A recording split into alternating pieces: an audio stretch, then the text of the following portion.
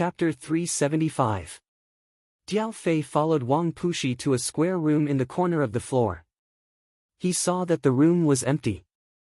The snow-white walls, floor, and ceiling were covered in runes and runes, leaving behind many grooves. Wang Pushi placed the spirit stones in and activated the formation. With a flash of light, an illusory figure appeared in the room. It flickered for a moment before stabilizing. It was an attendant dressed in green. He bowed and said, "Sir, why did you activate the illusion formation?"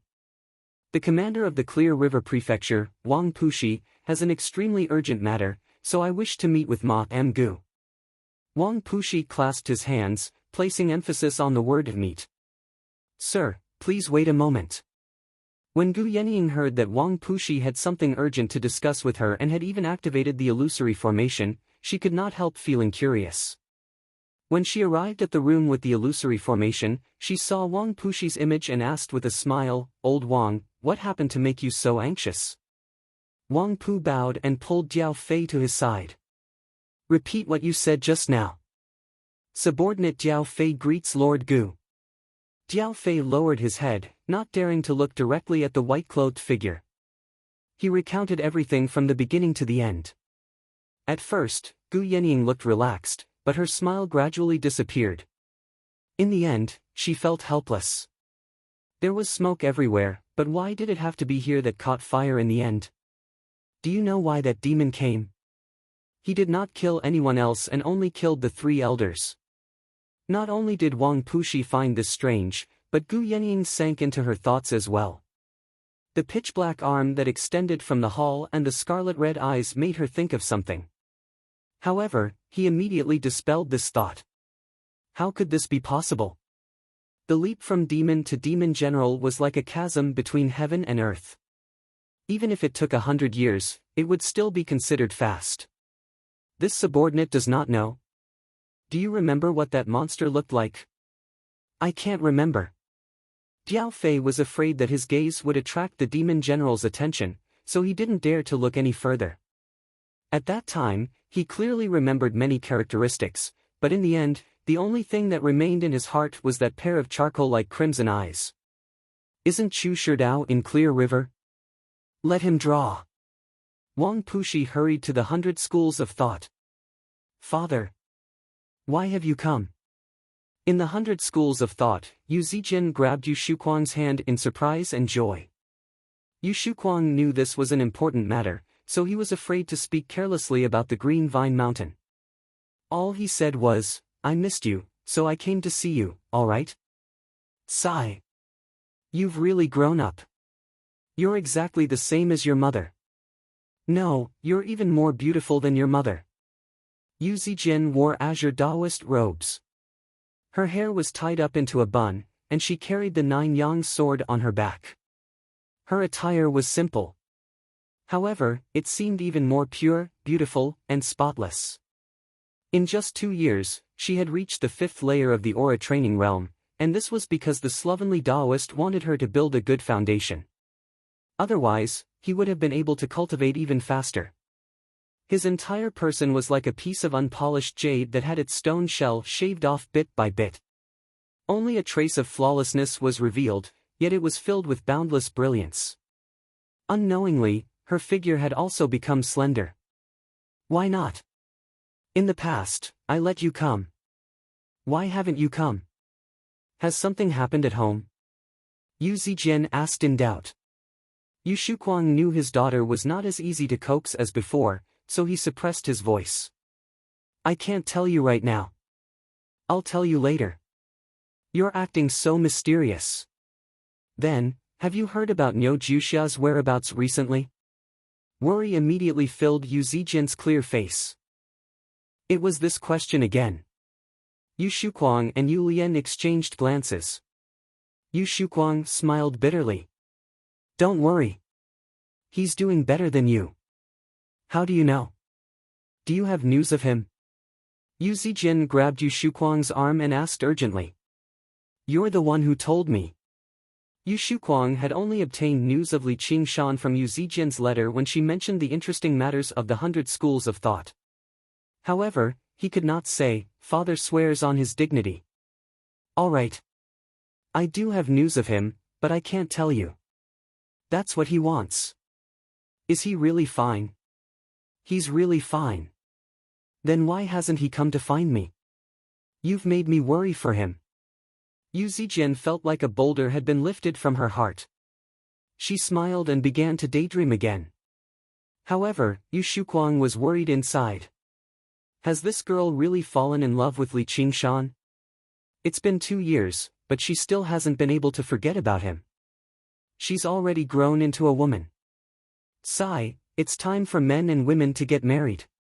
Qing Teng had said something about severing his emotions and devoting himself to cultivation, but he did not believe that. He understood the pain of being alone the best. How could a person not have a companion in life? He had to properly watch over her when it came to this. That kid might be a little stubborn, but he's not bad. Should he tell her about his identity? Once they met, he had to discuss it with him. Yu Zijian happily toured around Wuwei Island with Yu Zijian and Yu Lian. As for Yu Shuquang, he pretended to ask about Li Qingshan unintentionally. Oh, you mean senior brother Li? He's already at the 8th layer, and he clashed with that senior brother Chu I mentioned to you a while ago. In the end, he defeated him in a single stroke. How impressive! Yu Shuquang nodded in satisfaction. Only a cultivation like that is worthy of my daughter. Now that he's my son-in-law, he won't be able to show me any respect anymore. He's been in the alchemy room with senior sister Ru Xian for so long. Once senior sister Han comes out, she probably won't spare him. Hee, that's what Qinglu said. What's going on with senior sister Ru Xian and senior sister Han? Yu Zijian told Yu Shuquang about the gossip in great interest. She noticed the changes in Yu Shuquang's expression and asked in surprise, "Father, what's wrong?" "Nothing." "Oh my, what's the name of this mountain?" Yu Shuquang smiled dryly. As it turned out, Li Qingshan was quite a playboy. Fortunately, he had not told her about Niu Juxia's true identity out of impulse. He could not let his daughter become involved in this. Gu Yenying waited for a while, and Wang Puxi brought over a young man. He reported, Master Chu has already retired from painting. He no longer paints. This is his final disciple, Chu Danqing. He can also take on the role. Chu Danqing was stunned when he saw Gu Yenying. He had seen Chu Shidao paint thousands of beauties, but none of them could rival even a fraction of her beauty. Instinctively, he sketched out a painting for her, but he immediately felt like he was unable to draw it. Even if he managed to draw it, it would barely have any charm. She was just a regular beauty. So you're Chu Danqing. Your master has hidden you really well. If you want to look, you can look later. Hurry up and paint. Chu Danqing returned to his senses. His face was bright red from embarrassment. He turned to Jiao Fei and said, "Please close your eyes and carefully recall the situation back then. Then relax your mind." Jiao Fei closed his eyes. Chu Danqing pressed a finger against Jiao Fei's forehead while his other hand moved like the wind, painting on the paper. His expression also returned to normal. A single strand of weasel hair spat out a riot of colors. Sometimes, it would fold up and draw carefully, and at other times, it would spread out in thick, heavy colors. Immediately, a brightly colored painting leapt onto the paper. Chu Danqing blew on it gently and showed the painting to Jiao Fei first. "Look, it's like this." The nightmarish, scarlet eyes filled his vision once again. Jiao Fei was alarmed and took half a step back. Only then did he see the entire painting. On the ruins, there was a black silhouette, a dark red moon, a raised ice blade, and drifting long hair. The various details that he had lost in his memories had all been retrieved. It was basically even more detailed and vivid than what he had seen back then. Yes, it is. Wang Puxi could not help but look at the painting too. He wanted to see just what kind of person could kill the 3 elders and make Jiao Fei so afraid. All he saw was the lifelike figure in the painting, as if he was about to leap out and swing his blade down. He was slightly surprised inside. What a painting! What a murderous aura! Am I supposed to be this demon's opponent? Then, Chu Danqing lowered his head and presented the painting to Gu Yenying. With just a single glance, Gu Yenying confirmed the identity of the person in the painting with her demon half. It was just like how humans could not tell the difference between two magpies, but in the eyes of their own kind, these special characteristics were basically as obvious as labels. Wasn't this that kid? For once, Wang Pushi found a sliver of surprise on Gu Yenying's face. Gu Yenying waved her jade folding fan gently. How strange! How strange! On the ice sword cliff, just when she thought he would embark on the path of demons, he returned to become a hawk-wolf guard. Just when she thought he would choose the path of human cultivation, he turned into a demon again and risked his life to fight for a demon general. In the blink of an eye, he had already become a demon general. He had surpassed many demons and barriers that would take hundreds or even thousands of years to cross, claiming the lives of 3 Foundation establishment cultivators as soon as he struck. She had never encountered such an unfathomable person before. Interesting, interesting. If that was the case, everything made sense. The reason why he had sought out the 3 elders was for revenge. Because he was originally a human, he possessed a sliver of benevolence and did not commit a massacre. Several thousand kilometers apart, the 2 rooms fell silent at the same time, quietly awaiting her orders. Gu Yenying folded her folding fan and struck her palm gently. I might have to pay a visit to the Clear River Prefecture later. I'll send someone to investigate first. Wang Pushi was rather troubled. Little Hua and Xiongji are both in secluded cultivation. I'd better go personally. It's inconvenient for you to do so. Isn't there a Li Qingshan? I heard he's in the limelight and he's very powerful. Get him to investigate properly and write me a document when he returns. I want to hear his thoughts on the case. Gu Yenying's eyes flickered with light as she seemed to smile. Little bro Qingshan, are you in such a hurry to throw those words right in front of me? Yes, I'll summon him right now. Is there anything else you need me to do? Wang Pushi said. As it seemed, Commander Gu really did view this Li Qingshan in a new light. She had actually left such an important matter to him, even praising his strength. It was unbelievable. However, he was unable to connect the brazen, reckless demon in the painting to the primary disciple of the school of novels, Li Qingshan. Old Wang, what's bound to come will come. Gu Yenying said slowly. Her eyes swiveled. Very well done. Your painting skills will definitely surpass your masters in the future. Chu Danqing was taken aback. Only then did he realize she was talking about him. He raised his head, but the figure had already vanished. He felt lost inside, but he also understood something. If he looked at the heavenly maiden scattering the blossoms again, he would definitely see her. The legends of the great sage welcome to the readers.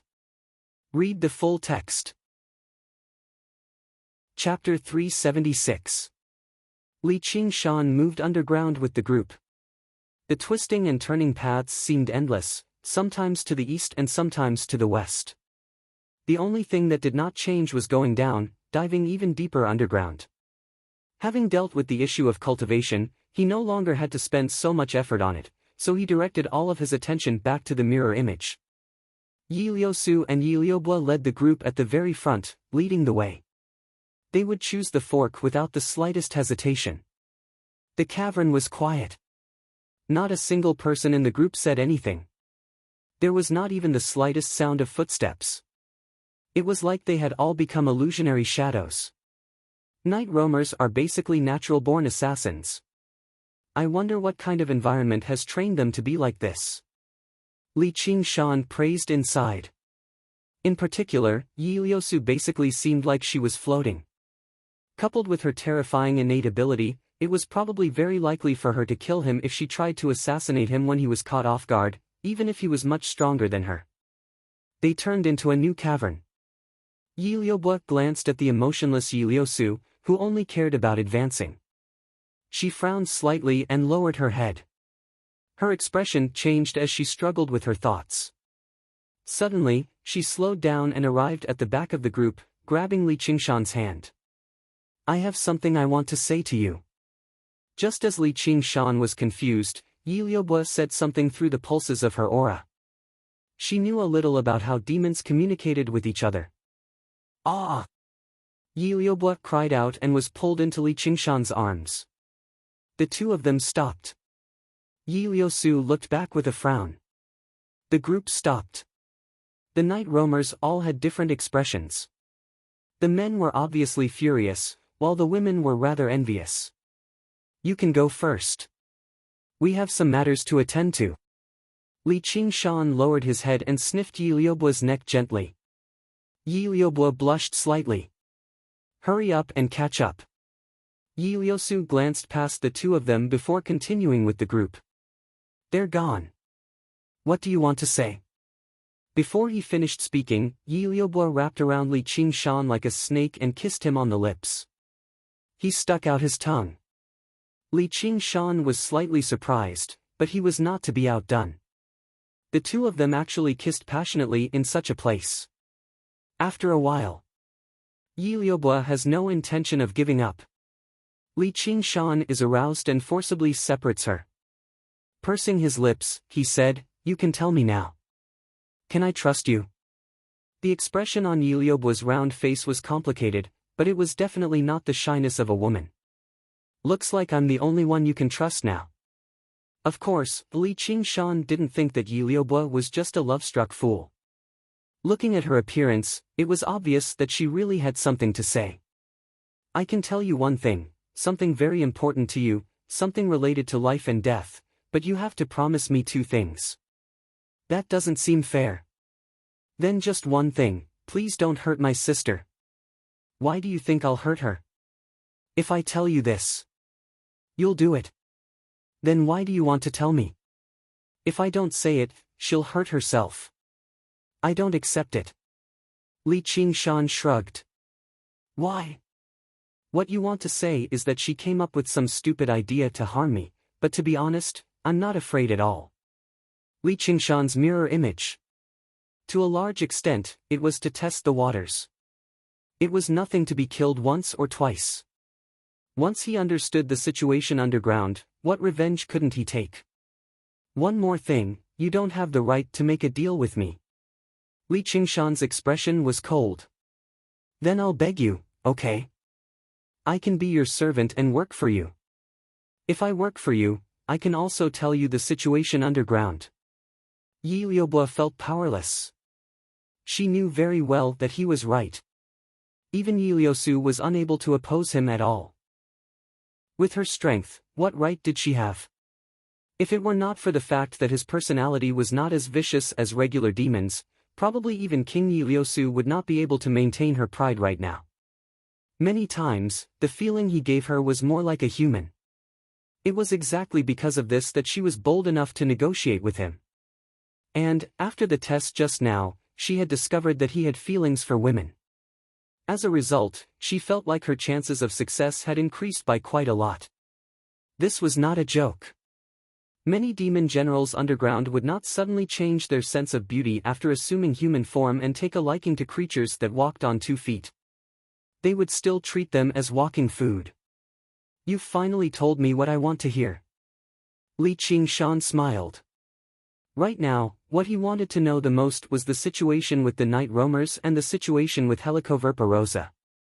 As long as he could grasp the overall situation, what would Yi Liusu's petty scheme against his mirror image amount to? Then you've agreed? Yi Liubo beamed with joy. Can a servant ask for a master? Li Qingshan said sternly. You! But the master will consider the servant's feelings. Li Qingshan rubbed her cheek with a smile. Tell me, or I'll have to consider rejecting your allegiance. My elder sister wants to harm you. Yi Liubo was helpless. In the end, she still chose to believe him. He could have used even more intense methods to interrogate her, or he could have viciously humiliated Yi Liusu, but he did not do that. As expected. It's basically written all over her face. Li Qingshan curled his lip. She lured you into the enemy's territory. However, what Yi Liusu said next finally surprised Li Qingshan. Wait, you mean the enemy? Who can be her enemy underground? Since he had been appointed as the lord of the territory by Helicoverpa, other demons could not kill him willy-nilly. Obviously the night roamers of other clans. As it turned out, the night roamers underground were not united. Instead, they were divided into a few large clans. Queen Helicoverpa forbade open warfare, but she revered chaos and assassination. Coupled with the competition for benefits and resources, the conflict between clans was extremely intense. Assassinations, poisoning, and traps were used against one another. As long as they did not leave behind any direct evidence, they could get away with it. As for the incompetent failures who left behind evidence, they would be judged and turned into sacrifices for the Spider Queen. It was possible to imagine just how welcome Yiliosu, a genius of her clan, would receive when she returned to the Gloom region and the territories of other clans. And, in order to silence her, a witness like Li Qingshan would definitely be hunted down. That's a stupid idea. Li Qingshan shook his head. Yiliosu sure was vicious enough. She was actually willing to perish together with him. Did she really think she could deal with him like that? My sister has no other choice either. In order to take over that territory, our Spider Shadow clan has already become the target of attack of a few large clans. We've suffered very heavy losses. If we attract an enemy like you, it'll probably be the end of our clan. Even if we can't harm you with this method, it'll be enough to heavily injure those clans. If Li Qingshan escaped, those clans would bear the crime of killing a lord and attacking a demon general. If he died, he would definitely drag a bunch of people down with him, and the Spider Shadow clan would be able to get someone else to take over the territory. Only after thinking that through did Li Qingshan truly begin to admire Yiliosu a little. What an impressive spirit of sacrifice. Liubo, you're nowhere near that. I can't wait for the Spider Shadow clan to be destroyed. What does it have to do with us if all the night roamers die? Liubo sneered. She was actually filled with hatred towards her own clan. Only afterwards did she look at Li Qingshan eagerly, grabbing his hand and calling out, "Master." Li Qingshan's heart turned numb from her call. Regular people would not be able to emulate such a lewd and flirtatious feeling. If it were not for the fact that he was thinking about Han Xiongji in the distance, he basically would have done something. In consideration of your feelings and loyalty, I won't kill your sister if she doesn't bring about her own destruction. Actually, she's still of some use to me. Yiliobo beamed with joy, but she also felt rather strange inside. Originally, she wanted her sister to capture him and toy with him, but she ended up becoming his servant instead. However, he seemed even more charming right now. What attracted her was no longer his perfect face.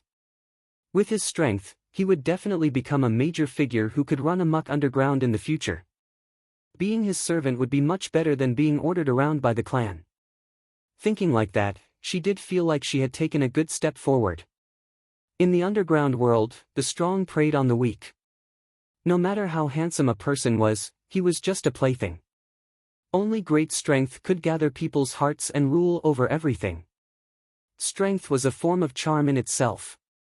I'm curious about that matter though. I want to ask you to protect me. Who wants to harm you? If you lose your territory, there'll definitely be a very severe punishment once you return. There are plenty of people in the Spider Shadow clan waiting to kick you when you're down. Yiliobo felt resentful, but she also felt rather complacent. Now that she had gained the protection of a powerful demon general, even the matriarch could do nothing to her. Don't worry. The master will protect the servant. Thank you, master. Yiliobo's heart warmed up, and she smiled sweetly. Yiliosu was currently leading the group of night roamers, stopping to rest in the cavern. She felt slightly worried. At this moment, the two of them returned. Yiliobo hugged Li Qingshan's arm intimately as she smiled gently. That's enough. Li Qingshan shook off Yiliobo's hand. Yiliobo glanced at him begrudgingly and said to Yiliosu, "Sister, I've already told Sir North Moon about your plan." Yiliosu shuddered inside. What she worried about the most had happened. She roared out furiously, "Liubo! However, Li Qingshan grabbed her hand that was about to draw her blade. Yi Liubo glared back at her without backing down. Sister, even if you want to sacrifice yourself, you'll have to ask the sisters first. When she told Yi Liusu's plan, the Night Roamer guards immediately fell into an uproar. I was wondering why the route seemed a little off. Ma Liusu, is that true? They did not have the spirit to sacrifice themselves for the clan. It was not like they would be punished for losing the territory anyway. At most, they would just be dragged into it a little. Yi Liusu said nothing, as if she was agreeing to it. From today onwards, I will leave the Spider Shadow clan and become Sir North Moon's servant. At this moment, Yi Liubo's words kicked up a storm. This was equivalent to betraying the clan, and trusting her fate completely to Li Qingshan. If Li Qingshan refused to protect her, she would no longer be able to survive underground. Li Qingshan smiled. This was probably the legendary aura of a king. If he really had the power of a king, why would he worry about no one following him? As long as he had enough influence, there were many things that he did not have to worry about at all. P.S. I'm done with this chapter. I'll go write the second chapter now so that I can face the blackout tomorrow. Phew, I'm a little tired. Chapter 377. Liubo, you've actually betrayed the Spider Shadow clan. Do you know what the consequences are? Do you really trust this demon that much? Yi Liusu pointed at Li Qingshan and questioned loudly. She's more trustworthy than those old coots. I'd rather die than go back and be humiliated by those bitches. Yi Liubo raised her head stubbornly. I won't allow you to die for them either. Sister, why don't you follow Sir North Moon with me? That way, we won't have to worry about those old women anymore. Shut up, you traitor. I've taken care of you for so many years to no avail. You're ungrateful. I'll be nice to whoever treats me well, which is why I can't send you to your death. You're so thick-headed. Their chests heaved violently. The two of them were agitated. Li Qingshan, who had caused all of this, stood to one side with his arms crossed, just like an outsider. He spoke up to break the stalemate. Yi Liusu, do you know what Liubo said before she told me your plan? Yi Liusu's heart shivered when she heard how Yi Liubo would place her safety first, even at the cost of her own safety. Her fury vanished, replaced by helplessness. I'm only sparing you out of consideration for Liubo's feelings. Stop being so stubborn. It's actually fine even if I kill all of you here. With the appearance of murderousness, the atmosphere in the cave immediately froze. Only Yi Liubo smiled. Through Yi Liubo's introduction, Li Qingshan had already grasped some of the underground game's rules. Other folk were not demons after all. In Helicoverpa Rosa's eyes, a single Yi Liusu was definitely not more important than a powerful demon general as long as there was no direct evidence. She basically would not kill him over a single night roamer. In his opinion, Helicoverpa Rosa was clearly using trickery to divide the night roamers, making them kill one another and drain their strength, preventing them from growing stronger. I will never betray the clan. Everything will be judged by the matriarch. I hope you can protect her. In the face of absolute power, Yi Liusu could only lower her head. She was not afraid of sacrificing herself. But he was also unwilling to make unnecessary sacrifices. After revising the route, the team set off again. Not long after they left, two black shadows appeared where they were just now, whispering to each other. It seems to be Yi Liusu and her sister. Those two voices, I can't be wrong. Why are they here? I don't know. Go back and inform Lady Matriarch. She must make sure that they remain here forever. Yes. Yi Liusu and her sister lost control of their emotions and argued loudly. They sounded like the beating of gongs and drums in the quiet night. Along the cobweb-like cave. It was transmitted to a faraway place. The team was already close to the borders of the other clan's territories, which immediately attracted patrols. One of the black shadows went back to where it came from, while the other blended into the darkness and chased after it. Li Qingshan was striding forward. Sensing that something was amiss, Zhang Xian halted his footsteps and a brilliant gleam flashed across his eyes. Clang! He drew his ice blade and swung it at the rock wall. Before the blade had even arrived, it lit up with golden light. The darkness receded like the tide. There was a black figure on the rock wall. It was extremely eye-catching. There was a shriek, and blood spurted from the rock wall. A male night roamer fell out and cried out, "Who are you?" There was another shriek soon afterwards. "Oh no, it's the Bat Shadow clan." Yi Liubo lunged over and finished him off in a single stroke. "Don't tell me you can't sense it." Li Qingshan looked at Yi Liusu. This male night roamer's cultivation was only at Yi Liubo's level. "Liubo, lead the way. Let's go. I don't want to be used by others." With his original body here, he did not mind killing a few more and comprehending another tiger demon. However, this mirror clone only possessed 30% of Li Qingshan's strength. If they engaged in an intense battle, it was unavoidable for him to show weakness. All right. Yi Liubo took the lead, and the group immediately sped up. With that, their speed became apparent, turning into a long, winding snake. Li Qingshan and Yi Liubo were obviously at the very front. "My sister isn't with us. Ignore her." As soon as Yi Liubo stopped, Li Qingshan scooped her up and advanced even faster. But, no buts. She's digging her own grave. Under Li Qingshan's stern gaze, Yi Liubo was afraid of acting rashly. All she could do was call out loudly, "Sister, come here." Yi Liusu stared at the darkness before her and sensed auras that were hidden extremely well rapidly approaching. Her eyes were already filled with determination. At this moment, she suddenly heard Yi Liubo's call. She sighed and drifted away. "Find another path. Hide." Yi Liusu shot past the night roamer guards one by one, searching for another cave in a hurry. The night roamer guard at the very back reacted a little slower. Just as he was panicking, he suddenly stopped and was silently torn to pieces. In the end, only the three of them remained, advancing side by side. The cave was deep, like the intestines of a monster. It twisted and turned as they shot past quickly. Li Qingshan spent most of his time running along the walls, constantly changing his figure according to the direction the cave extended in. The black figure tailing behind him continued to draw closer and closer. Yi Liusu was puzzled. Why was he so much slower than during battle? Suddenly, the familiar sound of water rang out. The rumble was a waterfall. The cave was cut off by a surging underground river. The water was wide and rapid, almost like a clear river. If they had not seen it with their own eyes, no one would have imagined there was such a vast river underground.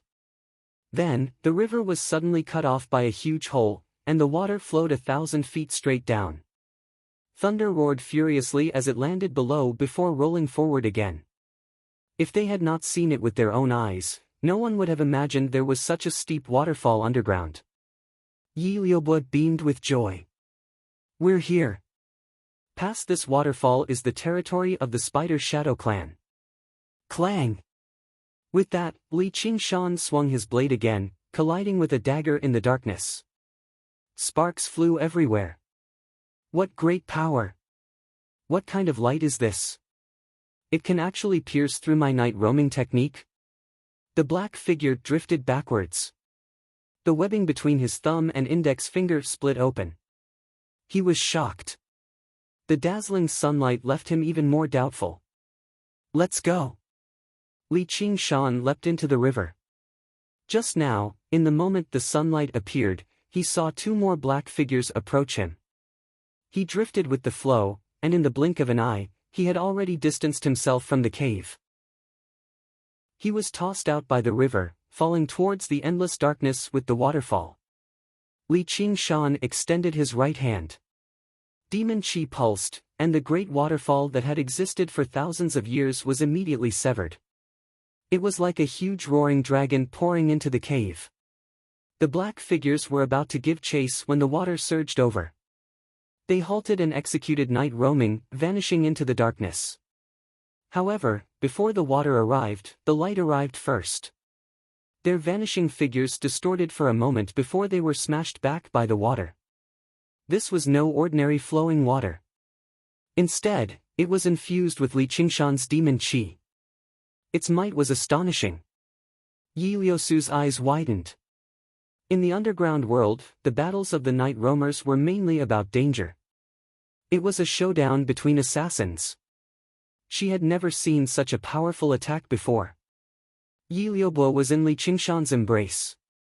When she saw this scene, she was even more shocked. This move seemed to have come from her.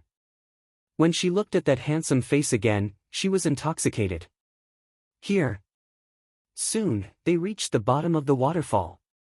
Yi Liusu entered a cave at the side.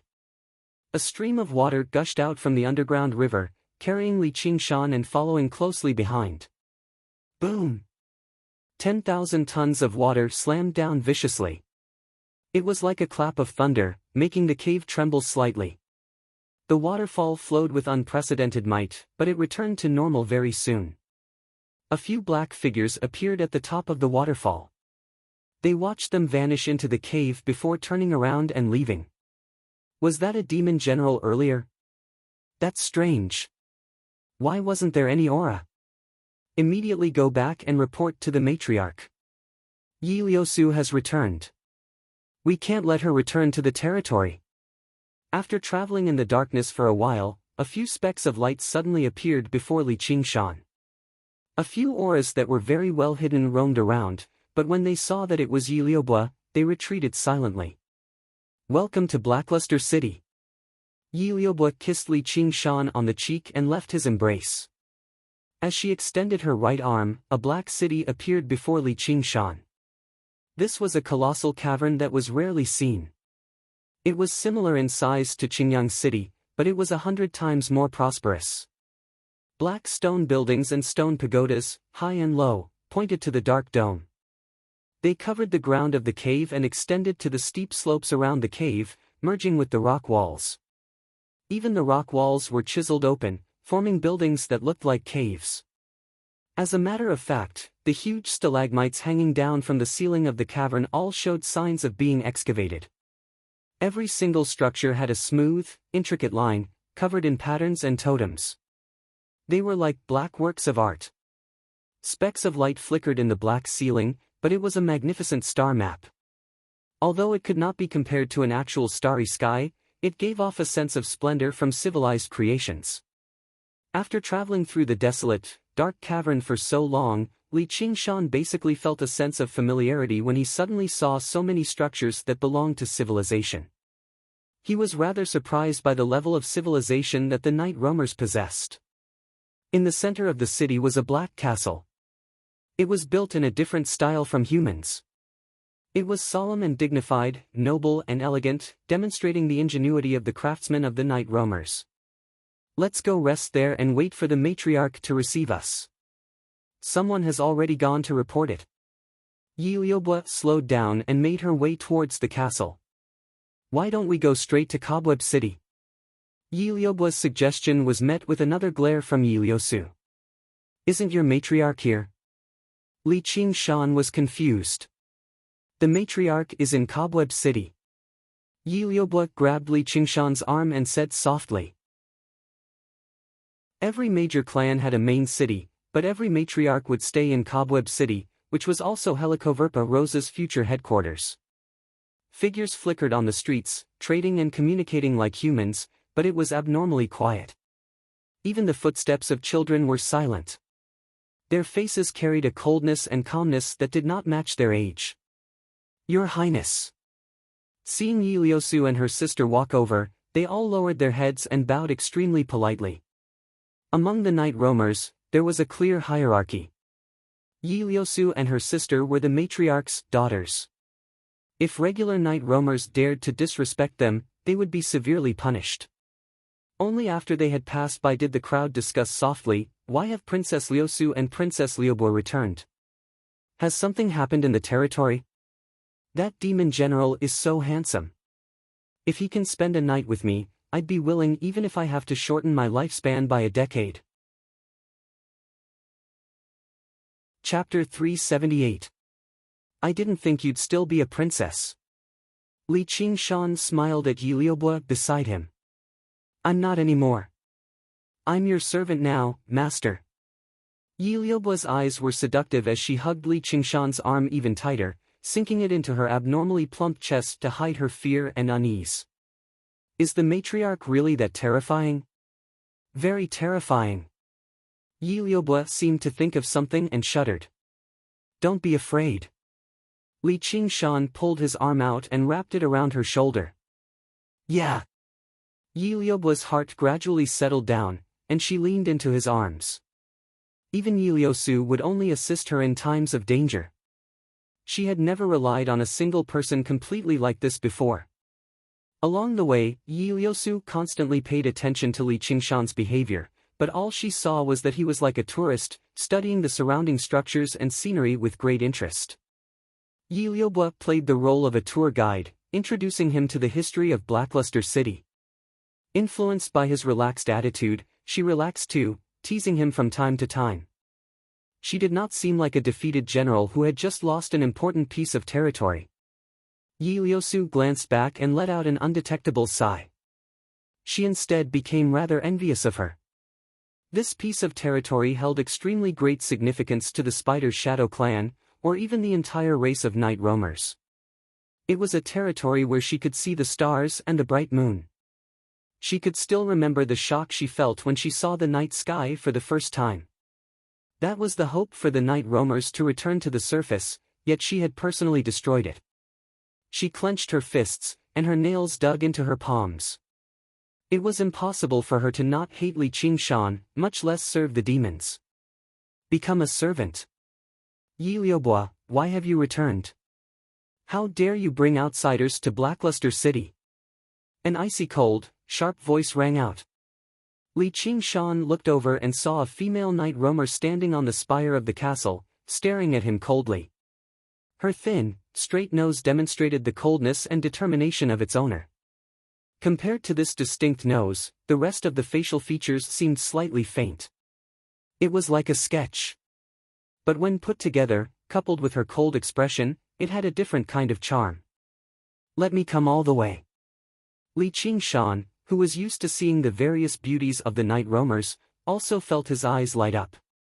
Her dark blue hair was combed into a thick and short braid, looking very neat and tidy. She was wearing a black leather shirt and pants, and black boots that went all the way to her knees, outlining her seductive curves. She had a short sword on her waist. She was a beauty that did not lose to Yiliosu, and her cultivation was above Yiliosu. Sister Lu Xing, I have something to report to Mistress. This demon general of the North Moon is an honored guest of my clan. Please open the gate. Yiliosu bowed respectfully. She didn't dare to announce the loss of the territory in public. Yilioxing studied Li Qingshan's handsome face with a gaze as sharp as a blade. However, her cold expression did not change at all. She only sensed that something was amiss. You sisters really do look very different, Li Qingshan smiled and said to Yiliobua softly. It's not like we're sisters by blood. Yiliobua pouted. It turned out that they all came from different families and relied on their talent to surpass their peers. Through their talent that surpassed their peers, they became the daughters of the mistress and were conferred the titles of princess and princess. They referred to each other as sisters, but they were not related by blood. The sisters were not ranked according to their age, but according to their cultivation. Welcome, Your Highness Princess Liusu. Welcome, Your Highness Princess Liobua. The gate swung open loudly. A group of guards stood to the left and right, raising their spears and speaking in unison. Sir, please give me your weapon. A skinny caretaker in black robes arrived before Li Qingshan. Did I bring a weapon? Li Qingshan waved his hand with a smile, and the ice blade vanished. The caretaker was taken aback. Li Qingshan had already walked in with Yiliobua in his arms, so he did not dare to stop him. Demon generals possessed a transcendent status underground. It was an unspoken rule that demons were superior to night roamers. They stepped into the black hall. There was a fountain in the center, carved with a naked woman. The ground was covered in a thick, patterned carpet, while the walls were draped with tapestries. They were all embroidered with brightly colored images of spiders. The two staircases were like open arms, converging on the second floor. Yi Liuxing stood there, gazing at them coldly. Liusu, come with me. Liubo, receive the esteemed guest. Just what has happened? Cold wind whistled above the pointed tower. Looking down from the window, Blackluster City seemed to be below them. Yi Liuxing's icy cold voice was even colder than the cold wind. Yi Liusu explained everything that had happened. Smack! There was a loud slap, and a handprint appeared on Yi Liusu's face. Blood oozed from the corner of her lips, but she did not move at all. Do you know what that territory means to us? Do you know how many clansmen the clans sacrificed and how much they paid for it? Furious, cold light flickered through Yi Liuxing's eyes. I know. He must die. Before the matriarch returns. Yi Liuxing raised her hand again, but she hesitated to swing it down. She cut through the air viciously. I don't agree. Yi Liusu raised her head. Her gaze was determined. Do you want to be punished by the snake cavern? Even if the matriarch returns, would I persuade her not to do that? Don't tell me you've taken a liking to that guy and want to protect him? Yi Liuxing grabbed Yi Liusu by the neck. Her cold voice was like a blade against Yi Liusu's neck. He's too powerful, and he possesses the ability to suppress night roamers. Once he strikes, regardless of whether he succeeds or not, he'll heavily injure us. Yi Liusu was unfazed. She persisted. We're assassins. We've always had to defeat the strong as the weak. Yi Liuxing pushed her against the wall viciously before embracing her again. However, under her cold, unfazed gaze, she let go and turned around to go downstairs. Where is this? Li Qingshan stood in a luxurious room. The air was filled with fragrance. The oval, lace mirror reflected Yi Liubo's slender figure. My room, obviously. Yi Liubo tidied up her rather messy hair before turning around and throwing herself into Li Qingshan's arms. She raised her head and asked, how did you do it earlier? With 100 treasures pouch, obviously. Li Qingshan said matter-of-factly. Before he set off, he had brought 100 treasures pouch with him. There were a few items that he might be able to use in there, including over a dozen supreme-grade talismans he had obtained. If he really did end up in battle, he could still maintain the necessary lethality.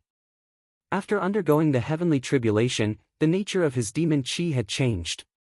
Not only could he refine spiritual artifacts, but he could also activate talismans. However, he was still unable to open the Soaring Dragon Elder's Summoner Ring.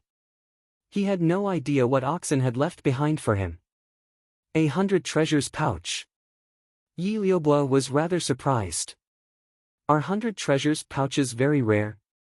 Only then did Li Qingshan discover that Yi Liubo did not possess any of the necessary items for cultivators above ground.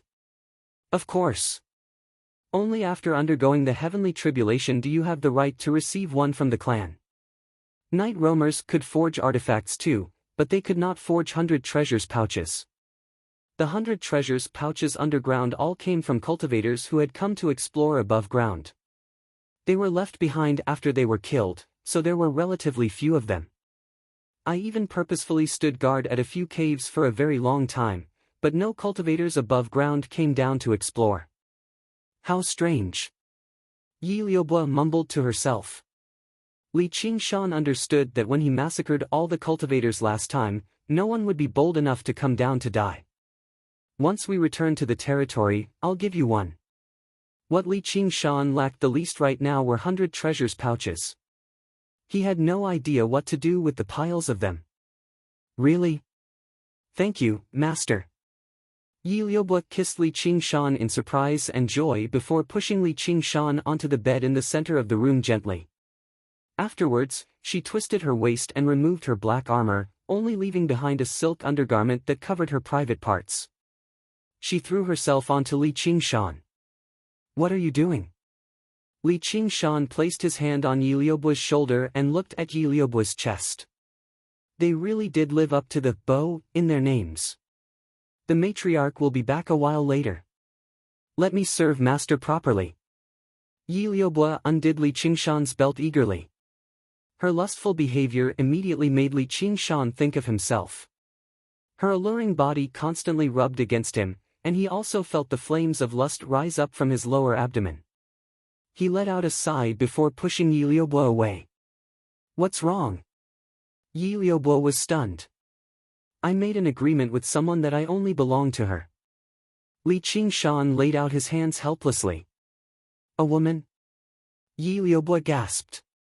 Of course, Li Qingshan said in exasperation. Then I don't have to worry.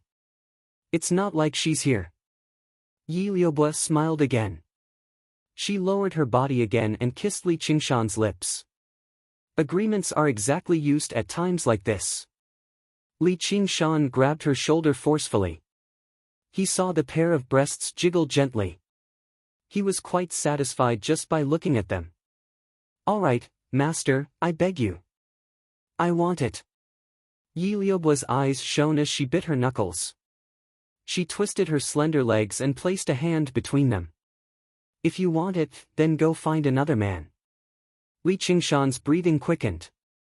If it were not for the spirit turtle's method of sea suppression, he really had no idea what he would have done. How can I want another man after seeing you? Just treat it as a good deed and accompany me once, all right? I'll definitely be loyal to master in the future. Yi Liubu's face was filled with hidden bitterness. The master doesn't fulfill the duties of a servant. Li Qingshan patted her cheek with a smile and stood up. If you won't accompany me, then I'll deal with it myself. Go ahead. Li Qingshan saw a bookshelf in the corner of the room. He walked over and pulled out a book. The words inside were the same as human books, except the handwriting was very beautiful. A resonant moan rang out from behind, which made his lips curl. Seeing Li Qingshan turn around, she became even more complacent, and the moan became even louder. Li Qingshan just moved a chair over and sat down by the bed to admire it. Watching it was not exactly letting down Xiongji, even though it was a live performance. No matter how hard Yi Liubu tried, Li Qingshan had no intentions of getting onto the bed, which made her feel dejected. Thump. Thump. Thump. Yi Liuxing knocked on the door and entered. She glanced at the bed and actually smiled. Her smile was like ice that had cracked open and leaked out. Sir Northmoon, do you want us to accompany you? Chapter 379. Even an idiot can tell that you're up to no good. If you want to seduce me, you should learn from the one on the bed. If Yi Liusu was only cold, then Yi Liuxing was basically ice cold. Regular men would lose all thoughts with just a glance at her. Sure. Li Qingshan had to admit that he was very curious about how she would seduce him. Moreover, her cold attitude only made it easier to incite a man's desire to conquer her. Was this also part of her plan? Yi Liuxing walked over and sat down stiffly in Li Qingshan's arms. She wrapped her arms around Li Qingshan's neck and clearly showed disgust. Master, don't. Yi Liubu tried to dissuade her loudly, but Yi Liuxing glared at her viciously. She immediately lost the courage to speak. Li Qingshan gave Yi Liubu a reassuring glance and smiled, waiting to see what else Yi Liuxing had to do.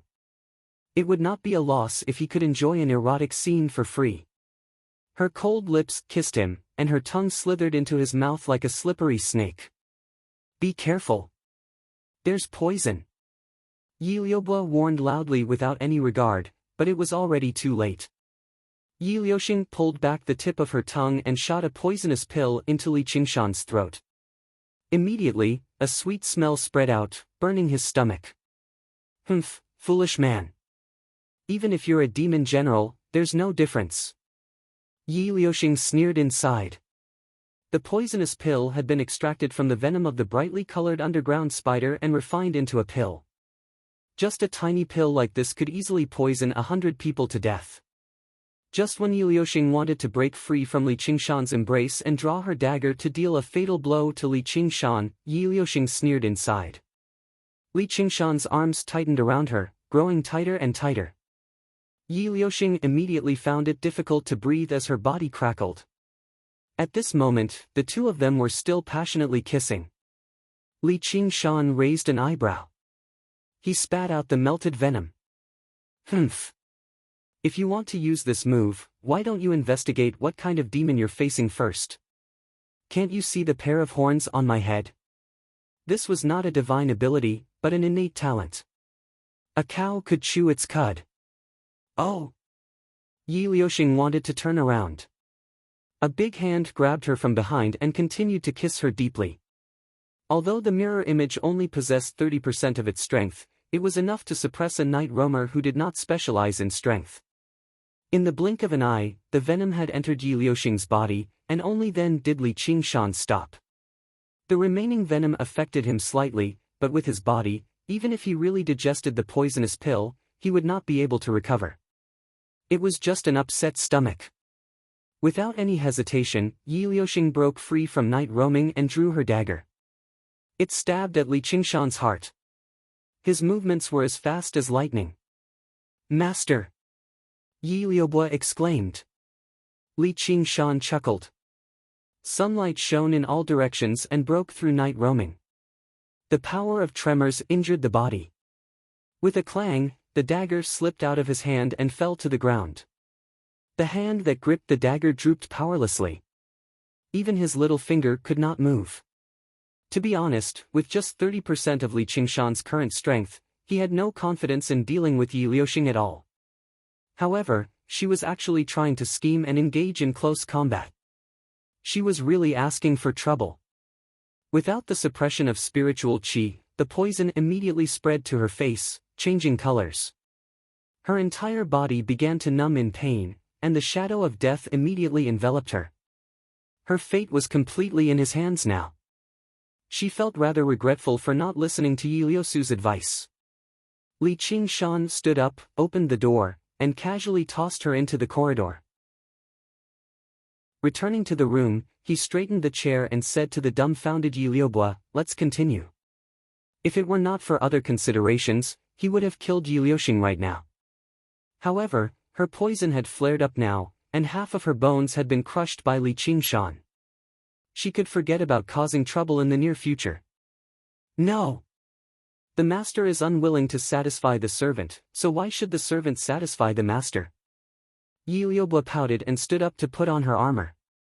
However, the feeling of dread lingering in the room did not disperse so quickly. Then take me around. Li Qingshan smiled. It was rare for him to come underground, so how could he not take a good look around? When he opened the door again, Yi Liuxing had already vanished. As soon as he arrived at the end of the corridor, the caretaker in black robes reported, "Sir North Moon, the matriarch has returned. She has invited you to dine with her." "She's come so quickly." Li Qingshan saw Yi Liubo tremble all over. He grabbed her hand, which was rather slippery. Li Qingshan followed the caretaker into a hall in the depths of the castle. The seats had already been arranged. There were a total of 14 people seated there. The person seated in the center was a woman in a luxurious dress. She wore a spider-shaped accessory on her head, a spider necklace around her neck, and a spider ring on her finger. She was the night roamer with the most accessories that Li Qingshan had ever seen. Her facial features were actually quite similar to Yi Liusu's. If it were not for her mature charm, he basically mistook her for Yi Liusu's older sister. Although her aura was completely concealed, Li Qingshan could still instinctively tell that her strength was probably no weaker than the slovenly Taoist priest from the 100 schools of thought. She was close to the second heavenly tribulation, so she could not be underestimated. To the matriarch's left, Yi Liuxing sat in the seat of honor. Her gaze towards Li Qingshan was bone-chilling. Her complexion was very ugly, probably forcing herself to remain seated. The second person was a woman Li Qingshan had never seen before. Her face was so ordinary that she did not seem like a night roamer at all. Only the third person was Yi Liusu. She stared straight ahead without even glancing at Li Qingshan. The fourth seat was empty. Yi Liubo let go of Li Qingshan's hand and took the initiative to sit down. She was cautious. The three people below her were slightly weaker than Yi Liubo, but they were all very young. Li Qingshan understood that these were the daughters of the matriarch who were referred to as princesses and princesses. To the other side, they were much older. There were both married women and old women, and there were actually 2 men among them. There were 6 of them in total, and they were all at foundation establishment. They all gave off a gloomy and powerful presence. Yi Liubo had once mentioned to Li Qingshan that this was the council of elders of the Spider Shadow clan. In other words, including the matriarch, there were a total of 10 powerful night roamers who had undergone the first heavenly tribulation. Every single one of them were terrifying assassins who had defeated those stronger than them despite being weaker. It would not be an exaggeration to call this place a dragon's lair or a tiger's den. If Li Qingshan were a little less courageous, he probably would have turned around and fled in fright. However, he only made his way over with a smile. What a warm welcome. A single clan of night roamers was already so powerful. If all the clans worked together, they would be a force that could topple over everything else. It was no wonder that the Spider Queen wanted to restrict their development. The door slammed shut behind Li Qingshan, trapping him together with the 10 night roamer assassins like a sealed insect. I've long heard of Sir Northmoon's great name. I am Yi Mingzhu. Please take a seat. The matriarch of the Spider Shadow clan, Yi Mingzhu, who sat at the head of the table, said with a smile. It was as if she had no idea that Li Qingshan had taken away the territory of the clan. After receiving the news, she immediately hurried back with the strength of the entire clan to resolve this great problem. She extended her arm towards the row of seats where the elders sat elegantly. The very last seat was empty, so she naturally gave off the bearing of someone in a superior position. She spoke politely, but her words left no room for doubt. Everyone fell silent and stared at her intently, using their silent words to increase Yi Mingzhu's authority. They were assassins. They lived in silence, and at the moment of death in silence, they would not curse or make a ruckus. They would only speak with the edge of their lethal blades. I don't see where my seat is. Li Qingshan's words immediately made the atmosphere in the hall tense up. All of the elders placed their hands on the weapons on their waists. In the underground world, this was an insult to the matriarch. There were very few humans and demons bold enough to do this. The price they paid was usually blood and death. So everyone's armed. Li Qingshan waved his hand, and an ice blade appeared in his hand. The young night roamer girl at the very end almost drew her blade. Yi Mingzhu remained in the same posture. Even her smile remained the same, like a strange yet beautiful mask. The darkness in the surroundings seemed to become much heavier. Oh, so it's here. Li Qingshan finally made his way to the very end. Yi Mingzhu pulled back her hand and smiled scornfully. So that's all there is to him. Cold, sinister laughter rang out in the surroundings. Yi Liubo's tense heart eased up slightly, but when she heard the laughter, it tensed up again. Her feelings were very mixed. She did not want him to fall out with the matriarch, but she also did not want him to lower his head and give in. The laughter suddenly stopped as if someone had grabbed them by the throat at the same time. All she saw was Li Qingshan lifting up the heavy, obsidian table and placing it in the center of the hall. It just happened to be right across from Yi Mingzhu's seat. He measured it again before sitting down with his legs crossed. This is more like it. You're a guest from afar, so the matriarch probably won't blame you. Regardless of whether she blamed him or not, he urged loudly, hurry up and serve the dishes. I just happen to be hungry. Yi Mingzhu glanced at the caretaker, and he immediately rang the bell. Dishes were served up one by one. There were meat and vegetables, hot and cold, but all of them looked, smelled, and tasted just as good as the delicacies on the surface. However, not a single person had the appetite or the mood to pay attention to these delicacies, as their most important territory had been taken away. Apart from a single demon, the demon who had taken away their territory was currently swinging his cheeks and drinking by himself, eating and drinking to his heart's content. Tasting all the fine alcohol and delicacies in the world had always been one of his vows. How could he let such a great opportunity slip by? Whether it was war or peace, he would eat first. The food of night roamers had a unique flavor. He swept away the entire table of food in the blink of an eye. He licked his lips and said, "Not bad. Is there more?" All the caretaker could do was ring the bell again. As a result, everyone watched as Li Qingshan ate alone. The atmosphere became even stranger. Yi Liuhua smiled and sighed. He really is master after all. Why aren't you eating? Li Qingshan swept away the entire table of food again and raised his head. If you're not eating, then give it to me. Li Qingshan waved his hand, and over a dozen ripples of water flew out, heading straight for the food before them. Swish! Swish! Swish! There was a flash of light, cutting through the ripples of water. For a moment, the atmosphere was tense and murderous. Eat. You can die a full death on the way to the afterlife. An old woman stood up with a hunched back and placed her food before Li Qingshan as she said sinisterly. Li Qingshan laughed aloud, shaking up the entire room. The cups, plates all trembled. His laughter paused. He leaned forward and glanced around. Who dares to kill me? Chapter 380. How arrogant! The old woman drew her sword and struck out with a speed that did not match her age, stabbing towards his throat. She was as swift as lightning and as insidious as a venomous snake. The elders vanished from their seats at the same time, silently appearing around Li Qingshan. 6 lethal weapons stabbed towards 6 vital points, weaving into a net of death. Who could survive an attack like that? Li Qingshan raised his cup and drank. His clear gaze passed through the forest of blades and swords. Yi Mingzhu sat there without moving. Her eyebrows furrowed slightly. The blades and swords stopped. The tip of the old woman's sword was only an inch away from his throat. Swallowing a mouthful of alcohol, his Adam's apple bobbed, almost piercing through his skin. Stand down. Did I say you'd attack? Yi Mingzhu waved her hand, and the elders immediately returned to their seats as if nothing had happened. After hearing Yi Liusu's report, her first thought was, kill. What followed were various doubts. He clearly knew there was great danger, so why was he still bold enough to come?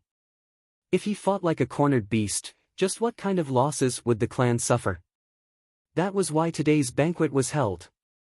As long as he showed even the slightest hint of weakness, it would be a fatal situation. However, his behavior was flawless. If he was not a madman, then he must have something to rely on. This feeling of indifference definitely could not be faked. In the blink of an eye, Yi Mingzhu made up her mind. She stood up and arrived beside him with her hips swaying. She personally refilled his cup. Sir North Moon, just what do you want?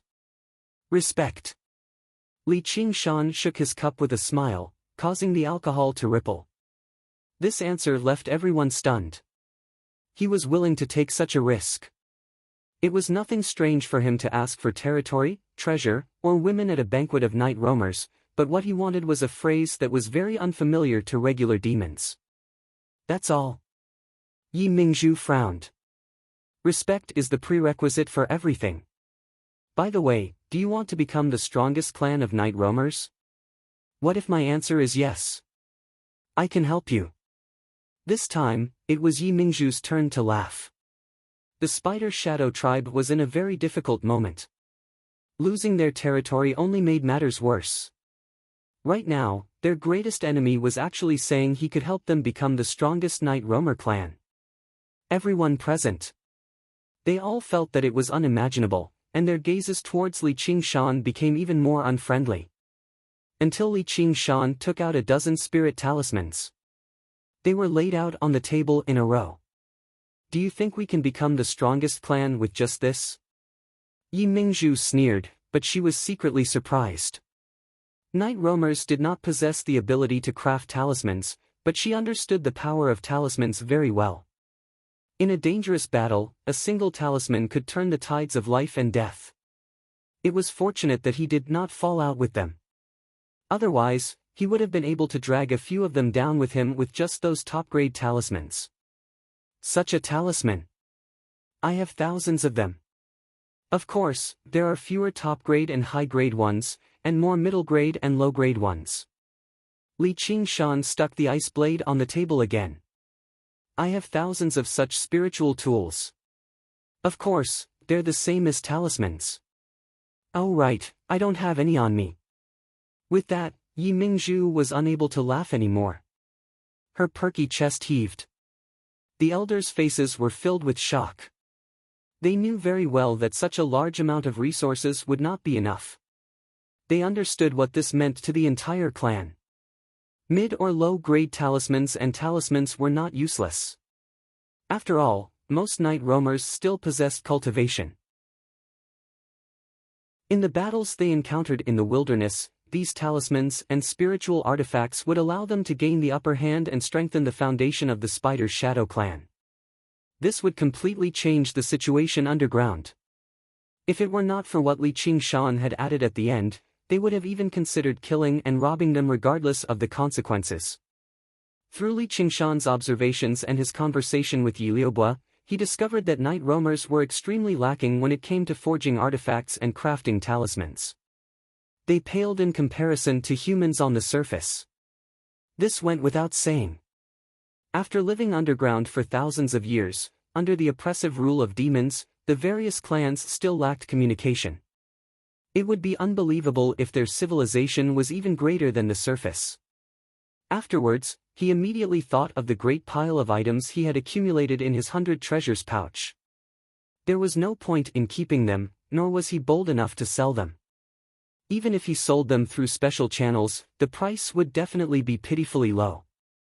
Peace had been around for too long. The demand for these standard items of war had exceeded the supply a long time ago. As a result, he discovered that the night roamers before him were the best buyers.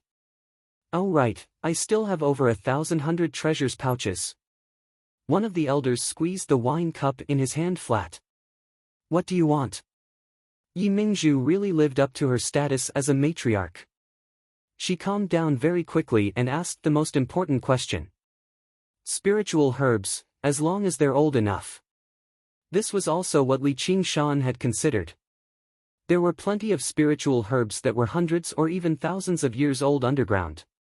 Demons did not know how to refine pills, but night roamers did know a little.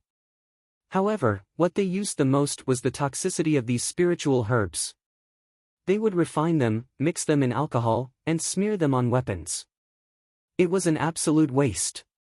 However, in the world of humans, any spiritual herb that was old enough could definitely be used in more than one pill formula. Once they surpassed 1,000 years of age, they would become priceless. If Sir North Moon had mentioned this earlier, there wouldn't have been a misunderstanding like just now. Yi Mingzhu smiled, as beautiful as a flower. In war, people were willing to exchange their food for a gun so that they could finish off their opponents. However, spiritual herbs were not an indispensable resource to night roamers. Their method of cultivation was basically still accumulation and comprehension. Being able to exchange spiritual herbs for weapons was basically for the best. Li Qingshan thought, if I had discussed things nicely right from the beginning and stated these conditions, this mirror clone would probably have been finished off already. None of us are kind.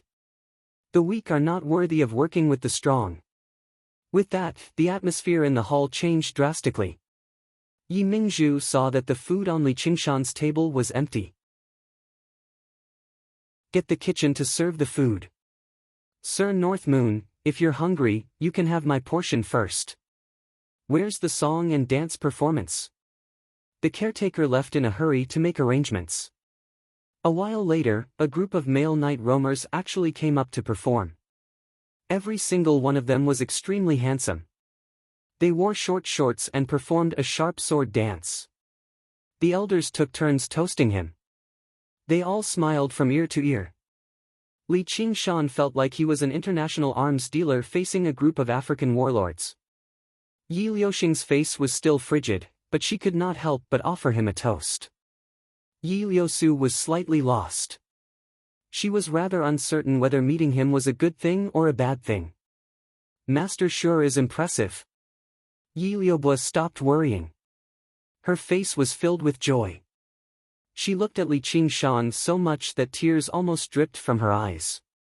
After drinking for 70 minutes, eating 5 different dishes, and both the host and guest enjoyed themselves, Yi Mingzhu blushed slightly.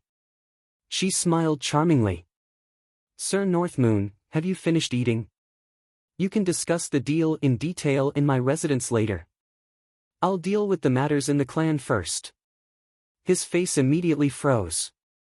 Yi Liusu, Yi Liubo, kneel. Chapter 381.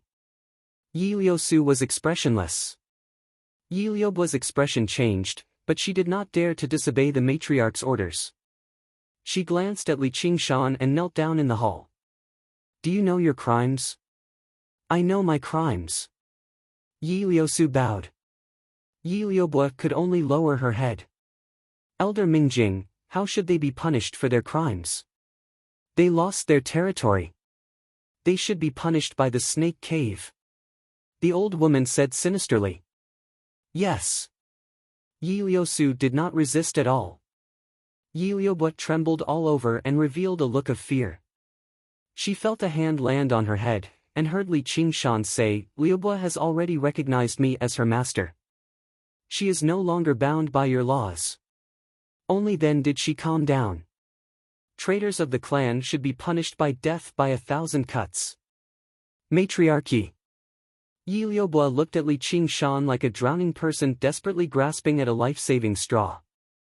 Li Qingshan glanced at Yi Mingzhu. Do you still want to put on the airs of a matriarch at a time like this? Sir Northmoon, you're making things difficult for me. The clan's laws cannot be abolished. There's no room for negotiation. However, in consideration of our friendship, I'm willing to make compensation. Lulu, Luyan. What orders do you have, matriarch? The 2 women who originally sat below Yi Liubo walked up. They were both rare beauties. From today onwards, you're Sir Northmoon's servants. Whatever Sir Northmoon wants you to do, you'll do. Yes. The 2 of them said in unison. 1 for 2. That's a good deal. Li Qingshan smiled. Master. Yi Liubo's face paled. She wailed. However, I can't. Sir Northmoon, are you not satisfied with this compensation? Then speak up quickly. Night roamers. There aren't many other things, but there are plenty of beauties among my daughters. If you like anyone, just tell me. Is that so? Li Qingshan's gaze fell on Yi Liusu, who was on the ground. Afterwards, he looked at Yi Liuxing, which made her heart tighten. During this process, Yi Liubo felt as if she had fallen into an icehouse, and she couldn't help but feel a chill in her heart. In the underground world, it was natural for people to betray each other. This was not the first time she had tasted the feeling of being betrayed. This was the first time she couldn't help but laugh at herself.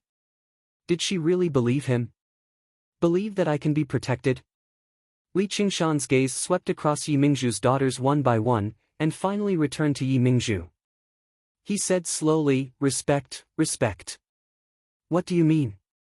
As my servant, it's only right that you die for me. However, she was a servant. Not goods, even if I am the master, I must respect this point, cannot casually sell her, so.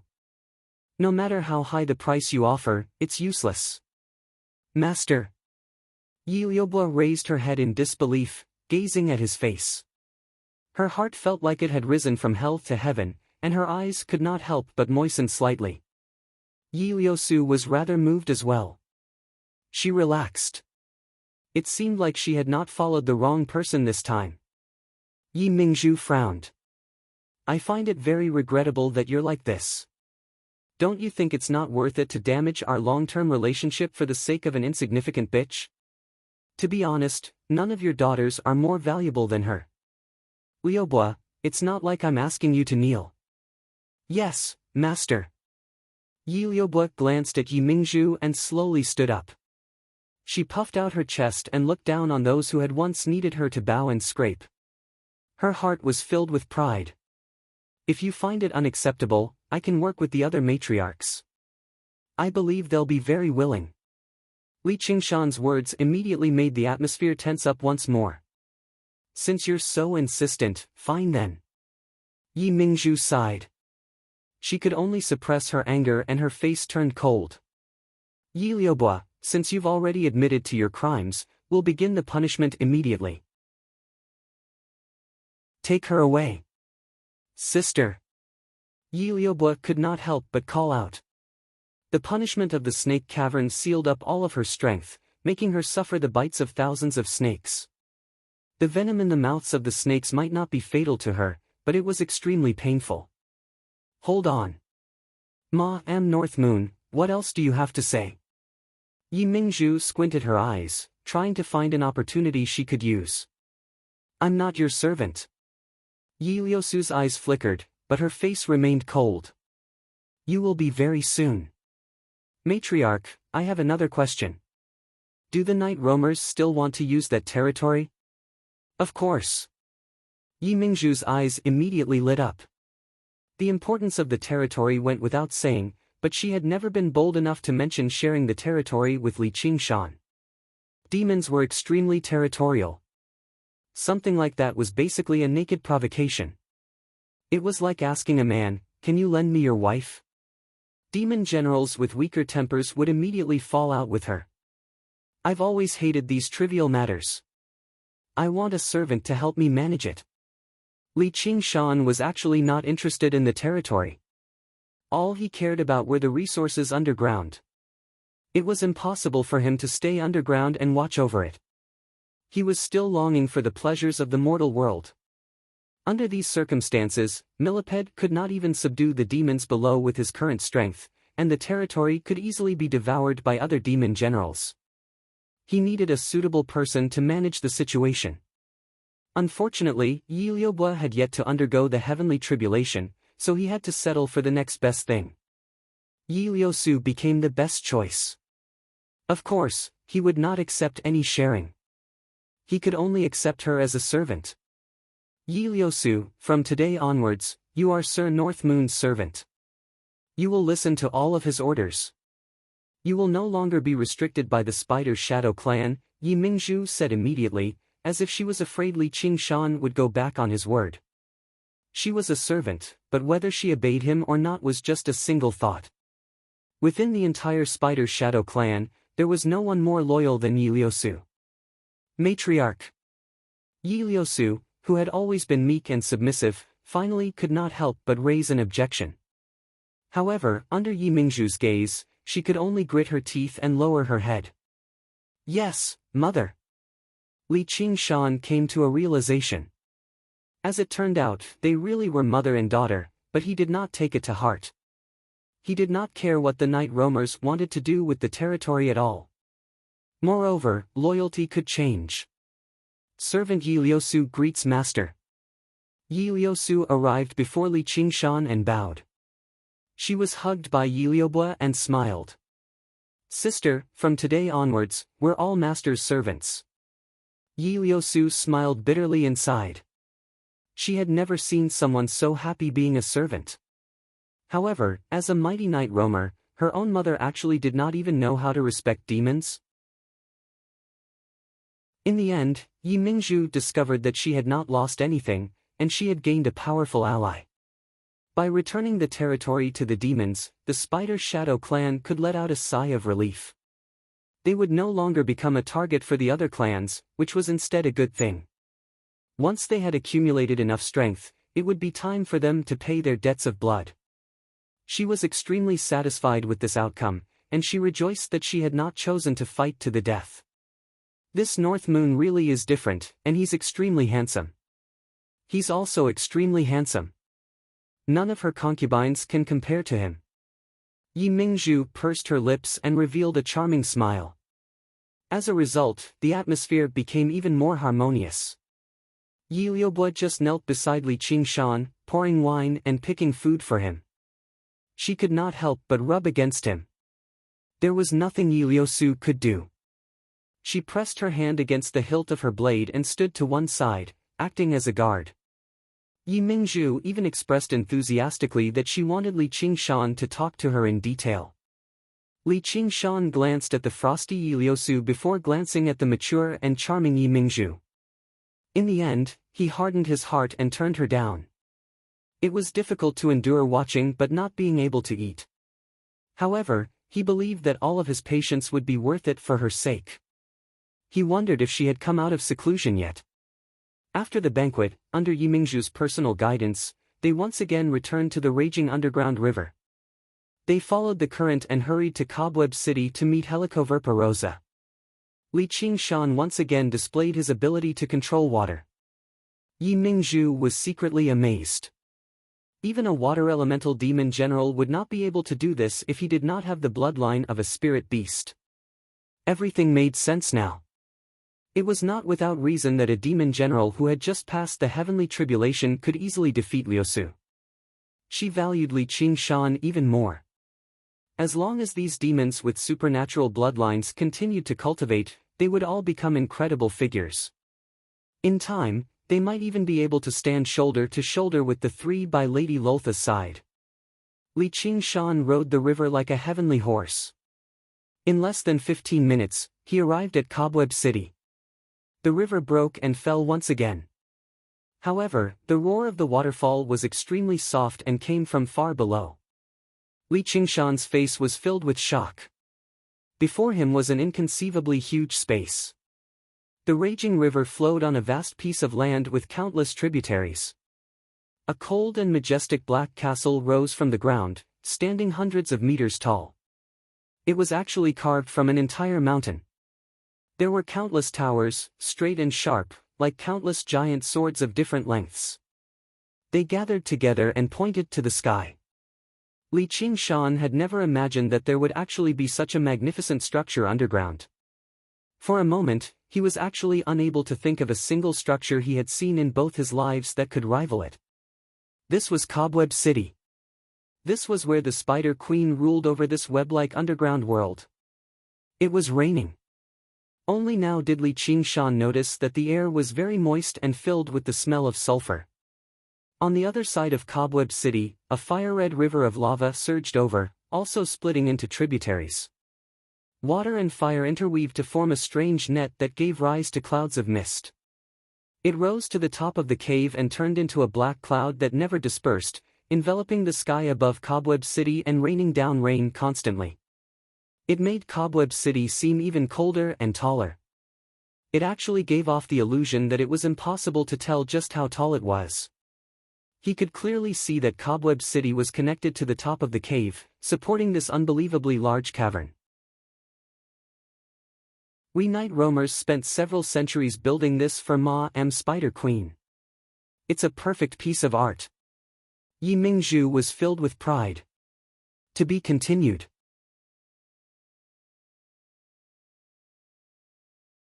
Chapter 382. Li Qingshan sighed. Without the civil engineering skills of the school of Moism, only other folk had the ability to build something like this. Only demons possessed such patience. Outside Cobweb City, at the foot of a relatively flat mountain was a large, complicated city district. The buildings of night roamers rose and fell endlessly. There were actually no streets. Li Qingshan felt like he was moving through one building after another. The space was completely sealed off. The pitter-patter of black rain against the roofs was the only sound here. There was not even a whisper like in Blackluster City. There were only exchanges of hand gestures, auras, or blades. The night roamers here were clearly much more powerful than in Blackluster City. Black figures drifted past him silently. Even when they saw the matriarch, Yi Mingzhu, they would pass by in a hurry. Isn't this the territory of the Spider Shadow clan? Li Qingshan's voice alarmed a large region. Numerous pairs of eyes looked over from the darkness as if he had done something extraordinary. They were rather hostile, but they only looked away when they saw the horns on his head. This is a mixed residential area in the outer city. There are people from various clans here. Yi Mingzhu still chose to communicate through her aura. Apart from their daily lives, the main mission of the night roamers living here was to find opportunities to assassinate the night roamers of other clans. This was the battlefield of assassins. Only by passing the test here could every night roamer gain the right to enter the inner city and become part of the middle echelon of the various clans. They really don't have anything better to do. There was clearly a deep-seated grievance, yet they just had to live together.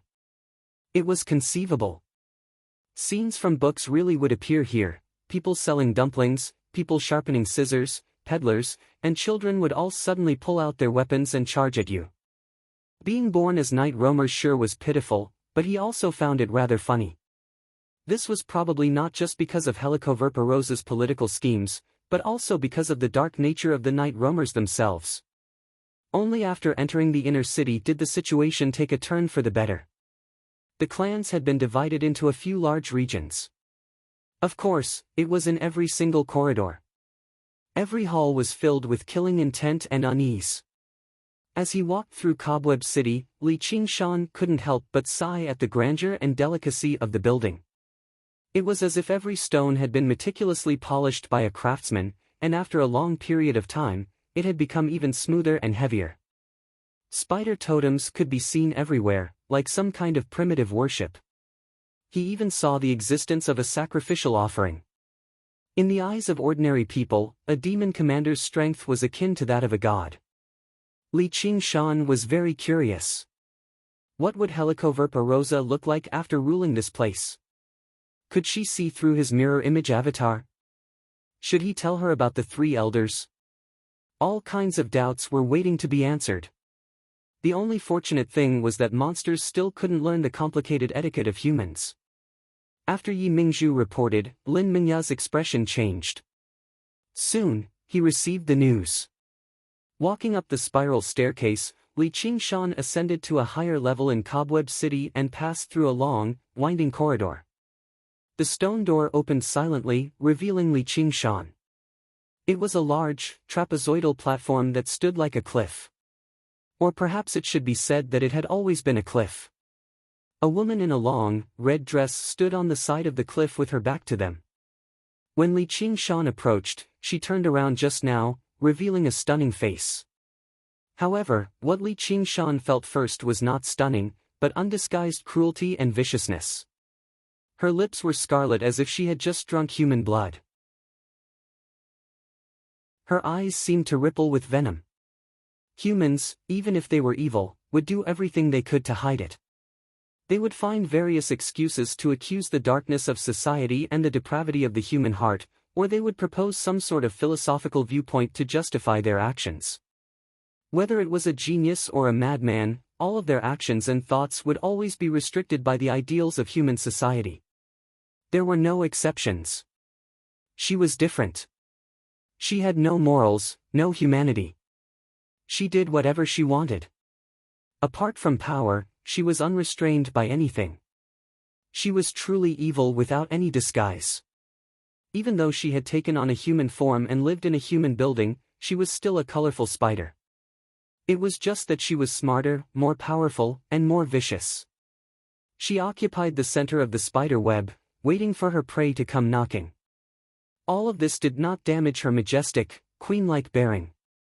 Instead, she had a strange charm that was hard to come by for humans. Li Qingshan felt a sense of déjà vu. The figure that appeared in his mind was actually Gu Yanyin. Yes, it was freedom, absolute freedom. Had he fallen in love at first sight precisely because of this temperament? Had he longed to break free from all restraints? You're the newly promoted demon general. What's your name? The one who asked this question was not Helicoverpa-Rosa. Only then did Li Qingshan notice that there were 3 demon generals beside her. One of them was a pale, handsome man wrapped in a cloak. His short hair was messy, and his eyes were gloomy. This reminded Li Qingshan of the legendary vampires. The other one was a bald man with bulging muscles. He was as tall as 2 people. His body seemed to be surging with endless power, and his eyes were constantly surging with a strong desire to fight. The last one was an old man with a hunchback. He was extremely small and skinny. As he sat there, he bent over like he was unable to bear the burden. His hunchback that bulged out of his clothes became the most eye-catching part of his body. Every single movement he made was very slow. Even his voice was extremely slow. He was the one who asked the question. Li Qingshan had to take 3 breaths before he finished. Any one of them was a distinct and unique existence. However, beside Helicoverpa rosa, they were almost ignored by Li Qingshan. From the moment he stepped on the platform and saw that red figure, before he could see her face, all his attention had been attracted by this bright red figure in the darkness. Of course, he was no longer the boy from the mountain. He immediately regained his composure. He was just thinking, if the one he saw back then was her, would he also fall in love at first sight? Your Excellency Dragon's Nail, I am North Moon. I have just passed the heavenly tribulation and have come to see Spider Queen. Li Qingshan bowed. And also Excellency Strong Stone and Excellency Blood Shadow. Before this, Yi Mingzhu had already introduced the basic situation of the underground to Li Qingshan. Helicoverpa rosa had dozens of demon generals under her command. Among them, there were naturally strong and weak ones. The strong ones among them were called strong demon generals. They were equivalent to middle and late-stage foundation building cultivators. And the strong among the strong were the 3 in front of him. Not only had their cultivation reached the peak of demon generals, they also had powerful bloodlines that were different from ordinary beasts. They possessed power that was absolutely above ordinary demon generals. It was said that each of them had the terrifying strength to fight against multiple ordinary demon generals. In other words, if they joined forces, they could sweep away all the demon generals in this area. They absolutely could not be underestimated. Even if Li Qingshan's main body was here, he wouldn't dare to say that he could defeat any one of them. Of course, it wouldn't be that easy for them to defeat him either. Why did you put my name at the end? Helicoverpa rosa still didn't have the intention to speak. She silently sized up Li Qingshan. Instead, it was the pale-faced Blood Shadow who opened his mouth to question first. His expression was even more gloomy. Then, Your Excellency Blood Shadow, which excellency do you think your name should be in front of? I can change it. Li Qingshan raised his eyebrows. I just casually said something, and you're using it to find fault. You're really crazy. In human terms, this was called a show of strength. Among demons, this was even more of a way to show authority. Monkey kings fighting over ordinary monkeys' food might not be for the sake of eating, but to let others know who was the boss. However, how could Li Qingshan be willing to admit defeat? I think this ranking is very good. Strong Stone said in a muffled voice. You're very bold. Blood Shadow stared at Li Qingshan. In this territory, very few demons or humans dared to speak to him like this. Li Qingshan thought about it. Just as Yi Mingzhu said, these 3 demon generals didn't get along well with each other. Of course, this was also nonsense. It would be rare for demon generals of the same strength to get along well. Why have you come for an audience? Dragon's Nail didn't seem to hear these arguments. The 3 of them spoke 4 sentences before he slowly said one. I was originally a demon soldier under Milliped's command, and I've come to claim this territory. After answering Dragon's Nail, Li Qingshan said to Blood Shadow, I've always been very bold. I wonder how strong you are. Strong Boulder grinned. Of course they're very bold. Li Qingshan did not back down at all.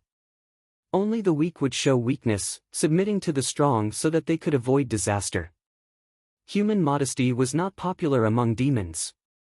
Displaying their strength or even putting on a show of bravado was necessary. Oh? Then I'd like to try, Blood Shadow said coldly. I really want to know where you've been during this period of time. Dragon's Nail finally said something else. I've been cultivating arduously in the boundless mountains. I've never heard of your name. You're not a demon that belongs underground at all, so how can you claim territory underground? Millipede has lost his identity as a demon general, so he's no longer fit to be a lord. That territory has already been bestowed to the night roamers.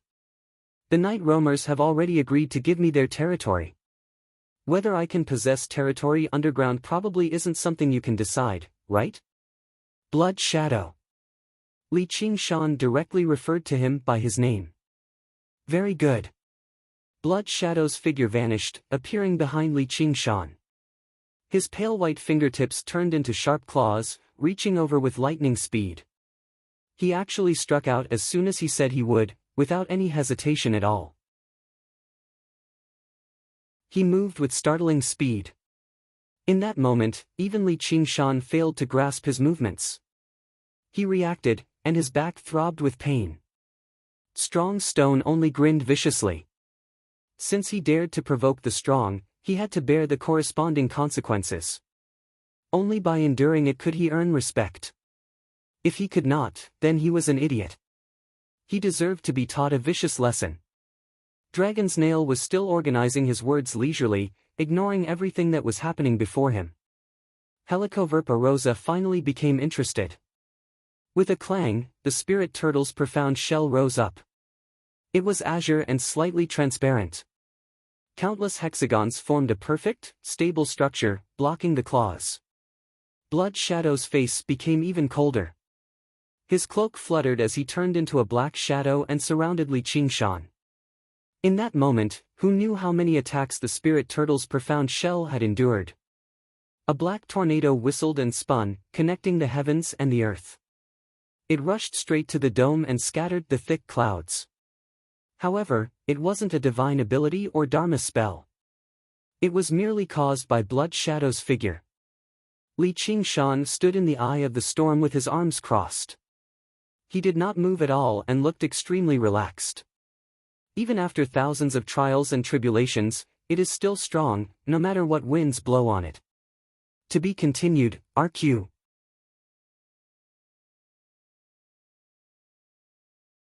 Chapter 383. He's actually able to face Sir Blood Shadow's attacks so easily. The North Moon really isn't a regular demon general. His existence alone can change the situation underground. Yi Mingzhu backed to one side and watched on from afar. She was surprised before sinking into her thoughts. In the darkness, countless pairs of eyes also watched this startling sight. They all had different thoughts.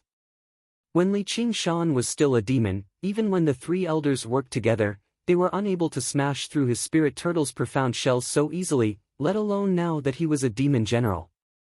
Why don't you try smashing through the spirit turtle's profound shell at 30% strength? Blood Shadow, did you not eat today? Do you want me to try? Strong Stone's laughter drowned out the sound of the wind. He was eager to see who was stronger and tougher. Li Qingshan did not ease up either. His demon chi was being rapidly depleted. Once it reached a certain level, he would not even be able to maintain his mirror clone, let alone fight. And, he could tell that Blood Shadow had restricted his attacks to a very small area the entire time. He had not unleashed his true strength. After all, this was Cobweb City. Oh right, there's something else I forgot to tell you. I'm afraid that once I tell you, even Ma-M Spider Queen won't be bold enough to keep me underground anymore. Oh? Blood Shadow, come back. Helicoverpa Rosa finally said, I'd like to hear what I'm afraid of. Blood Shadow immediately returned to his original position as if nothing had happened. His face became even colder. Nothing. I just paid a visit to the Green Vine Mountain after the tribulation and got some revenge. Li Qingshan thought about it. What he had done on the Green Vine Mountain definitely would not end so easily. He would probably get back to the demons very soon. Since he could not keep it a secret, he might as well use it as a bargaining chip. He refused to believe that he would lose a demon general. Helicoverpa Rosa did not become angry at all after that.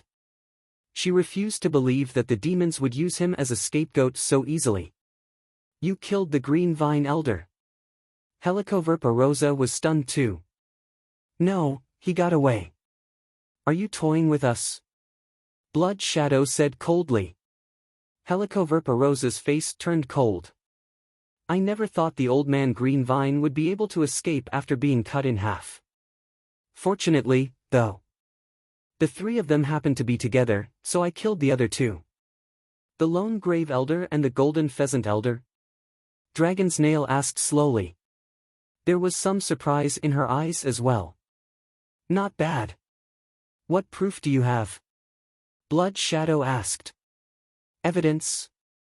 The humans would soon come to question them. I'd better leave now, lest I implicate the lords. Li Qingshan turned around and left. Stop! Li Qingshan stopped and turned around, only to see Helicoverpa-Rosa's pupils shrink into 2 dots. If you dare to deceive me, at Lady Spider Queen's disposal. You've done very well. Helicoverpa-Rosa stared at him for quite a while. A bloodthirsty smile appeared on her face. This has to do with the Treaty of Kings. This child is a source of trouble. We can't let him live. Blood Shadow advised. Blood Shadow, are you afraid? Helicoverpa-Rosa turned around. Her cold voice made Blood Shadow shiver. He knew he could no longer interfere with this matter. Coward! Strong Stone sneered loudly. Lady Spider Queen was bent on war. What the North Moon was doing was perfect for the Spider Queen's taste. It was also perfect for his taste. Blood Shadow was just asking for a rebuff by saying something like that.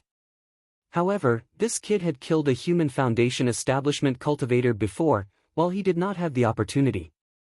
Would he not make Lady Spider Queen look down on him?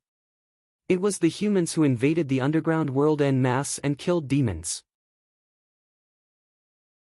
It was the disciple of the Sword Collection Palace, Fu Qingjin. He even snuck underground and used a type of incense to lure Millipede out, which led to this. It was the humans who broke the treaty first. Li Qingshan tossed out another matter. He must have used this as a precondition. His chances of being betrayed were even smaller now. From today onwards, that territory belongs to you. Helicoverpa-Rosa cut to the chase. If the humans came looking for trouble, that would be for the best. Even the Dragon King had nothing to say about her actions. Thank you for your kindness, Spider Queen. There's only one matter that I'm not too satisfied with. What is it? Why is the Green Vine Elder still alive? I will definitely satisfy Spider Queen. Helicoverpa-Rosa smiled afterwards. She found Li Qingshan to be very pleasing to the eye. With a capable subordinate like him, she would be a little more confident in her battles against the other demon commanders. How did you do it? Just when Li Qingshan was about to take his leave, Dragon's Nail asked slowly. The 3 elders were not people to be trifled with. Judging from Li Qingshan's performance just now, he might be able to protect himself, but achieving that was almost impossible. Did you just say we should kill them together? Strong Stone frowned. Yeah. I have my ways. Li Qingshan smiled and turned around to leave. Dragon's Nail pondered. Was that all his true strength? He possessed such strength right after undergoing the heavenly tribulation. If he was given time to develop, just what level would he reach? She could vaguely see the rise of a new star of the demon race. Helicoverpa-Rosa's eyes flickered, but she seemed to notice something. Her smile became even more vicious and brilliant. After dealing with the matter of the territory, Li Qingshan stopped worrying. On the way back, Yi Mingzhu treated him with even more respect. She silently dismissed some of her vicious thoughts too. Clearly, he had already gained the Spider Queen's favor. If anyone killed him, they would definitely incur the wrath of the Spider Queen. No night roamer could bear the consequences, so cooperation was the only choice left.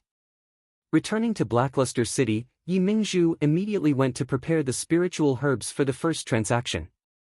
She wanted to exchange them for the talismans in Li Qingshan's possession.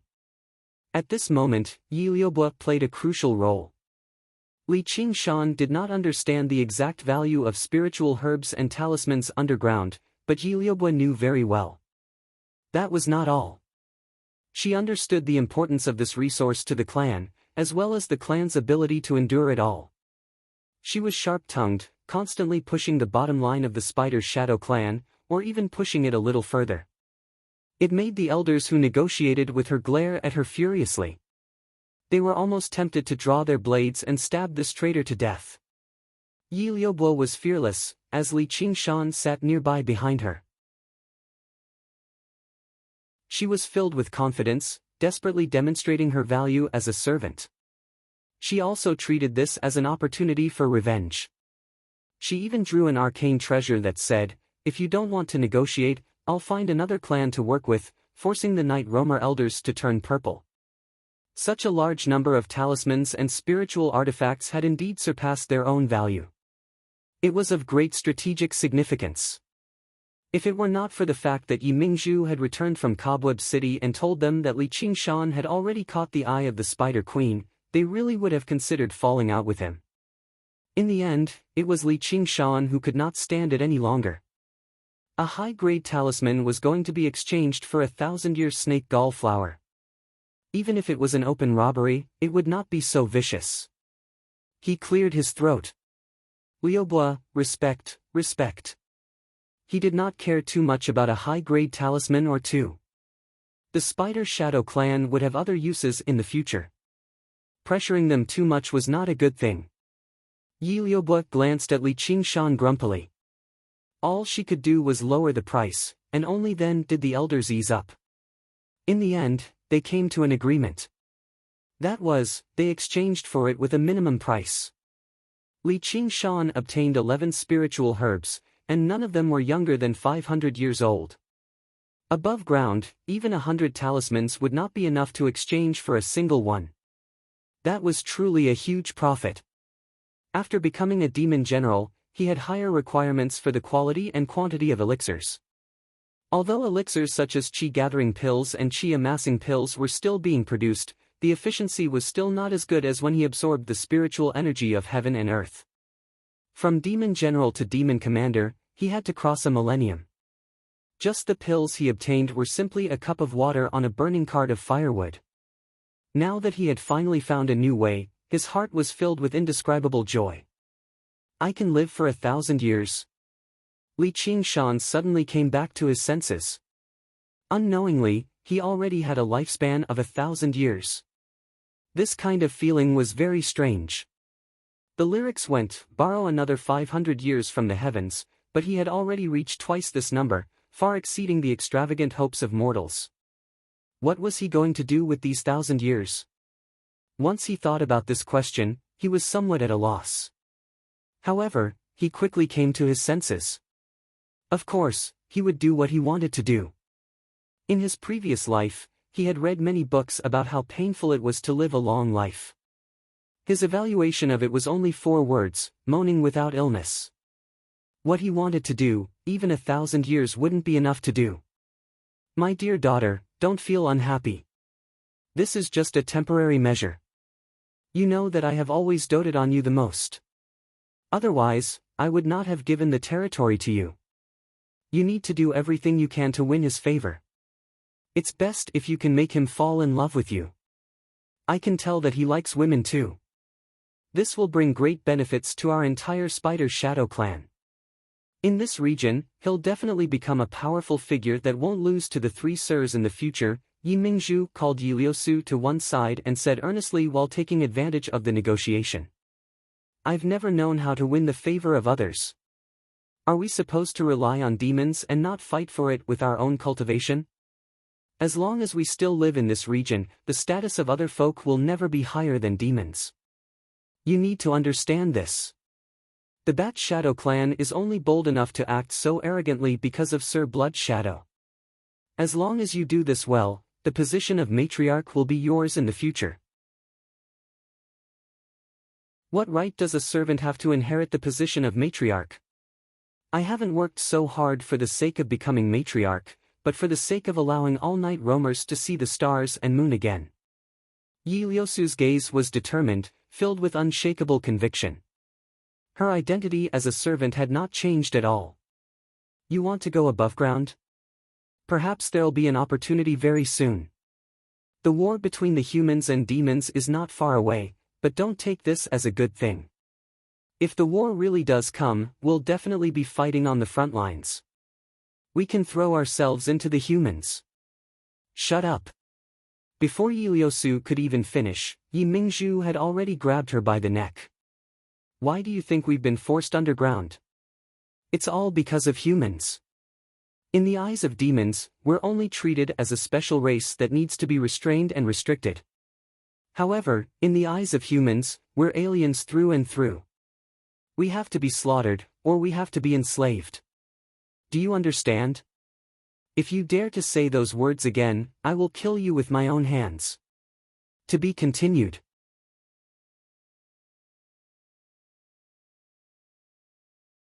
Chapter 384. Yes, mistress. Yi Liusu closed her eyes, but she refused to accept it inside. My good daughter, I'm doing all of this for your own good. You'll understand in the future. Yi Mingzhu let go and gently touched Yi Liusu's face. After completing the deal, Li Qingshan immediately set off on his journey back. After being scratched several hundred times by Blood Shadow, a lot of his demon chi had already been depleted.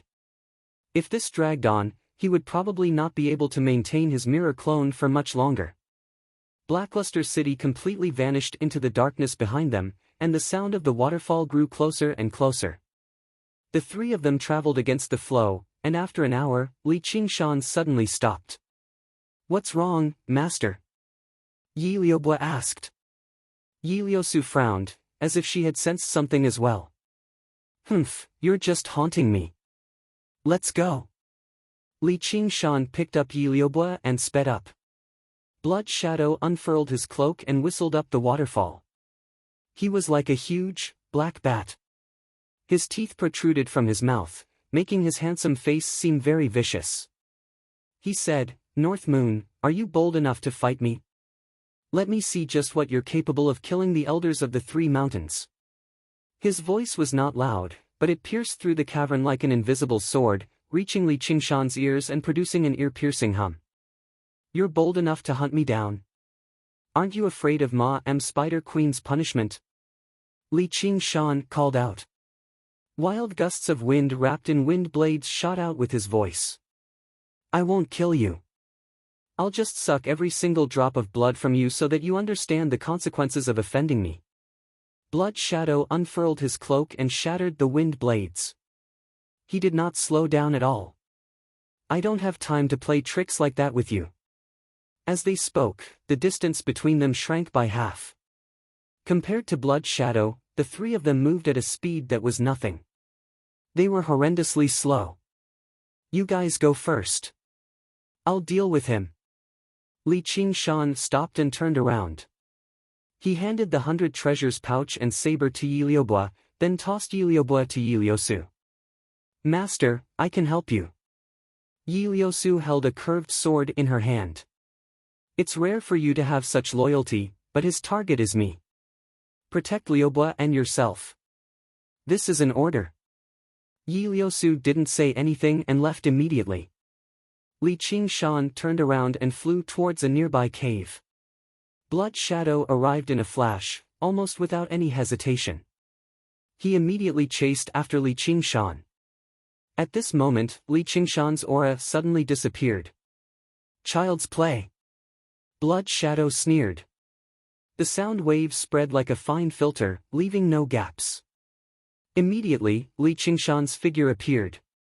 As the chase continued, the distance between the two of them rapidly shortened. The wind whistled, and the figure moved swiftly. In Li Qingshan's eyes, the deep cave was like a roller coaster, undulating and wriggling like intestines. Suddenly, he stopped in his tracks. The cave in front of him was cut off. It was a dead end. Li Qingshan let out a breath. It's about time. He pressed his hand on the rock wall. Blood Shadow had already sensed the situation in the cave. The corner of his mouth curled up, and he instantly turned into the cave. He saw Li Qingshan 1,000 feet away. To him, this distance could be covered in a breath's time. Rumble. Tremors filled the cave. Cracks instantly covered the rock wall, and thousands of kilograms of earth and rocks fell. Li Qingshan's mocking face. Smoke and dust rose, and the sound wave detection was interrupted. Don't even think of escaping. Blood Shadow advanced instead of retreating. His figure turned rapidly, and he turned into a black and red drill, penetrating the layers of earth and rocks. Giant rocks crumbled into dust like chunks of earth. But when he came to the depths of the cave, Li Qingshan had disappeared, as if he had evaporated into thin air. Releasing these shockwaves had used up the last of his demonic aura. The mirror avatar could not maintain it, and it naturally dissipated. Very good, I have already remembered this name, and this smell. North Moon, I will taste the taste of your blood sooner or later. Anger flashed across his face. Blood Shadow raised his head and sniffed, revealing his fangs with a ferocious smile. He flung his cloak, turned around, and left. Master will be fine, right? Yi Liubo said anxiously. Yi Liusu remained silent. He went to lure the enemy away, and let his servant escape. This kind of monster, no, this kind of person, she had never seen before. In the sea of blue butterfly flowers, Li Qingshan opened his eyes. The sneer on his face had yet to vanish. If his original body were here, he definitely would have fought Blood Shadow. Glancing at Little An, who was focused on forging artifacts, Li Qingshan closed his eyes again. All of the pills in the Lone Grave Elder and the Golden Pheasant Elder's 100 treasures pouches had already entered his stomach. He had cleaned up everything the two sects had accumulated over the years. After becoming a demon general, his digestive abilities had become even stronger. The pills were converted into spiritual qi, pushing for the third layer of the spirit turtle's method of qi suppression. Li Qingshan's eyes suddenly snapped open. He extended his hand into his bosom, and the Scarlet Wolf tablet flashed rapidly. This was an urgent summons from the Hawk Wolf Guard. Li Qingshan extended a finger and touched it gently. The tablet returned to normal. If he did not respond, he would be treated as having died in the line of duty, so Li Qingshan carried it on him the entire time. Of course, it did not have any tracking function. Just what has happened? Does it have to do with the three elders? Whatever, I'll finish practicing the spirit turtle's method of qi suppression first. I still have to wait for them to return.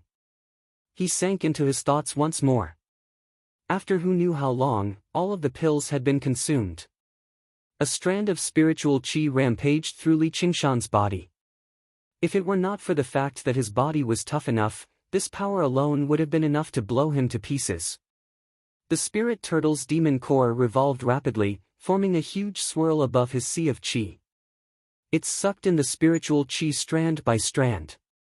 The spiritual qi decreased, but the spirit turtle's demon core shone brighter and brighter. When the final strand of spiritual qi was drained, the spirit turtle's demon core had already shone like a blue sun, shining with unprecedented light. The light was powerful, but not dazzling. It was filled with a tranquil aura, as if it could remain unmoving for tens of thousands of years. In the cavern, Li Qingshan shuddered. His red hair danced like fire as rippling blue light filled the entire cavern. A tremendous demon qi rose up. Little An stowed away the prayer bead he had refined and turned around.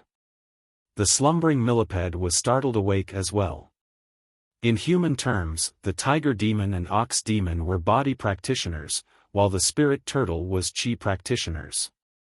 It was the true core of Li Qingshan's cultivation as a demon. In his sea of qi, the spirit turtle's demon core bobbed up and down. Suddenly, cracks appeared on its surface, producing a cracking sound. It collapsed loudly, kicking up huge waves as his sea of qi surged. Li Qingshan peered into his body and saw that his perfectly round demon core had actually turned into the shape of a turtle shell. It was as high as the sky and as flat as the ground. On the back of the turtle, he coiled around the mound. The profound inscriptions crisscrossed, multicolored as they circulated the four seasons. In the turtle shell. Vaguely, something was about to break out. He came to an understanding. It was the spirit turtle's head, tail, and limbs. However, due to his insufficient cultivation, the turtle shell was still a mess. It had not condensed its true form. But even with that being the case, his demon chi had reached an unprecedented peak. His senses had multiplied as well. The world in his eyes had become vastly different. Many messy pieces of information surged into his head, making him feel confused. However, they vaguely indicated the changes of fortune and the ebb and flow of fate. Littleton had once told him about the feeling when he performed divination. He understood that he was in a similar state. In the endlessly spinning kaleidoscope. It was as if another world existed there, a profound world that regular cultivators would struggle to come into contact with. The spirit turtle knew fortune and misfortune. It believed without words. After breaking free from that state, Li Qingshan suddenly became convinced. Wang Pushi had summoned him back in such a hurry precisely because of the three elders.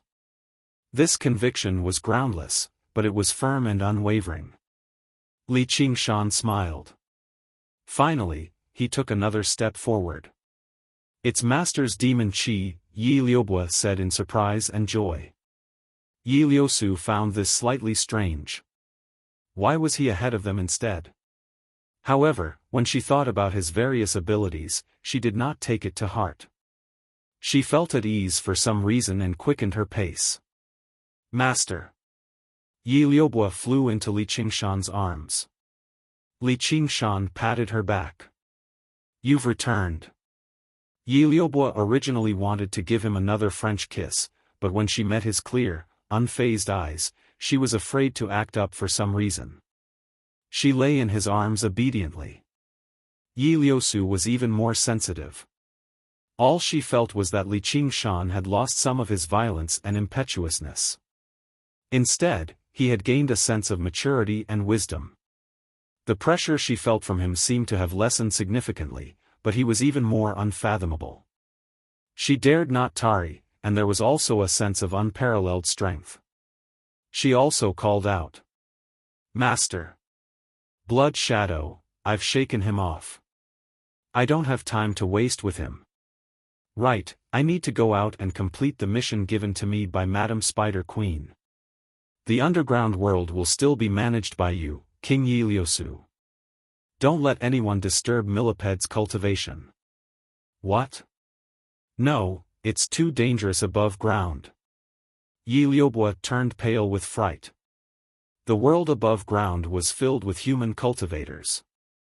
In her eyes, it was filled with killing intent and incomparably dangerous.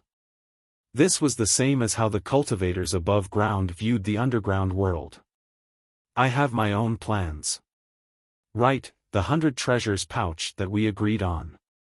Li Qingshan took out 100 treasures pouch that was about the same size and handed it to Yi Liubo. Thank you, master, but, no buts. Yes. Yi Liubo's expression was full of grievance. You can try this pill. It might be able to assist you with the heavenly tribulation.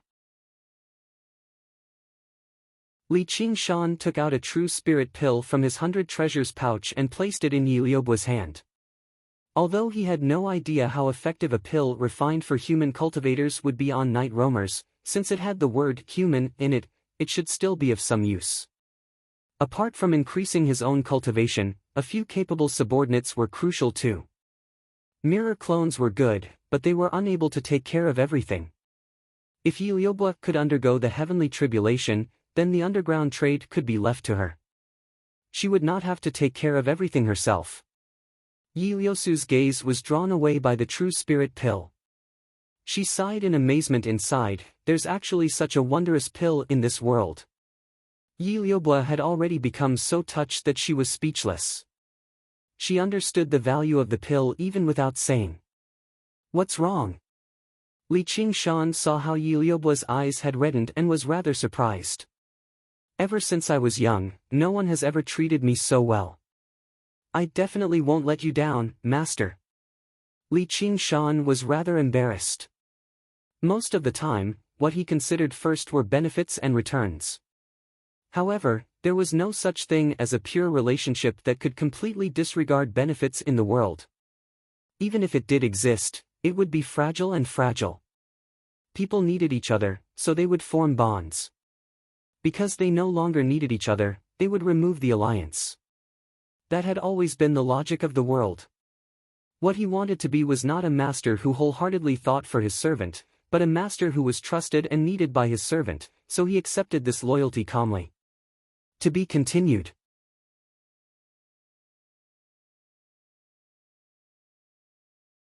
Chapter 385. Moved, Audiobook kissed him again, but Li Qingshan stopped her with his hand. He smiled. That'll depend on your performance. Little and watched on with interest. He could not lead a child astray. Arriving on the surface, the sunlight was dazzling. Little Anne, how's your refining of the prayer beads? I've only refined a single one. Little Anne counted the 5 prayer beads in her hand. It's fine. Take it slow. Li Qingshan touched her seaweed-like hair. Little Anne raised her head. Her dark eyes reflected his ordinary face. Li Qingshan rubbed his cheek. Sigh, the life of a handsome man was like a dream. Where have you been during this time? What have you been doing? On the highest floor of the Hawkwolf Guard in the Clear River Prefecture, the floor-to-ceiling windows filled the entire room. However, Wang Pushi sat on a high-backed chair. His expression and bearing were always cold and solemn as he studied Li Qingshan before him. He struggled to imagine just what was so special about him that Gu Yenying would treat him differently. A genius? She had seen even more geniuses like that than dogs. Only Little Anne had a chance. However, in just 2 years, he had indeed grown quite a lot. He actually gave off an indescribable sense of steadiness and tranquility as he stood there normally. To complete the missions, obviously, Li Qingshan said like it was a matter of fact. You've only completed these missions? Wang Pushi patted the thin mission documents on the table. Originally, Li Qingshan planned on completing all the missions after dealing with the matters underground, but he had been summoned back in a hurry, so he obviously completed very few missions. There's collecting information too. An idea flashed through Li Qingshan's mind. Collecting information? I'm a novelist, Li Qingshan said seriously. He stared ahead. What bullshit novelist? You're a Hawkwolf Guard. Commander, even you can't look down on the school of novels. Ha! Li Qingshan remembered the shoddy excuse Lu Chuanfeng had given him when he first met him. What are you laughing at? Now. I don't care what family you're from. Go and complete this mission. Wang Pushi took out a mission document from the drawer. He threw it on the table in front of Li Qingshan. The Green Vine Mountain has been attacked, 2 sect masters have been killed, the revenge of the underground demons. These words immediately popped up, landing in Li Qingshan's eyes. Sure enough, it was as expected. Flipping through page after page, Zhang Xian explained the cause and effect of the incident in great detail. When he flipped to the last page, it was the painting that Chu Danqing had drawn, and it immediately attracted his full attention. That's right. The one who committed this crime is this monster. He's at the demon general realm, so he should have passed the heavenly tribulation not long ago. It might not be an ordinary beast. It's likely to be a mixed-blood descendant of a powerful monster. Wang Pushi noticed Li Qingshan's strange expression, but he misjudged Li Qingshan's thoughts. Ha, I'm so goddamn handsome. The corner of Li Qingshan's lips twitched, and he held back his smile. He said sternly, with my cultivation, I can't deal with such a powerful demon. Why do you say he's a mixed-blood descendant? It's just an investigation. Little Hua has seen his original body before, and there's even a record. His original body possesses ox horns and a tiger's tail. He even possesses a basic human form. It's very likely that he's a descendant of an ox demon and a tiger demon. What a brilliant analysis! Li Qingshan applauded inside before shoving the document into his 100 treasures pouch. Investigating his own murder case felt like the plot of a detective drama. Would the police be the murderer in the end? Yes, I'll do it right now. Hold on. Wang Pushi leaned back in his chair. Suddenly, he remembered Gu Yenying's instructions. He stopped Li Qingshan. Don't forget to write a report. Report? Why do I need to write a report? Li Qingshan looked back in surprise. Since it's an investigation mission and not a vacation, of course, you have to write a report. All right, I understand. There was nothing Li Qingshan could do. He just casually wrote it down and dealt with it. You have to add your own opinion. It has to be no less than 10,000 words. Wang Pushi added. Since it was Commander Gu's instructions, regardless of whether he could understand the meaning behind it, he had to complete it 100%. Anyway, he didn't need to complete it. Bang! Li Qingshan flashed back and slammed the table. Commander Wang, you're not messing with me, are you? Who needs to write so many words in a report? You're a novelist, right? So what if I am? If you are, then scram and write it. I won't forgive you if you miss one word. Wang Pushi's cold aura surged out. Bang! Li Qingshan flew into the wall of the corridor, and the door closed in front of him. Li Qingshan exhaled. Novelists were people too. Writing 10,000 words, wasn't that asking for his life? At this moment, two familiar figures appeared before Li Qingshan, staring at him in surprise. You're Diao Fei, and great hero you. Li Qingshan blinked and made out their faces. They were actually two familiar people he had not seen in quite some time. Qingshan, I've been ordered to investigate with you. As the first senior brother of the Green Vine Mountain, Diao Fei would definitely be involved in this case. Really? You're a Scarlet Wolf Guard now. Congratulations. Li Qingshan saw Diao Fei's uniform. I should be the one congratulating you. 8th layer Qi practitioner. How did you cultivate? Diao Fei was filled with disbelief. Back then on the dragon ship, Li Qingshan was only a 1st layer Qi practitioner, an insignificant little Qi practitioner. In just a few years, he had undergone such a great change. I just casually cultivated. Oh right, I'll leave the report this time to you. Li Qingshan smiled resplendently as he wrapped his arm around Diao Fei's neck like he was very familiar with him. Apologies. I really want to help you, but Commander Wang has specially ordered that only you can write this report. No one else is allowed to interfere with it, Diao Fei said unnaturally. Although he could feel that Li Qingshan's aura had become much calmer now, the feeling from back then was just too deep. He could not stand with a vicious tiger. All right then. The corner of Li Qingshan's lips twitched. He let go of Diao Fei. Great hero you, why have you come too?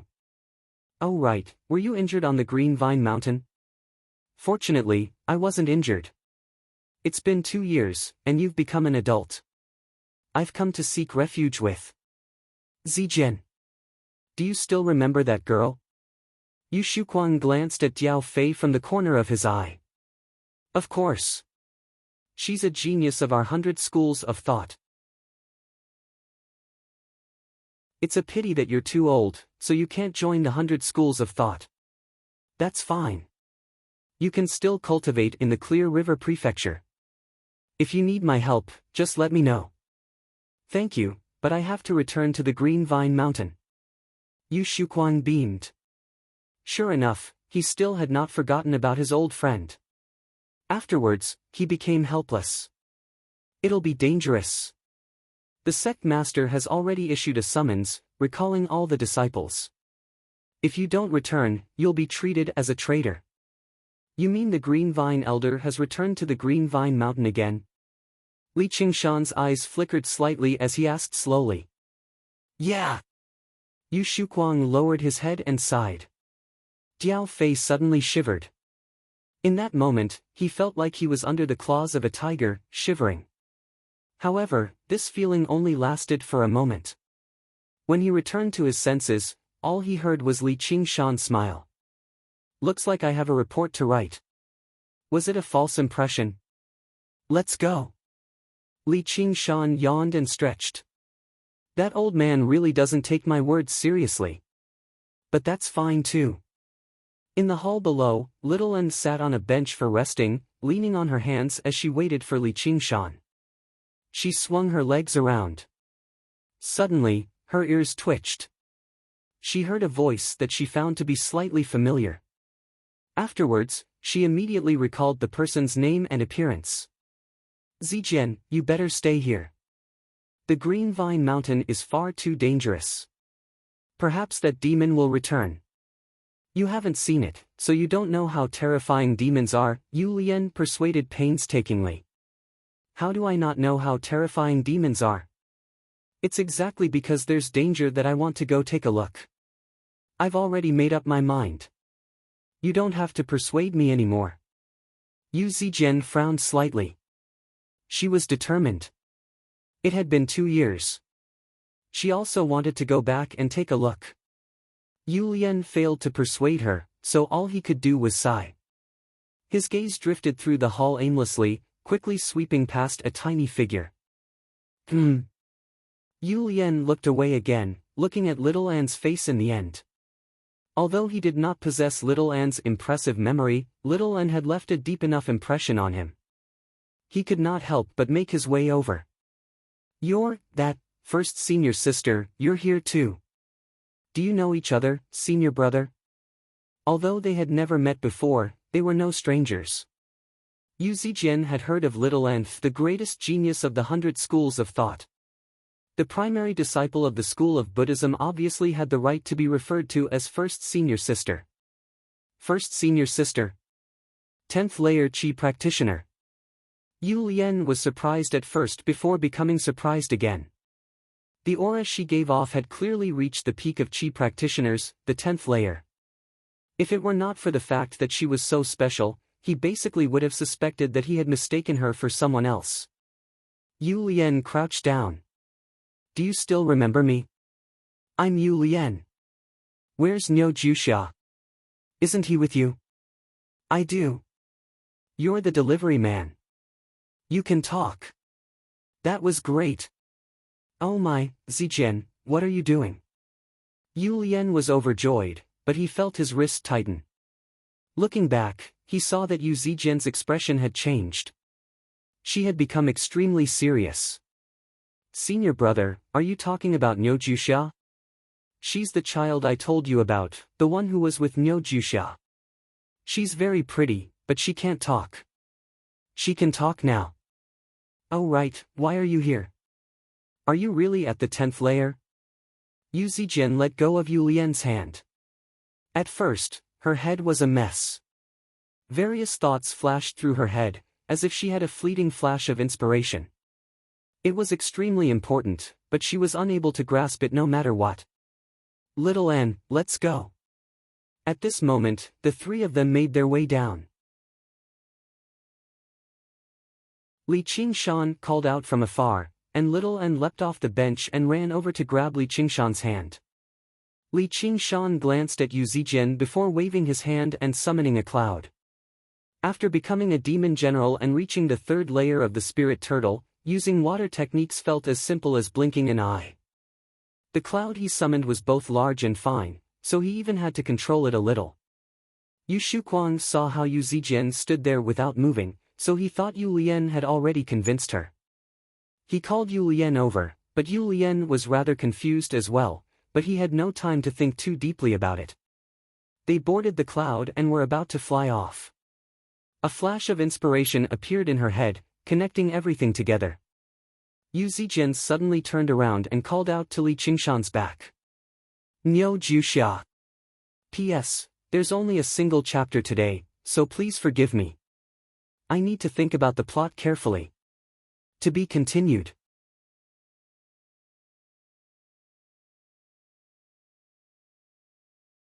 Chapter 386. Yu Shuquang was alarmed. He looked at Li Qingshan. Yu Lian had been wondering why Little An was with Li Qingshan, but he seemed to understand something now. Only Jiao Fei was confused. What are you shouting for?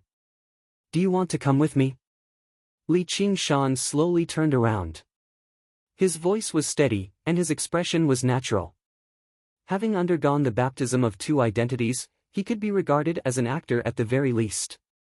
He would not give himself away just because a little girl called him that. You. Yu Zijian stared at Li Qingshan closely. She made her way over step by step, but she was rather hesitant inside. If you're not going, then we'll be leaving first.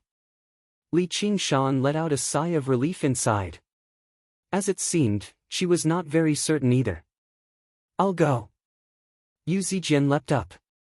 She refused to let him go just like that. She sat down beside Li Qingshan and continued to stare at him, like a swordsman searching for an opening in her opponent. Yu Shuquang shot a glance at Yu Lian, and Yu Lian lowered his head. The cloud shot off. Her long hair and clothes ruffled in the wind. In the blink of an eye, the Clear River Prefecture had been reduced to a small piece, vanishing into the horizon.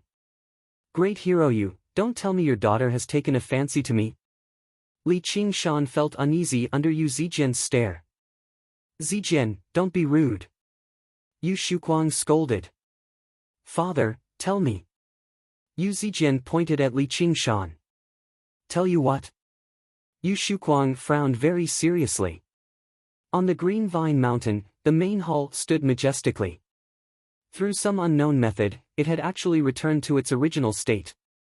Fellow Fu, the Sword Collection Palace really does live up to its reputation with its wondrous techniques. The Green Vine Elder's hair and beard were tangled together, shining like silver. At first glance, he seemed rather like a hermit, someone of great virtue and prestige. However, his eyes were filled with respect as he looked at the young man before him. There was even a hint of flattery. No matter how majestic the structure is, it can't escape the fate of ruin's end. Fu Qingjin strolled through the hall. It was as if he had not heard what the Green Vine Elder had said at all. He sighed and muttered to himself. What a condescending attitude. The Green Vine Elder frowned, but he still asked politely, will the demon really come? I will. Fiendish demons are all arrogant, and he is the most arrogant among the arrogant demons. A gleam of light flashed through Fu Qingjin's eyes. The moment of sharpness made the Green Vine Elder shiver in fear, but it also eased him up slightly. You have a guest. Fu Qingjin's figure gradually disappeared as he reverted to his dispirited and tired appearance. He stepped into the void. Sect leader, senior brother Jiao and senior brother Yu have returned. There's also a Hawkwolf guard who says he wants to investigate the deaths of the two old men. At this moment, a disciple reported in a hurry. The Green Vine Elder beamed with joy at first before frowning again. The Hawkwolf guard? Li Qingshan climbed onto a platform and raised his head to look at the grand hall that he had personally destroyed. He was slightly taken aback as well, finding it interesting. He continued on his way. I am Li Qingshan of the Scarlet Wolf Guard of the Clear River Prefecture. I've come to investigate under the orders of Commander Wang Pushi. Please cooperate with me, Sect Master Green Vine. He entered the hall, and Li Qingshan bowed politely before studying his old enemy again. Where's your Commander Hua? The Green Vine Elder saw how Li Qingshan was only an 8th layer Qi practitioner, so he became rather impatient. He could sense that the Hawkwolf Guard's contempt for this matter was clear enough from the people they had sent. He could only rely on the Demon Slayer for the matter of revenge. After all, even Gu Yenying was a half-demon. Our Commander Hua is currently in secluded cultivation. Then you should go. Go back and tell your Commander Wang that I, the Demon Slayer, will fight demons to the death. The Green Vine Elder waved his hand like he was swatting away a fly. Talking to a nobody like him would just lower his status for no reason. I've only come to investigate. I can't interfere with this. Please cooperate with us, Sect Master. Our Hawkwolf Guard will do our best to investigate this matter, Li Qingshan said boldly, ignoring the glances from Jiao Fei and Yu Shuquang beside him. See him off. The Green Vine Elder waved his hand. Qi practitioners like him who had no sense of propriety were even more annoying than flies. Did he really think he could stand on equal footing with Foundation establishment cultivators just because he was a hawk-wolf guard? Yu Shuquang stood up and accompanied Li Qingshan to the foot of the mountain. He grumbled, "Qingshan, you should be a little more polite to the sect master. That way, he'd be able to talk to you a little more. I've come as a representative of the Hawkwolf Guard. Your sect master finds my cultivation to be too low and looks down on me, but I can't look down on myself. This is all a small matter. Tell me, what's going on with Zijin?" Yu Zijin paced around the mountain out of boredom. She was not a disciple of the Green Vine Mountain, nor was she a Hawkwolf Guard, so she had no right to see the Green Vine Elder. Her head was filled with Niu Jushia's matters. She held a flower petal in her hand and plucked it off one by one. Yes, no, clang.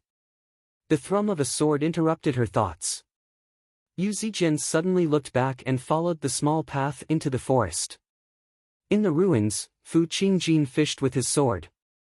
He looked back and smiled. "You've come. So it's you. Why have you come again? I don't seem to be very well received." The sunlight filled the pavilion as Fu Qingjin smiled faintly. He seemed indescribably unrestrained and graceful. "I'm going." Yu Zijin glanced at the green ruined sword. It's very inconvenient for a man and a woman to be alone." Yu Zijin turned around and waved her hand, leaving quickly. She knew this guy was going to try and persuade her to go to some sword collection palace again after just a few words. "Master treats me very well. He said he'll formally accept me as his disciple once I undergo the heavenly tribulation. I'm not going to the sword collection palace." Everything she cared about was here. Her father, her master, her senior brother, her siblings from the school of Taoism, and Niu Juxia. Before she understood everything, how could she leave? Fu Qingjin was taken aback for quite a while. He was almost tempted to trap her here and say a few words to her. He let out a long sigh. Is it not fate yet? After leaving the green ruins illusion, Yu Zijin took out the flower in her hand and was about to count. Oh no, was it a yes or a no earlier? I don't have to worry now that you've said that. Yu Shuquang patted his chest and guaranteed that he would handle the matter properly. Li Qingshan stopped worrying. Oh right, why do you seem like you don't want Zijin to know? Are you looking down on me? Li Qingshan raised an eyebrow. What are you talking about? Yu Shuquang immediately acted like he had been wronged, but he was sweating inside. Li Qingshan seemed very reasonable, but he was not a kind person. He was a truly vicious and merciless person. All right, I was just joking with you. What are you so nervous for? I'm going. Oh right, if you can't make it on the Green Vine Mountain in the future, feel free to come to the Clear River Prefecture and seek refuge with me. Li Qingshan patted Yu Shuquang's shoulder with a smile before calling out to Little N, who was waiting at the foot of the mountain. He rode off on a cloud. Is it a trap? Little N asked. Most likely. That old bastard has been far too composed. Then are we still going? Of course. At the very least, we need to see what kind of trap it is. Li Qingshan smiled. If the trap was too shallow, wild beasts would rip it to shreds. The cloud turned towards a lake. It was deep in the mountains and ancient forests. There was no one around. The ripples flattened out, and the clear lake was like a mirror. The water and sky merged together. Li Qingshan stood in the center of the lake as his red hair drifted about. Water mirrors image. Ripples appeared layer by layer, and the water and sky surged together. It lasted for a very long time. A hand extended out from the center of the ripples, pressing against the surface of the water and leaping up. His scarlet eyes were like fire, and his red hair drifted about. He was even more powerful than before. He was even more agile. After reaching the third layer of the spirit turtle's method of sea suppression and turning his demon core into a turtle shell, Li Qingshan's demon chi had become even more powerful, and the power of the water mirror's image had become even more powerful. It was basically twice as powerful as his previous mirror clone. Otherwise, even the Green Vine Elder probably could not deal with his previous mirror clone, so there was no point in trying it out. A crescent moon and a sky filled with stars. Security was lax on the Green Vine Mountain. Only a single protective formation continued to stand guard tirelessly. Even Hua Sungzan had managed to sneak in here in the past. To a demon general, it posed even less of a problem. All of this was strange.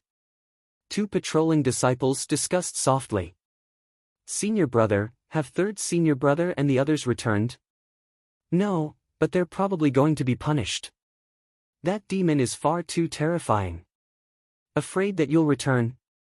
Are you afraid of being hunted down? We're master and disciple, so there's no need for them to be serious. What do you know?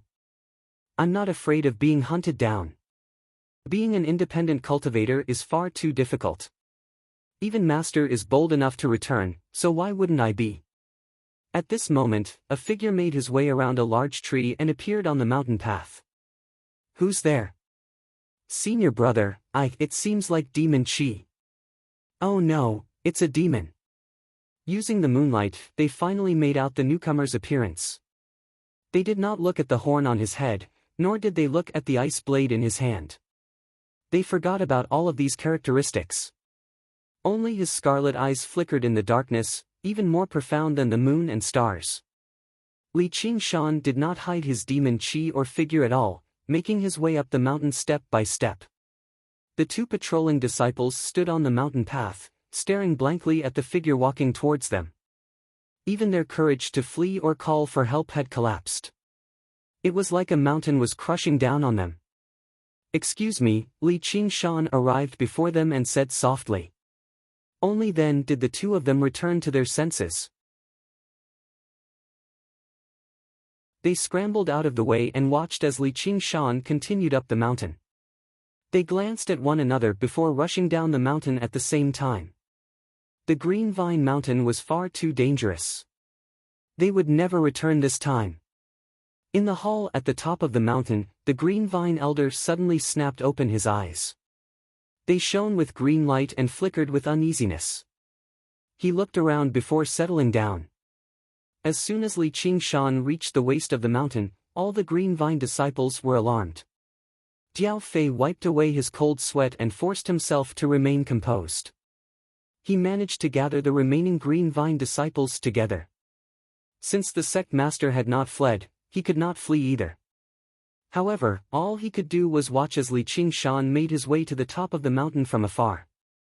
Old bastard of the Green Vine, your death is here. Li Qingshan smiled and bared his fangs as he called out. His voice pierced through the clouds as demon chi surged into the air and the entire mountain trembled. How dare you, wretched demon! You've killed my fellow cultivator and insulted my sect. I'll show you what I'm capable of today. The Green Vine Elder replied, pass down my orders. All disciples of the Green Vine Mountain are to disperse far away. There's no need for you to fight. Watch me purge demons. Two voices conversed in the hall. Is that his real body?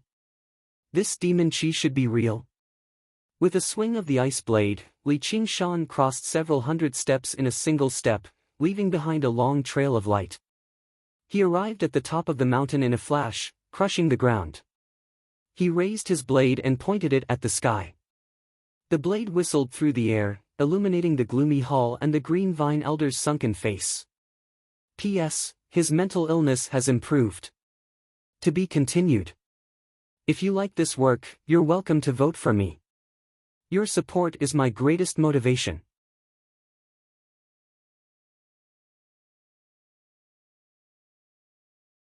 Chapter 387.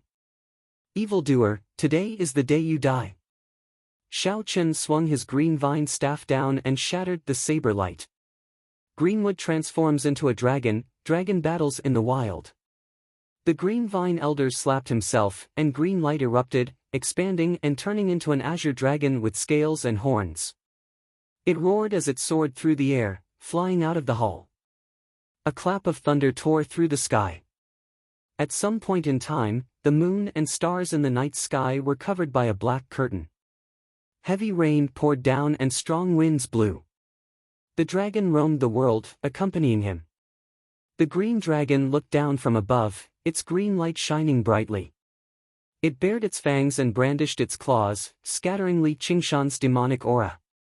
He was awe-inspiring like a god. Magic artifact. Li Qingshan's eyes narrowed. Only a ritual implement could have such power. The verdant wood spirit belonged to the east. When condensed to the extreme, it would transform into a dragon. This was not just the power of an arcane artifact, but the embodiment of the Green Vine Elder's entire cultivation. Xiao Chen's vision darkened. The azure dragon let out a long roar and pounced down. It was like a surging azure wave, sweeping up the sky with an unstoppable momentum. Die, demon! Boom! Billions of raindrops scattered in all directions, piercing through countless leaves. Li Qingshan abandoned his saber and used his fist to punch the azure dragon's head.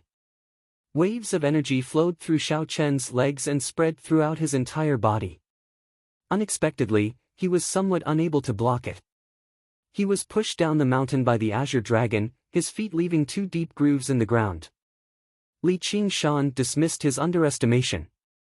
He truly was the leader of the 3 elders after all, a foundation establishment cultivator who had cultivated for a century. When he unleashed a life-threatening attack, it was extraordinarily powerful. He grinned. If you hadn't pretended to be dead that day and the 3 of you had teamed up, I wouldn't have been able to kill them so easily. Shut up, evildoer. The Green Dragon Demon Slayer. The Green Vine Elder was enraged. He no longer possessed any elegance at all. He spread his arms and a green light surged out like a tide. The azure dragon shone brightly, and its body swept over, wrapping around Li Qingshan. Its 4 dragon claws dug deeply into the ground, extending thousands of roots into the green vine mountain. Even though his divine strength was astonishing, it was still difficult for him to use it. He wanted to kill Li Qingshan on the spot. Boom! Another clap of thunder resounded in the sky. But it couldn't suppress Li Qingshan's growl, Zhen. Shockwaves surged, and visible ripples appeared on the azure dragon's body as it roared. The disciples of the Green Vine Mountain watched on from afar. He tottered about. Looking up, the Green Vine Mountain was actually trembling gently, as if it was trembling under the power of the powerful demon. Li Qingshan's dragon body shattered and he shot into the sky. However, in the span of a breath, another dragon roar sounded from beneath their feet. The azure dragon's figure coiled up and actually chased after them again. It opened its mouth and spat out a ray of green light. Li Qingshan frowned. He used the spirit turtle's profound shell, and green light shot out. Suddenly, they transformed into thousands of vines and branches, entangling and pulling him down. It was like a frog spitting out its tongue to catch insects. With a flash of the blade, the long tongue was severed. But immediately, more vines stretched out like an endless green wave.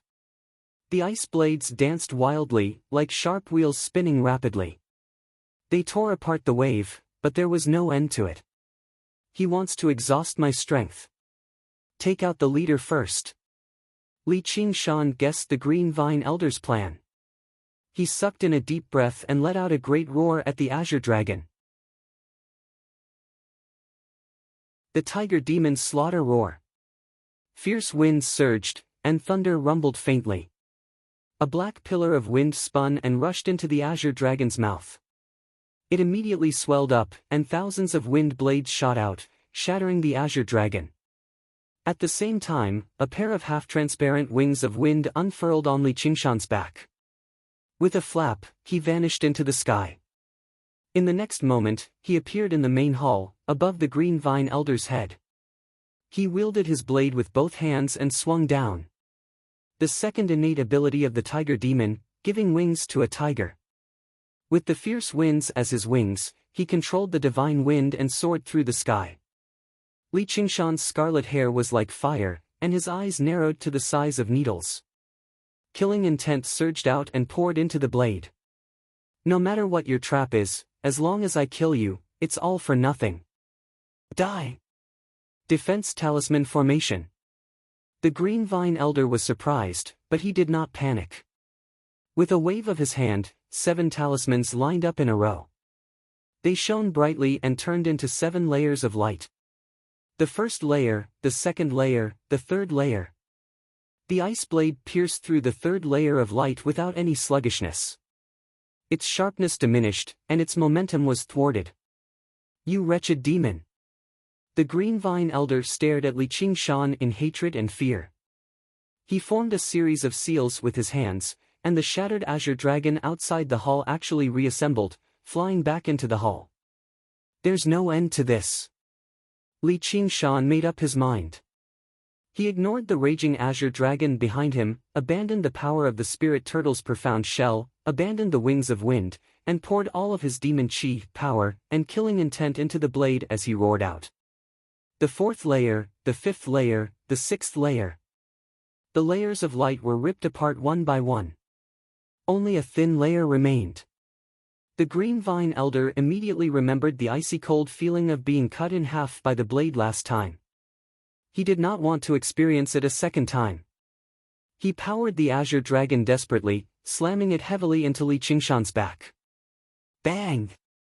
There was a heavy thud, followed by the soft sound of bones shattering. Thank you. Li Qingshan spat out a mouthful of blood. He did not care about his wounds at all, using the force to swing his blade. The final layer of light shattered. Save me, fellow! The Green Vine Elder cried out. If his head was split open, even he would not be able to come back from the dead. The hall, which stood firm in the storm, distorted and disappeared. It was nothing more than an illusion. A green sword appeared out of thin air. Green light flowed through the blade, slowly drawing an arc before returning to its sheath. It was like a dream. The broken blade spun into the air and stabbed into the ground. A thin, red mark appeared on Li Qingshan's throat. He was calm. He glanced at the broken blade in his hand before glancing at Fu Qingjin beside him. Only then did he develop a frigid fury. As it turned out, this was the true face of the trap, Fu Qingjin. You wretched demon! You'll die a horrible death. The Green Vine Elder was overjoyed, as if a great burden had been lifted from his shoulders. However, he also felt slightly uneasy. He just felt like what he faced today was not as powerful or terrifying as last time. As he looked at Li Qingshan's calm expression, his uneasiness became even more intense. No, that's impossible. I hope you can always protect him. There will be a day when I personally kill him and you. Oh right, I'm called North Moon.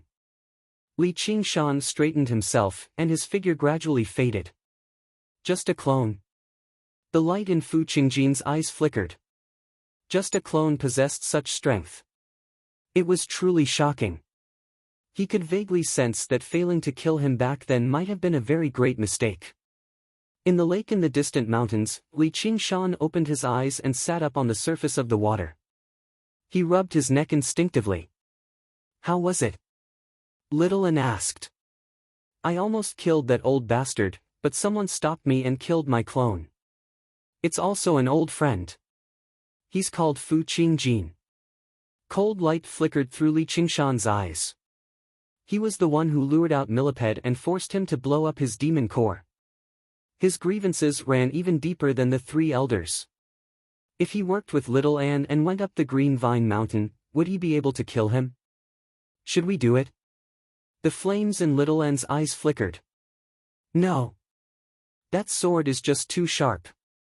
Probably even the spirit turtle's profound shell can't block a few hits from it. He probably wasn't serious at all last time. Li Qingshan was interested.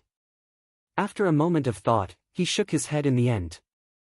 Through this clash, he had instead gained an even deeper understanding of Fu Qingjin's strength. He was powerful, but his sword was even more powerful. As one with the sword, he could unleash extraordinarily terrifying strength. That sword might have already surpassed the level of arcane artifacts and reached the level of arcane treasures. He needed to properly investigate the 10 renowned swords of the Sword Collection Palace when he returned. When he was struck, Li Qingshan had a feeling that the sword had not even unleashed a tenth of its power. Originally, it would have been impossible for a Foundation establishment cultivator to wield an arcane treasure. However, the cultivation method of the Sword Collection Palace had made the impossible possible. After 2 years, Li Qingshan was not the only one who was improving. The talented prodigy who wielded a renowned sword, Fu Qingjin, was also improving at a startling rate. Every strand of fusion with the Green Ruined sword made his strength stronger. Fair enough. Once I refine a string of skull prayer beads, I'll compete with him. An expressed his agreement. Li Qingshan was only a little bit away from reaching the 3rd layer of the Tiger Demon. By then, both of their strengths would take another step forward. It's best if you refine your white bone sword too. It's impossible for me to fight him with regular weapons. I need to find a suitable weapon to use as well. The ice blade forged from the whale's ingestion of water could only be regarded as passable. Whether it was sturdiness or sharpness, it was nowhere close to what Li Qingshan wanted. It was fine against weaker opponents, but against an opponent like Fu Qingjin who wielded weapons and was extremely powerful in the first place, it was far too disadvantageous. However, Li Qingshan was still in quite a good mood. After this round of verification, at the very least, he was no longer at the mercy of others like he was in the past. He was unable to deal with Fu Qingjin right now, but Fu Qingjin was unable to do anything to him either. God damn it, I've got nothing better to do anyway. I'll assassinate him once a day with my clone. I'd like to see how many times you can protect that old coot. An smiled. Fellow Fu, what do I do now? If that wretched demon sends his clone to assassinate me every day, what should I do? The Green Vine Elder was filled with worry. He truly was the wisest of the 3 elders. He immediately thought of this. I'll help you cast down a Tai dust formation of disintegration on the Green Vine Mountain. Even if demon generals fall into it, only death awaits them. You don't have to worry. Sigh, that's all we can do. Though, I'm a mighty sect master. If I'm scared off by a demon general, what dignity do I have left? What dignity do I have left for the demon slayer? The palace master has already negotiated with the Dragon King of the Sea. He won't just let this matter slide. If the demons refuse to give an explanation, then all we can do is fight. The Green Vine Elder thought, that's what you want. If that really happens, I'll probably be even more afraid of leaving my home and roaming around. Sect Master. Diao Fei came to see him with a group of disciples. He did his best to suppress his fear and avoid looking at the mess on the top of the Green Vine Mountain. Yu Shuquang followed behind. He made up his mind, no, I have to come up with an excuse to leave the Green Vine Mountain and seek refuge with Li Qingshan. I feel like doing this, is very wrong. We should abide by the Treaty of Kings and allow humans and demons to coexist peacefully. What the hell are you writing? Open your dog eyes and count. Are there even 10,000 words?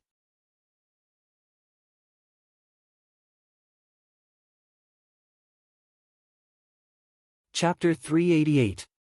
Every single character in the report was the size of a cup, and the handwriting was terrible. It seemed crooked, like a child's careless homework. As for the content, it seemed to further prove this point. It's not good for demons to kill people. It's not like the Green Vine Mountain is innocent. Why do they have to hold some herb-gathering ceremony? Of course, demons are still wrong. They need to be punished. It was just a few sentences, vague and ambiguous.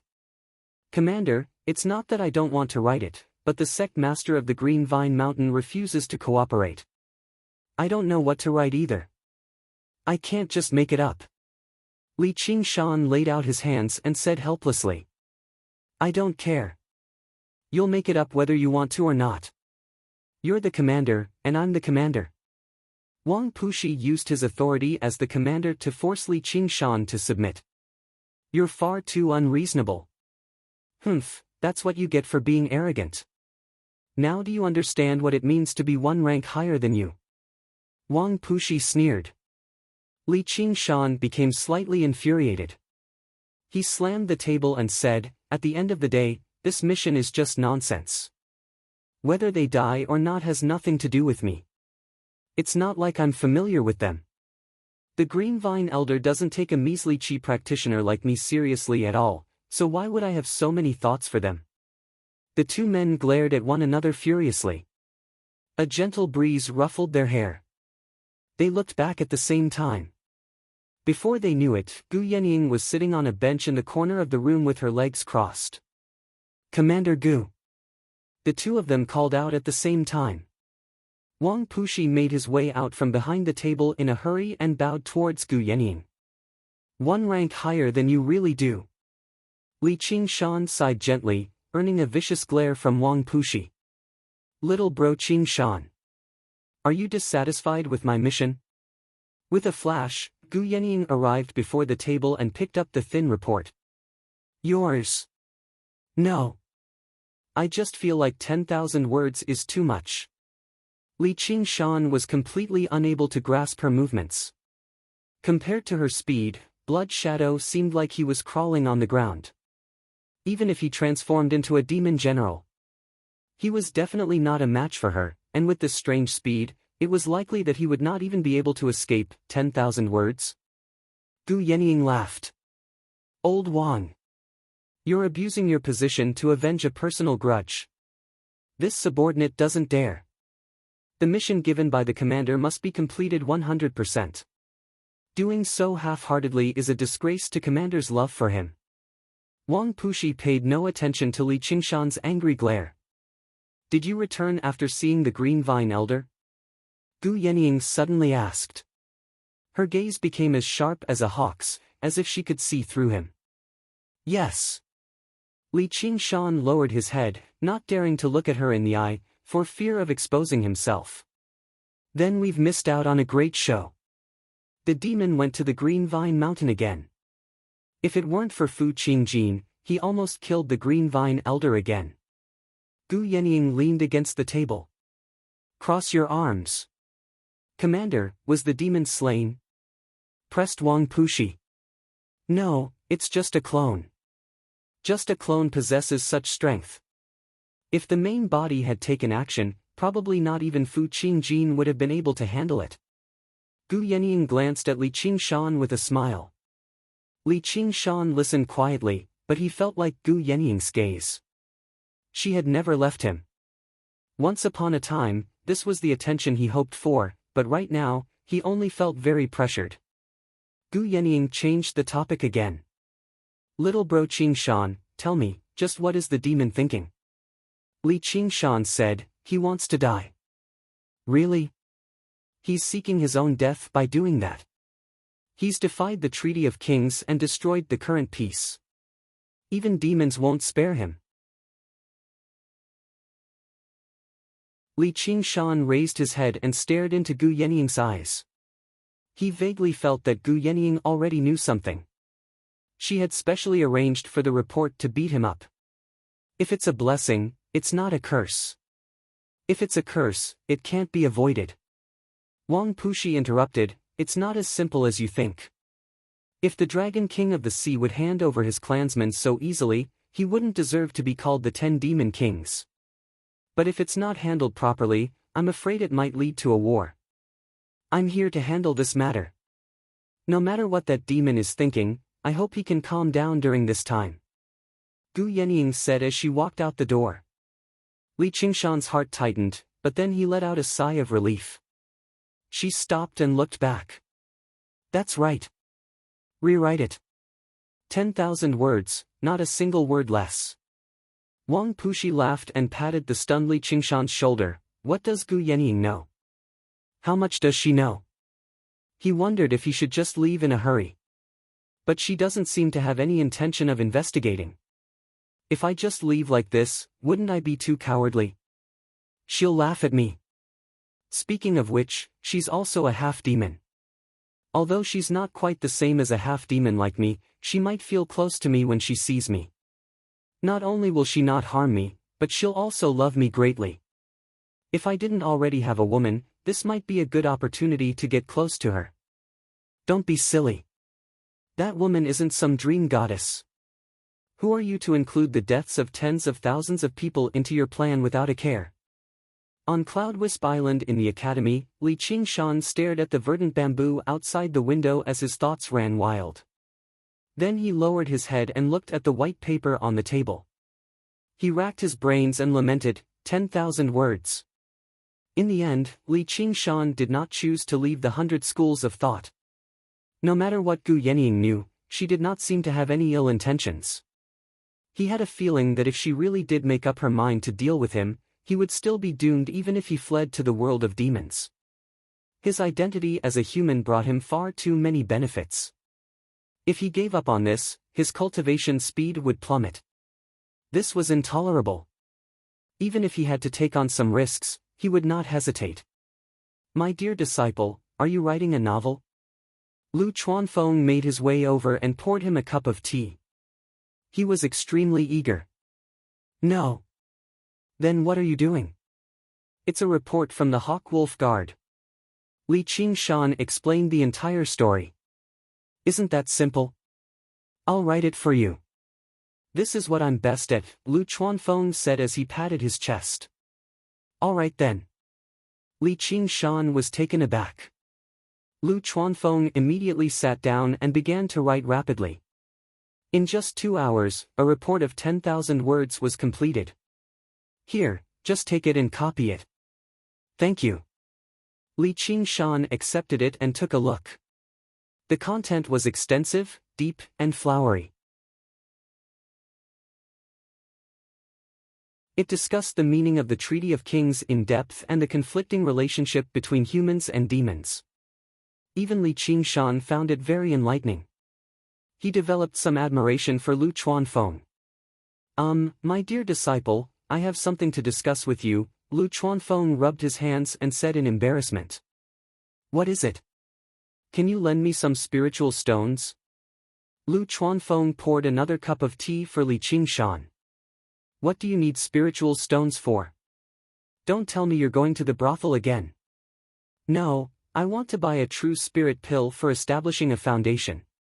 Lu Chuanfeng had been attempting to establish a foundation for the past few months, but he never succeeded. The main issue was that he was very poor. He could not afford a true spirit pill. Although he had already recovered some of his dignity as the leader of the school of novels, novels could not be converted into spiritual stones, so he was still very poor. He could not afford a true spirit pill. The power of will gathered could be used for cultivation, but it could not be used to break through to the next level. Just as he was feeling vexed, he saw Li Qingshan return. He immediately thought that this disciple of his seemed to be quite rich. Li Qingshan was stunned. A dignified family leader living in such a state was really pitiful. If you can't, then forget it. Lu Chuanfeng's face turned red.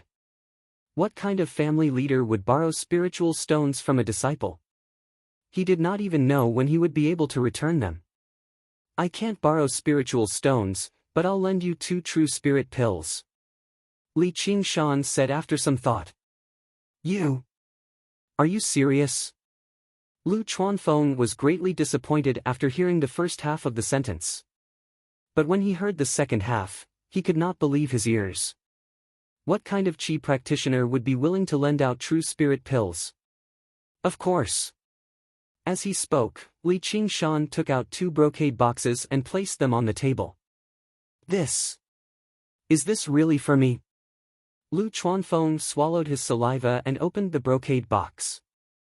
As expected, it was the true spirit pills that he had been looking forward to. They shone brilliantly and were extremely alluring. It's not for you. You'll have to return them in the future, Li Qingshan reiterated. All right. I'll definitely return them before you need them. Lu Chuanfeng was deeply moved. Although Li Qingshan did not say it, he could imagine how much effort Li Qingshan had put in to obtain these 2 true spirit pills in preparation for building his foundation in the future. Now, without any hesitation, he had lent them to him without even signing a contract. What kind of trust was this? His nose turned sour. He placed his hand on Li Qingshan's shoulder and said, "Qingshan, to be able to take in a disciple like you, I am truly blessed. There's no need for that. If you can build your foundation successfully, it'll be beneficial to the entire school of novels. I'll be able to bask in some of your glory as well." Li Qingshan still had about 40 true spirit pills on him. Lending out 2 was not a big deal. As for whether Lu Chuanfeng would renege on his debt, he did not even think about it.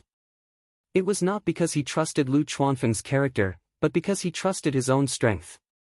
If he dared to not return it, then he would pay it back with his life. "Scoundrel, I helped you out of goodwill, yet you dared to cheat me. Die." "Oh, right. Don't tell anyone that I gave them to you. Otherwise, you'll have to return 4 pills."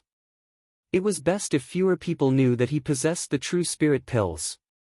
"All right, I won't tell anyone." Lu Chuanfeng was so moved that his eyes turned red. He said with a trembling voice. He clearly did not want this matter to spread out and embarrass himself as the clan head. How attentive, how considerate. "Qingshan, I'm leaving." Lu Chuanfeng did not say anything else. He stood up and walked out the door. At the corner of his eye, another tear slid down. Is it that exaggerated? Li Qingshan scratched his head and muttered to himself. What's so exaggerated? A familiar voice came from outside the window. "Qiongji." Li Qingshan looked back and saw a familiar smiling face at the window. Wasn't it Han Qiongji? "Hey, brat, you haven't done anything shameful behind my back recently, right? Be honest, I've heard about it." Han Qiongji suppressed the excitement in her heart and pretended to be serious. To be continued.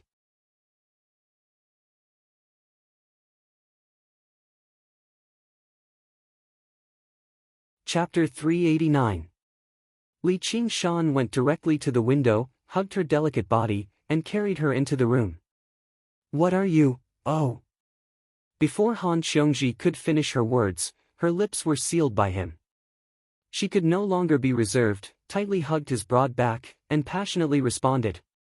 They fell to the floor and rolled a few times. "I missed you so much, why did it take you so long to come out? You're only in the 10th layer of the aura refining realm, you're really stupid."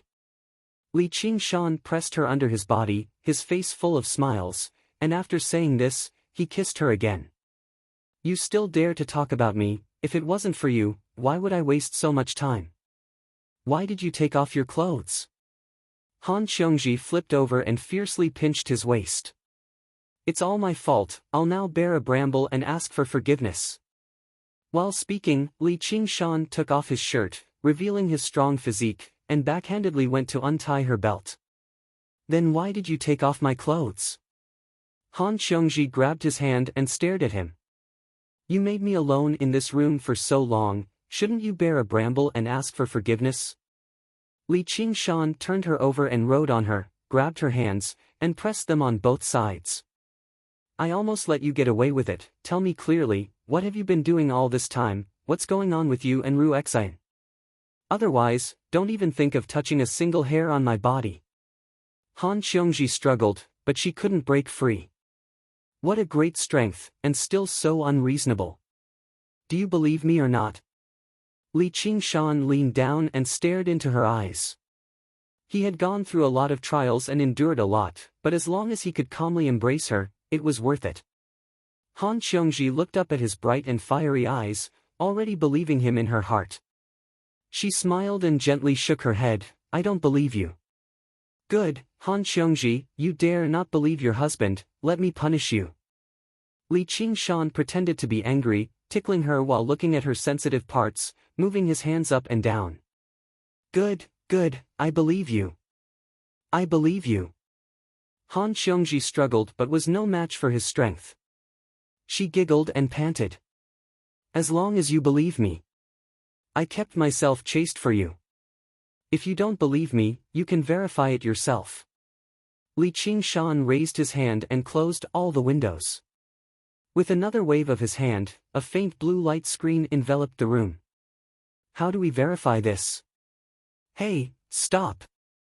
Han Xiongji struggled helplessly. The clothes on her body became less and less, and the redness on her face became more and more intense. However, there was only joy in her heart, and even a trace of expectation. In just a short while, her clothes were all over the floor, and her jade-like body was strewn across the floor. Two blazing hot bodies. They intertwined and ignited each other's passion, caressing and hugging each other as if they wanted to become one. After a period of entanglement, the two lay down in each other's arms. Recounting the feelings of separation. Han Xiongji lay on Li Qingshan's chest and blinked. What did you call yourself just now? What? Li Qingshan was so focused on caressing her slender legs that he felt a punch in his lower abdomen. He retracted his gaze. What are you doing? Doesn't it hurt? Han Xiongji was astonished. In order to free his lower body from the state of thinking, she had used her true qi. But it didn't have any effect. Of course it hurts. It hurts. Li Qingshan said without sincerity. He lowered his head and kissed her elegant neck. Don't try to scare me. Han Xiongji laughed and scolded him. She propped herself up and punched him again. This time, she hardened her heart and used half of her strength. However, she saw that Li Qingshan's eyes only fell on her soft breasts that were trembling with her movement. He said angrily, if you keep doing this, I'll put on my clothes. Looking at his own fist, he almost wondered if he had reached the 10th layer of aura training. All right. If you have something to say, then say it. Besides, you can't blame me. He was hugging a naked beauty, yet he couldn't do whatever he wanted. No man would be able to concentrate. What did you say, husband, earlier? Have I married you? Han Xiongji was aggressive, but she was also bashful. Li Qingshan's eyes lit up. He gently lifted Han Xiongji to one side before standing up and putting on his clothes. Where are you going? Han Xiongji was surprised. I'm going to see your father. Wait here. I'll be back in 15 minutes. There's no need to put on any clothes. Li Qingshan smiled confidently. They had once agreed that once she emerged from seclusion, they would propose and get married. Afterwards, they could do whatever they wanted. Stop right there.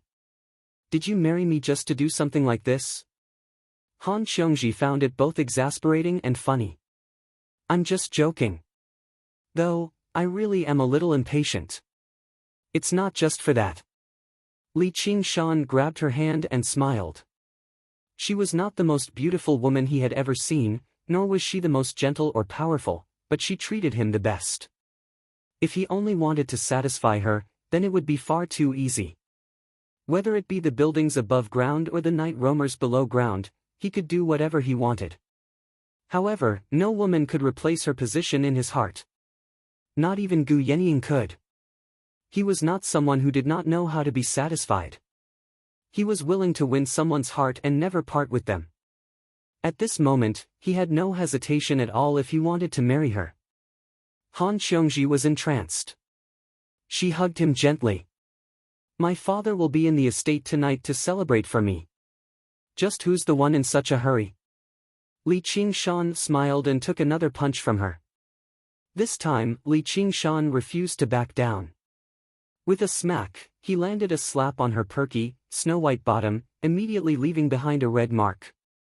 Han Xiongji cried out in pain. She wanted to retaliate, but Li Qingshan pulled her away, and they became entangled once again. 75 kilometers away from Clear River City, there was a mountain called Tiger Hill. Tiger Hill was not particularly tall, only 300 meters tall. However, it was vast, covering several thousand square kilometers. The gentle slope was like a tiger's back, carrying countless pavilions and terraces.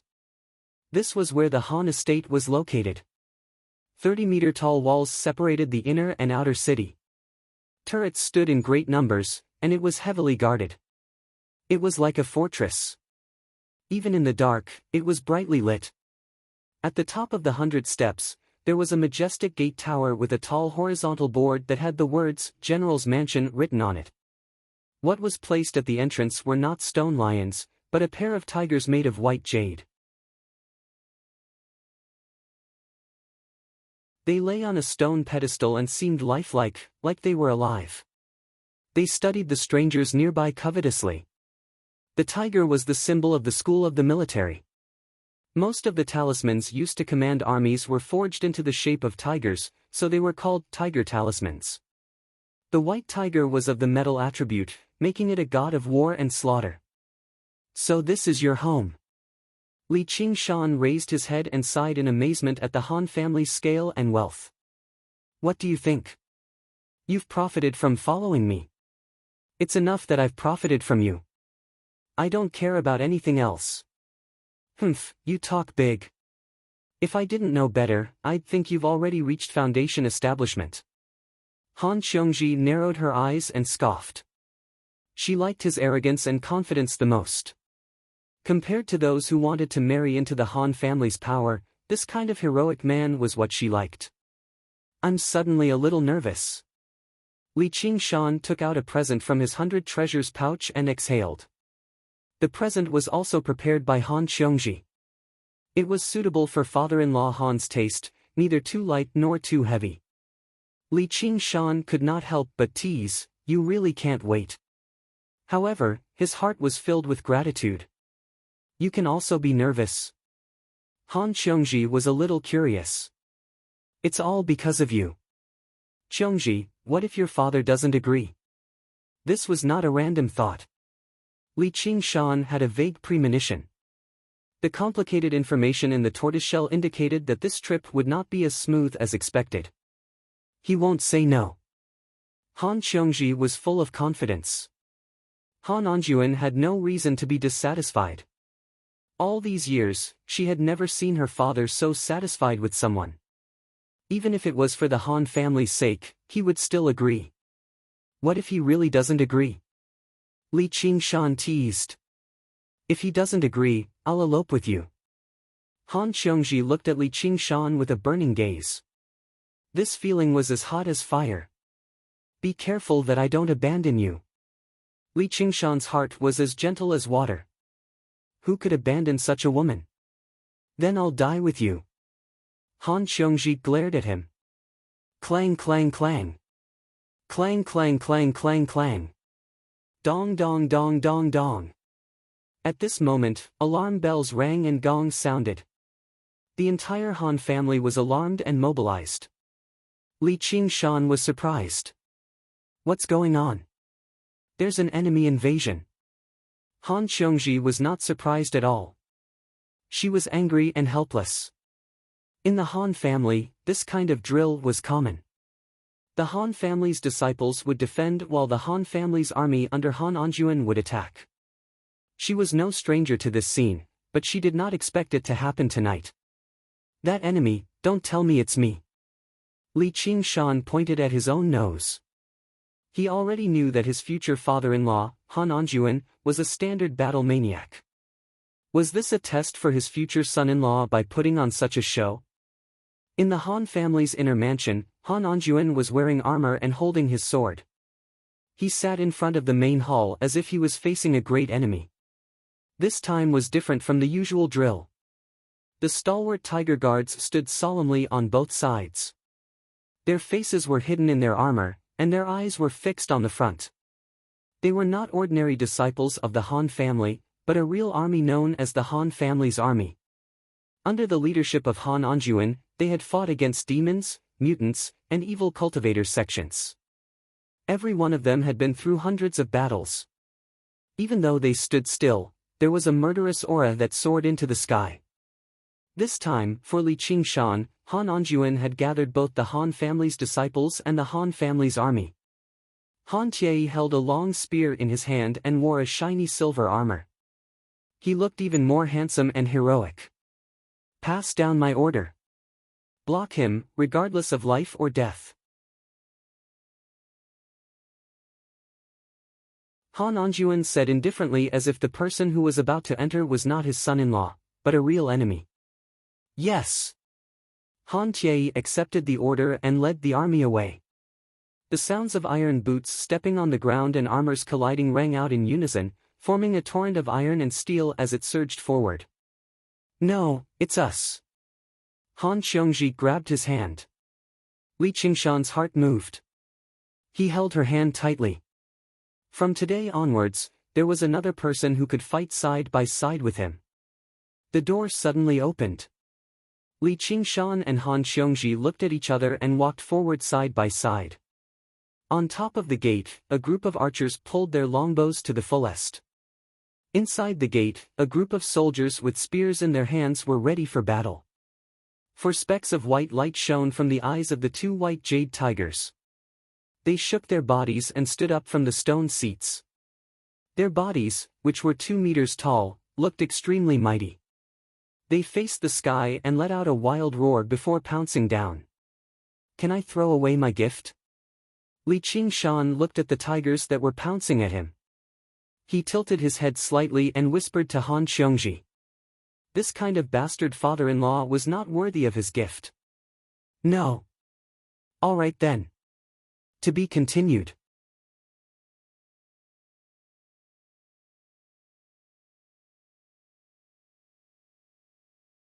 Chapter 390. Li Qingshan flashed past the two white tigers. The white tigers did not slow down and aimed at Han Xiongji. They were not living creatures and could not differentiate between friend and foe. Once they were controlled by their master, they would tear everything in front of them apart. Han Xiongji made a hand seal and did not even look at the white tigers that were pouncing at her. Just as the strong wind blew her long hair and the sharp claws were about to grab her, she stopped. Li Qingshan opened his arms and grabbed the two tiger tails. The white tigers roared and bared their fangs and claws, but they could not advance any further. They turned around and pounced at Li Qingshan again. Li Qingshan bellowed out, and he spun around like a spinning top. His two tiger tails were completely straight, and he actually flung the two tigers of white jade that weighed several hundred kilograms into the air. With a rumble, they smashed into two deep pits. What powerful strength! No wonder he dared to propose to the Han clan. This move shocked all the Han clan disciples on the gatehouse. They quickly took action and shot thousands of arrows. Twang, twang, twang, twang. The bowstrings cracked. Swoosh, swoosh, swoosh. The arrows were as dense as a dark cloud. Blazing firebird. Han Xiongji shouted. Li Qingshan's vision dimmed before lighting up again. A firebird soared through the air, unfurling its 30-meter-long wings of fire. It dispersed the dark clouds and rushed up to the tower, turning into a great blaze and forcing the archers to retreat. They were in complete disarray. "This is your home." Li Qingshan looked back. It's better not to have a home like this." Below the dark gatehouse, there were close to 100 armored soldiers with dagger axes in their hands. They were in a square formation and looked murderous. "They're here. Be on guard." A Chi refinement stage 8 old man with a mustache shouted like thunder. He pointed the dagger axes at the gate. Two figures, Li Qingshan and Han Xiongji, walked over slowly. They were like a couple who were taking a stroll and were even talking in low voices. "Is this really just a gatehouse?" Li Qingshan looked at the formation in front of him and was slightly surprised. The so-called gatehouse was also known as the old man who guarded the gate. He had never seen a gatehouse with such an imposing aura. His cultivation was so high. "We usually call it the Gatehouse Army. There are 8 divisions in total and they guard the 8 gates. The commander is the Gatehouse Centurion," Han Xiongji explained with a smile. "Miss, this matter has nothing to do with you. You should leave quickly so that you don't get hurt. Brat, if you have the guts, come and try it yourself." What kind of man was he to rely on a woman? "Let this old man teach you what wishful thinking is," the centurion shouted. He brandished his halberd, and sharp winds surged. His beard trembled, and he appeared hale and hearty, without the slightest sign of old age. "Centurion, this is a matter between the two of us. If we go alone, what's the point? If it was any other day, Han Xiongji would have to call him grandpa. But today, it was as if two armies were facing each other. He didn't care about personal feelings and only addressed him as a soldier. What's wrong? Han Xiongji suddenly felt that Li Qingshan was looking at her with his bright eyes and touched her face. Nothing. I just think you look very beautiful today. You're still talking nonsense at a time like this. Han Xiongji blushed and was about to step forward when Li Qingshan grabbed her shoulder. Leave this to me. You recover some strength. I also want to teach this gatehouse centurion what it means to have a son-in-law come and be unstoppable. Han Xiongji burst into laughter. This guy could be so frivolous sometimes. Go easy on him. Okay. No. Li Qingshan and the gatehouse centurion replied at the same time. The two looked at each other, one smiling and the other angry. Kill. The gatehouse army centurion pointed with his halberd, and the gatehouse army centurion roared at the same time, kill. The gatehouse army centurion's footsteps were sonorous, and their halberds were like trees in a forest. The gatehouse army centurion charged at Li Qingshan like a magnificent army. The gatehouse centurion thought to himself, you're only in the 8th layer of chi refinement, and you're from some school of novels. How can you be worthy of the miss? You must be using flowery words to fool the Mississippi. You even dare to say that you'll go easy on him. You really don't know what's good for you. Do you think we old soldiers are ordinary chi refinement cultivators? No matter how I look at it, it's 100 against 1, and I'm also in the 8th layer of chi refinement. Boom!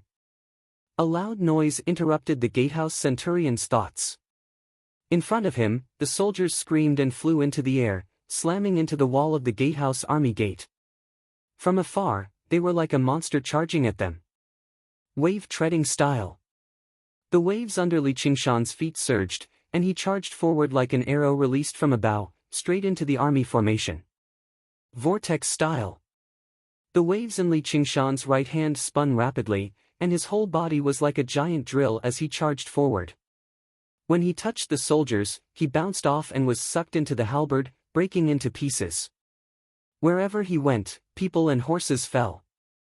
In an instant, he pierced through the army formation and arrived in front of the gatehouse centurion. Watch out, sir.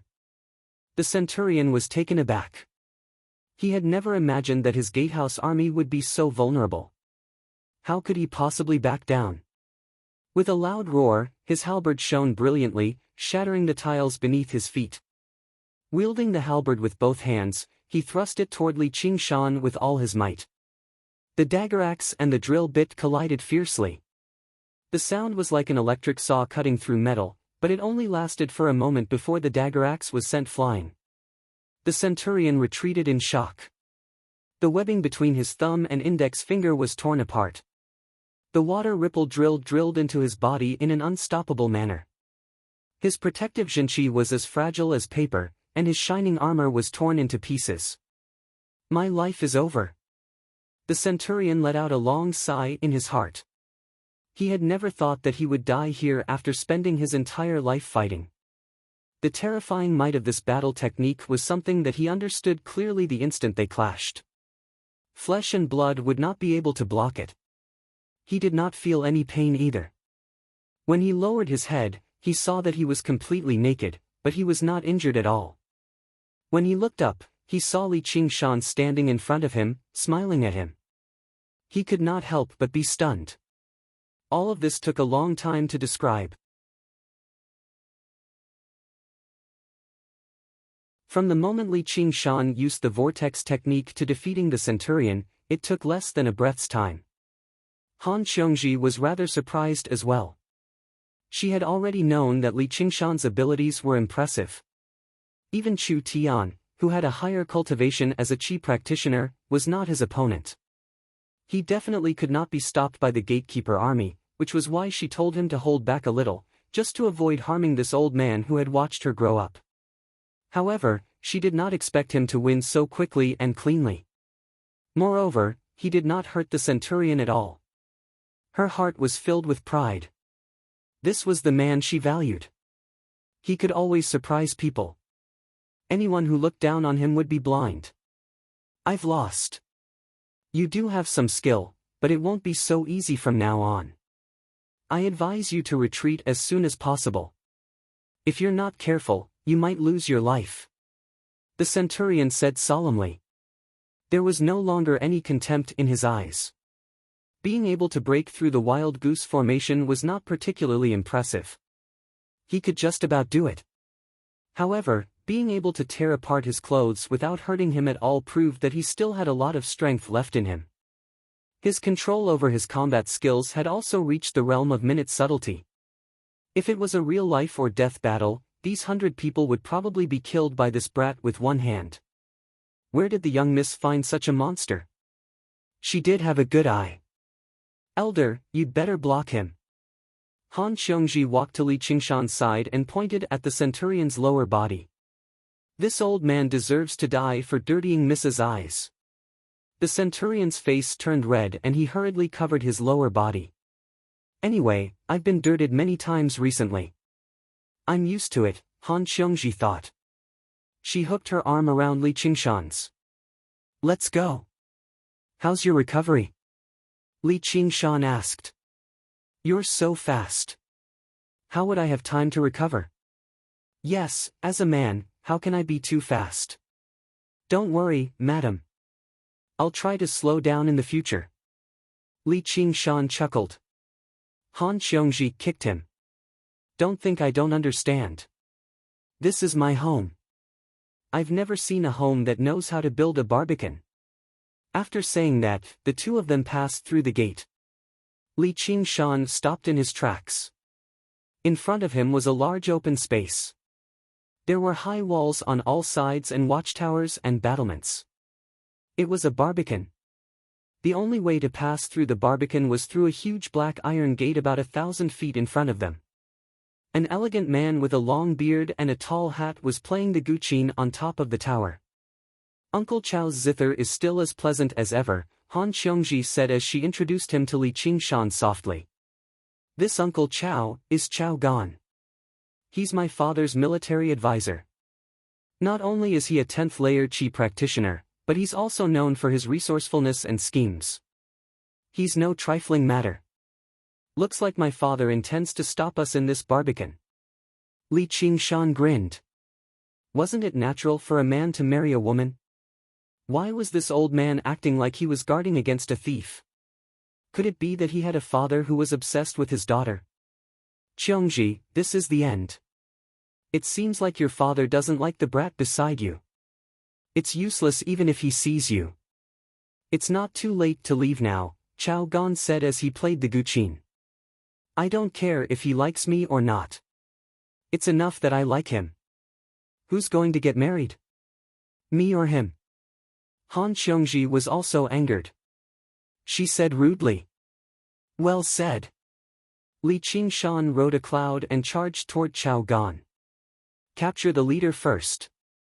So what if he was a 10th layer Qi practitioner? The city walls could stop ordinary people, but how could they stop cultivators? The barbican was just a joke. Clang! The strings of the guqin vibrated. Now's the time. A cold glint flashed in the man's eyes. Many archers on the four sides of the city walls stretched out their battlements. Their bows were released and the triggers were pulled. With a buzzing sound, the sky was filled with arrows, covering the sun. At the same time, the sound of gears turning came from the 12 arrow towers. There wasn't a single archer in the towers. Instead, there were huge black crossbows engraved in the shape of a dragon. The eyes of the dragon flashed, and the crossbows automatically adjusted their direction, accurately locking onto Li Qingshan in the air. The dragon opened its mouth and shot out spear-like arrows. Huge arrows shot out of the dragon quiver one after another like the breath of a huge dragon. The Mahist mechanical crossbows could kill enemies from 1,000 steps away. Every one of them was worth more than a high-grade spirit artifact. The custom-made cloud-piercing arrows specialized in breaking through protective spells and true Qi were also very valuable. Even if ordinary people could afford it, they wouldn't be able to use it. With the two together, killing Qi practitioners was like slaughtering dogs. Qing Shan. Han Xiongji drew her saber and stood up. Just as she was about to help, a cluster of arrows flew toward her. She swung her saber and slashed away the layers of arrows. The ground beside her was filled with arrows, but she could only watch as Li Qingshan was drowned by the rain of arrows. This isn't a test. It's killing. Li Qingshan muttered and dodged to the side. He conveniently grabbed a cloud-piercing arrow that brushed past him and swung it horizontally, knocking away a few cloud-piercing arrows with a series of crackles. He danced around flawlessly as he rushed into the air. To be continued.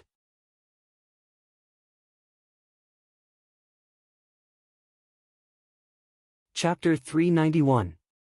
Li Qingshan watched as the barbican beneath his feet became smaller and smaller. In the blink of an eye, it was covered by a dark cloud formed by the rain of arrows. The cloud was torn apart in an instant. He was secretly shocked. If he was one step slower, even if he didn't end up in such a miserable state, it wouldn't be good either. Chao Gan smiled leisurely as if he had already expected this scene. Be careful. Han Xiongji wasn't happy but shocked instead. In an instant, a blazing white light illuminated the night sky and dazzled Li Qingshan's eyes. Only then did he hear a loud rumble. Li Qingshan was struck by a heavenly lightning and fell from the sky. The Han clan's disciples were not allowed to fly in the general's residence because the entire sky above the residence was covered by a formation. Once it was activated, even a foundation establishment cultivator wouldn't be able to come and go as he pleased. Whether it was Li Qingshan or Han Xiongji, they didn't expect to encounter this kind of obstruction. Chao Gan raised his hand and the rain of arrows stopped. After taking this lightning, you won't be able to get up until half a month. The general mobilized so many people. You really think too highly of this kid. Qingshan, Qingshan. Li Qingshan fell into Han Xiongji's arms. Seeing her face full of concern and anger, he said, I'm fine. Looks like I have to be more serious. He flipped over and stood up.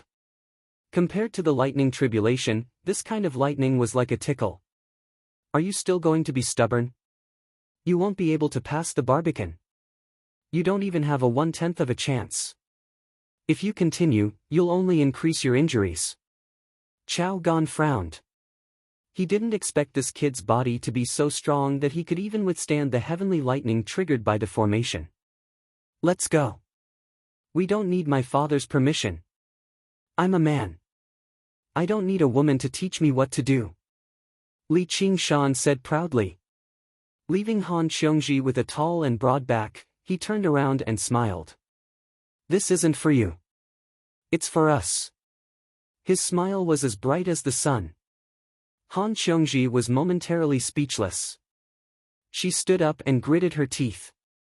What are you talking about? Where do you want to go? I'll accompany you. Li Qingshan smiled and pointed at the top of the city wall. Chow, I was careless just now. I let you be complacent for a while, but now I'll beat you up. Little brat, how dare you spout such arrogant words? Fire. Leave this to me, stinky man. I'll show you the power of a woman. Li Qingshan was about to step forward when Han Xiongji brushed past him. He smiled and stood still. 12 crossbows locked onto Han Xiongji, but 5 of them immediately lost sight of her.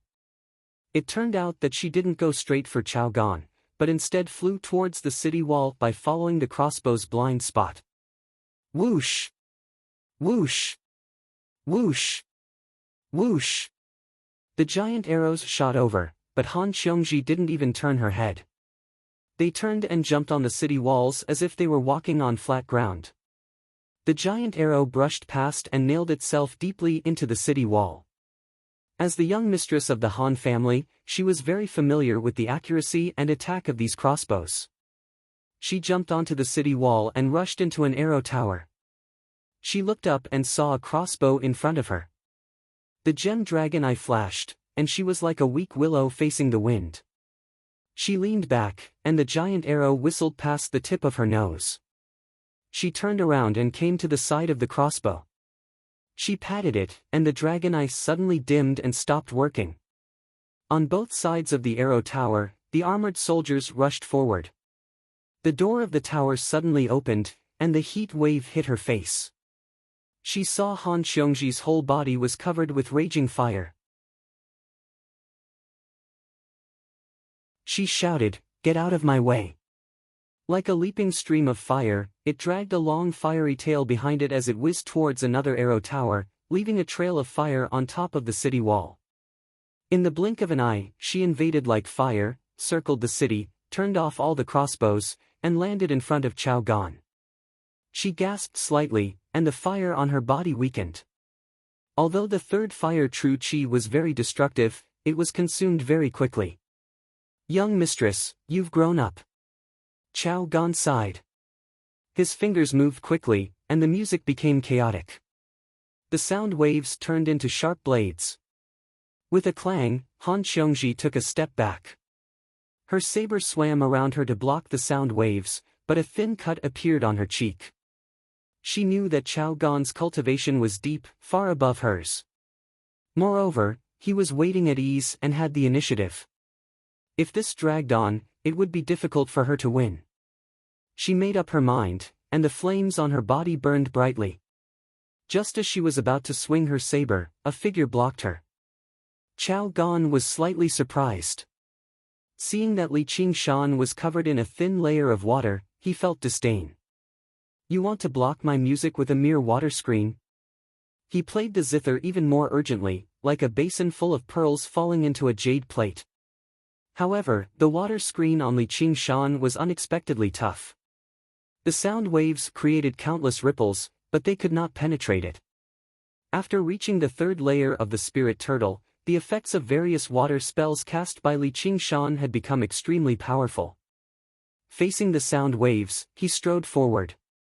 Dance of heavenly music.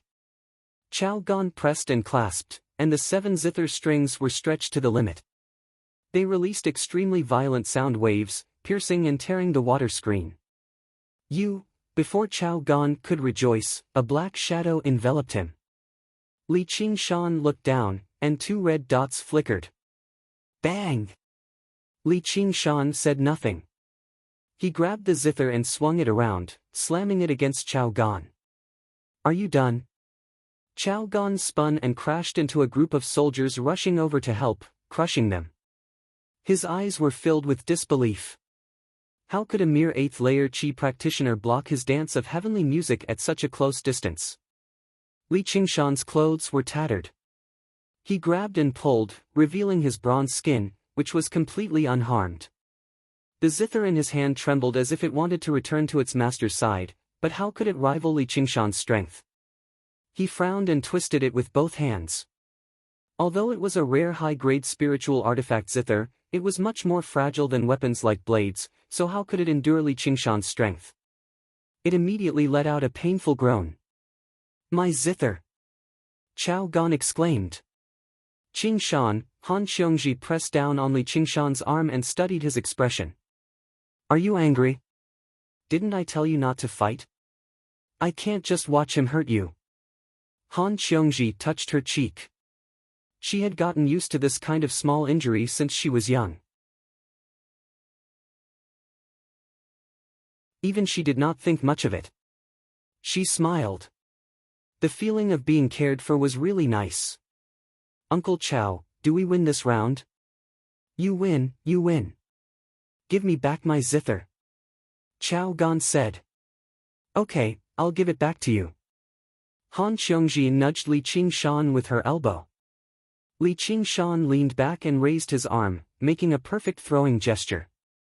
The zither instantly turned into a small black dot and flew down the mountain. "Brat, you!" Chao Gan hurriedly chased after him. "You're too bad. That's Uncle Chao's lifeblood." Han Xiongji smiled. "You're also my lifeblood." Li Qingshan's hand touched her cheek, and the injury disappeared. "How disgusting." Han Xiongji blushed, but her heart was filled with sweetness. I really didn't mean that this time. Li Qingshan said, feeling wronged. The two of them passed through the barbican and continued forward. It was a flat plain and there were no more obstacles. Only the Han family members in the buildings were whispering. Look, that's Li Qingshan. I heard he's very strong. I heard that even the guards and the military advisor were defeated by him. What? He's only at the 8th layer of Qi refinement. He must have won with the help of the young miss. Girls of age really can't be kept at home. Han Anjuan's way of governing the family was like governing the army. The entire general's mansion was like a military camp. There was also a training field in front of the city gate. It was used to train the Han family members. The 300 soldiers were either standing or lying down. Some were even talking in low voices. The discipline was lax. Only Han Tie stood straight like a statue with a spear in his hand. When he saw Li Qingshan and Han Xiongji appear, he suddenly said, "Prepare to meet the enemy." The 300 soldiers stood up and turned around. At first glance, it was a mess. There was no formation to speak of. However, there was something indescribable that connected them together. The 300 people of different heights and sizes seemed to be a single entity. These are my father's personal guards. They are the elites of the elites. We must not be careless. Han Xiongji saw this and felt bitter in her heart. In other words, if we defeat them, we will be able to see your father. Even without Han Xiongji's reminder, Li Qingshan would not be careless. The murderous aura of these soldiers made him feel a sense of danger. We can't win. We must think of a way to get through here quickly and reach the inner city. Li Qingshan stepped forward and laughed loudly. Brother-in-law, you see your future brother-in-law. Why don't you come and greet him? I don't think you will turn back no matter how I persuade you. Let's do it. Personal guards, meet the enemy. Under Han Tie's order, the 300 soldiers silently surged forward like a tide. At this time, Li Qingshan and Han Xiongji attacked together, taking the initiative to attack first. Han Xiongji attacked with raging flames and waves of heat. Li Qingshan walked on the waves, the water swirling and surging. The two colors of water and fire chased each other, advancing side by side. They merged into one and rushed towards all the soldiers in front of them. The other soldiers around them did not stop them and brushed past them. In an instant, the two of them passed through the military formation. With a loud bang, Han Tie's spear struck out like a dragon, colliding with the saber and the fist. The light from the surging true Qi lit up the night. A huge force pressed down from the fist, and Han Tie felt that he could not withstand it. He was shocked. They had not seen each other for a long time, but he, Li Qingshan, had become stronger and faster. The aura he exuded was breathtaking. If they fought one-on-one, they would not be his match. This speed of improvement was strange. Why did his father insist on stopping them? This thought flashed through his mind. Li Qingshan and Han Xiongji roared in unison and poured all their true qi into it. Han Xiongji was forced to retreat step by step until she reached the city gate. She suddenly abandoned her spear and punched the chests of the two of them. At the same time, she shouted, "Trap the enemy." Li Qingshan blocked with his arm, but he only swayed slightly, and Han Xiongji was sent flying. Looking back, all he saw was that the 300 soldiers had already fallen into the coiled snake formation before he knew it. A huge snake coiled around, sucking Han Xiongji into the formation. It called out, "Don't worry about me. Go see my father and explain things to him." Li Qingshan did not hesitate to charge into the formation and came to Han Xiongji's side. The two of them were back to back, surrounded by enemies. Han Xiongji said, "Fool, why did you come back? If I go alone, what's the point of it?" To be continued.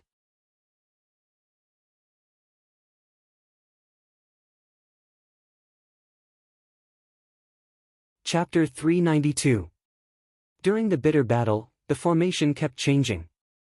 Snake formation, tiger trap formation, dragon trap formation. There were no flaws in the changes. The same formation was like heaven and earth compared to the one used by the military disciples.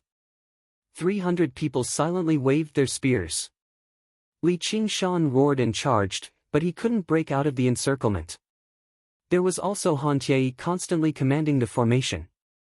If he was alone, he might have a chance, but with 2 people, he couldn't advance any further. In the blink of an eye, Han Xiongji's true qi was exhausted.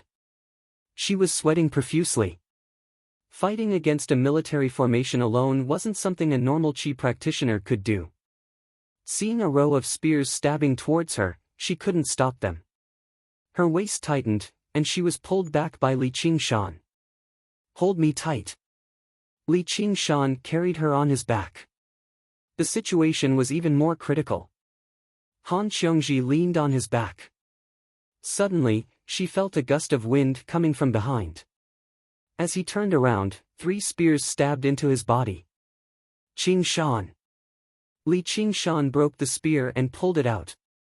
The tip was dyed red. With the power of the entire formation, even the bull demon forges its hide couldn't block it. It was lucky that it wasn't pierced. Seeing this, the soldiers all attacked Han Xiongji at the same time. This made Li Qingshan curse them for being despicable. "Put me down." Han Xiongji's heart ached. These were her father's personal guards. As long as they gave the order, no matter what enemy they faced, they wouldn't show any mercy. "Don't move." Han Xiongji struggled, but Li Qingshan held her back. These people really wanted to kill. They didn't treat Han Xiongji as a lady at all. Han Xiongji immediately did not dare to move. Because of her movement, a few more wounds appeared on Li Qingshan's body. She leaned against his back firmly as her eyes reddened uncontrollably. She murmured, "Qingshan." Li Qingshan held the broken spear and supported his body. His true qi was almost exhausted. His body was full of wounds. Behind him, Han Xiongji was unscathed. 100 of his personal guards were heavily injured, and only 200 remained. However, he still firmly maintained the formation and did not relax at all. At the same time, he was astonished and shocked. He had never seen such a tenacious enemy before, not to mention that the enemy was in such a disadvantageous situation. He also used this short stalemate to recover his strength. At this time, a human figure flew up, immediately triggering the army formation's killing intent. Spears and halberds came from all directions. The assassin came. Just now he could see clearly that the person was actually Han Xiongji. Turned out she had recovered some of her jinqi on Li Qingshan's back. Immediately she flew out to meet the forest of spears. "Qiongji." Li Qingshan flew up as well, but it was already too late. Seeing that Han Xiongji was about to be pierced by the spear, Han Tie swept across the sky and thrust his spear forward like a dragon. It pierced below Han Xiongji's body. With a hook and a flick, it grabbed her shoulder and brought her out of the formation. "Qingshan." Han Xiongji stretched out her hand, only to see a relieved smile on Li Qingshan's face. "Retreat." Han Tie ordered. The personal guards immediately retreated. In the blink of an eye, there was no one around Li Qingshan. Behind Han Tie, the gate to the inner city suddenly opened. He asked loudly, "Does this count as passing the test?" "At least you passed my test." Han Tie let go of Han Xiongji and walked to the side of the gate. Li Qingshan strode forward. The personal guards lined up on both sides and paid respect to him. Someone shouted, "Bro, you're amazing." An injured person supported his comrade. "Yeah, you're really something." Li Qingshan grabbed Han Xiongji's hand. The two of them walked into the inner city together. "Where's the gift? Can I keep it for myself?" "No. General, Qiongji and I are truly in love. I'm willing to take her as my wife." Han Anjuan sat upright at the front of the hall. Li Qingshan went up, bowed, and said boldly. Han Xiongji's face was flushed with joy and shyness. "No." Han Anjuan's voice was resolute and full of unchangeable determination. What? Li Qingshan was surprised. They had already come this far, but it was still not enough. Why? Old man, explain it to me. Han Xiongji couldn't bear it anymore. She stepped forward and pointed at Han Anjuan's nose.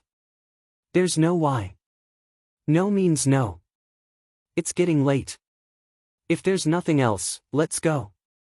Han Anjuan stood up and turned to walk into the inner hall. Stop right there.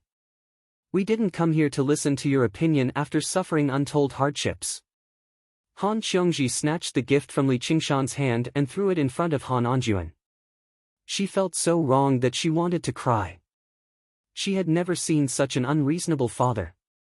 She pulled Li Qingshan's hand and rushed out of the door, brushing past Han Tie. Han Tie was slightly stunned. He walked into the door and saw Han Anjuan bending down to pick up the scattered pastries on the ground. He said without raising his head, "What are you doing here?" "I ordered the troops to retreat. I disobeyed the military order. I'm here to accept my punishment. Even you dare to disobey me." Han Anjuan straightened his body and put a piece of pastry in his mouth. He chewed a few times and swallowed. It tastes good. This girl, she threw it away just like that. Why didn't you agree with them, father? Han Tie lowered his head deeply. He was extremely puzzled. You also think that I'm unreasonable? I don't always do the right thing. Han Tie raised his head in shock. He could not believe that these words came from his father's mouth. However, he saw a rare smile on Han Anjuan's face. I wholeheartedly want to groom all of you into talents. I don't want to become an obstacle in your hearts. Even that girl seems to do as she pleases, but when she finds a man, she still has to come to my door and ask for my permission. Why does she need my permission? Tie, you have to understand that before the generals and their sons, we are first and foremost cultivators. Han Tie left thoughtfully. Han Anjuan returned to the hall. Chao Gan was holding the zither as he carefully tuned it. General, that son-in-law of yours is too ruthless. He almost broke my zither. However, his strength is really impressive. Why don't you recruit him into the Han faction? He will definitely be a great help in the future. You refused him not just to teach young miss and young master a lesson, right? I can't hide anything from you. That kid is no ordinary person, but he will never submit to someone else. On the path of cultivation, there are only companions, not lovers. If we don't share the same ideals, how can we last a century?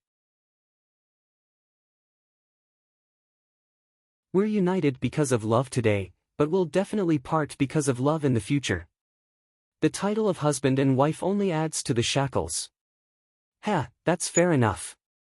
When two balls of fire are gathered together, it seems like they're blazing, but it's difficult for them to last for long.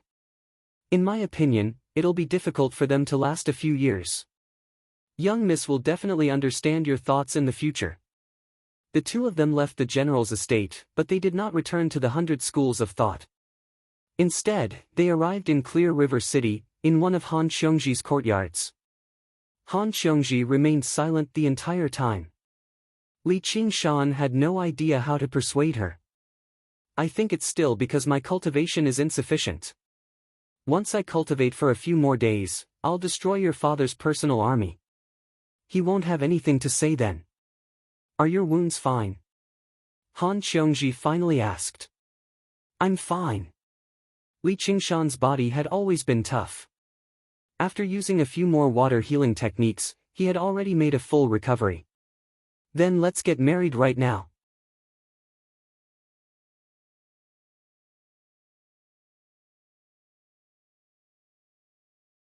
Chapter 393. In the lotus pond outside the curtain, the flowers were in full bloom. As the night wind blew, the fragrance of the flowers wafted through the air. Li Qingshan was a little surprised. Han Xiongji's face was determined, somewhat similar to Han Anjuan's. She opened her red lips and said again, Qingshan, let's get married. You've decided? Li Qingshan embraced her. Yes. Han Xiongji nodded and leaned against his chest, listening to his powerful heartbeat. This was the sound she always wanted to hear. Why don't we wait a little longer? As long as we insist and let your brother say a few good words, your father will agree. Li Qingshan wanted nothing more than to be with her right now. However, this kind of private commitment might cause her to completely fall out with her family. This was not what he wanted to see. No, you don't understand my father's temperament. Once he has decided on something, even 9 bulls can't pull him back. I spoke to him like that just now. Father must be furious. He probably won't recognize me as his daughter anymore, let alone agree to our marriage. It's all my fault. Li Qingshan patted her head and sighed. He didn't think that a marriage between a man and a woman would actually become like this. From now on, I can only rely on you. Don't let me down. Han Xiongji tightly wrapped her arms around Li Qingshan's waist, revealing a little weakness. She left the Han family, disobeyed her father, and lost everything she once had in a single night. This kind of loss was far from what outsiders could imagine. However, she did not regret it. From now on, the man in her arms was her everything.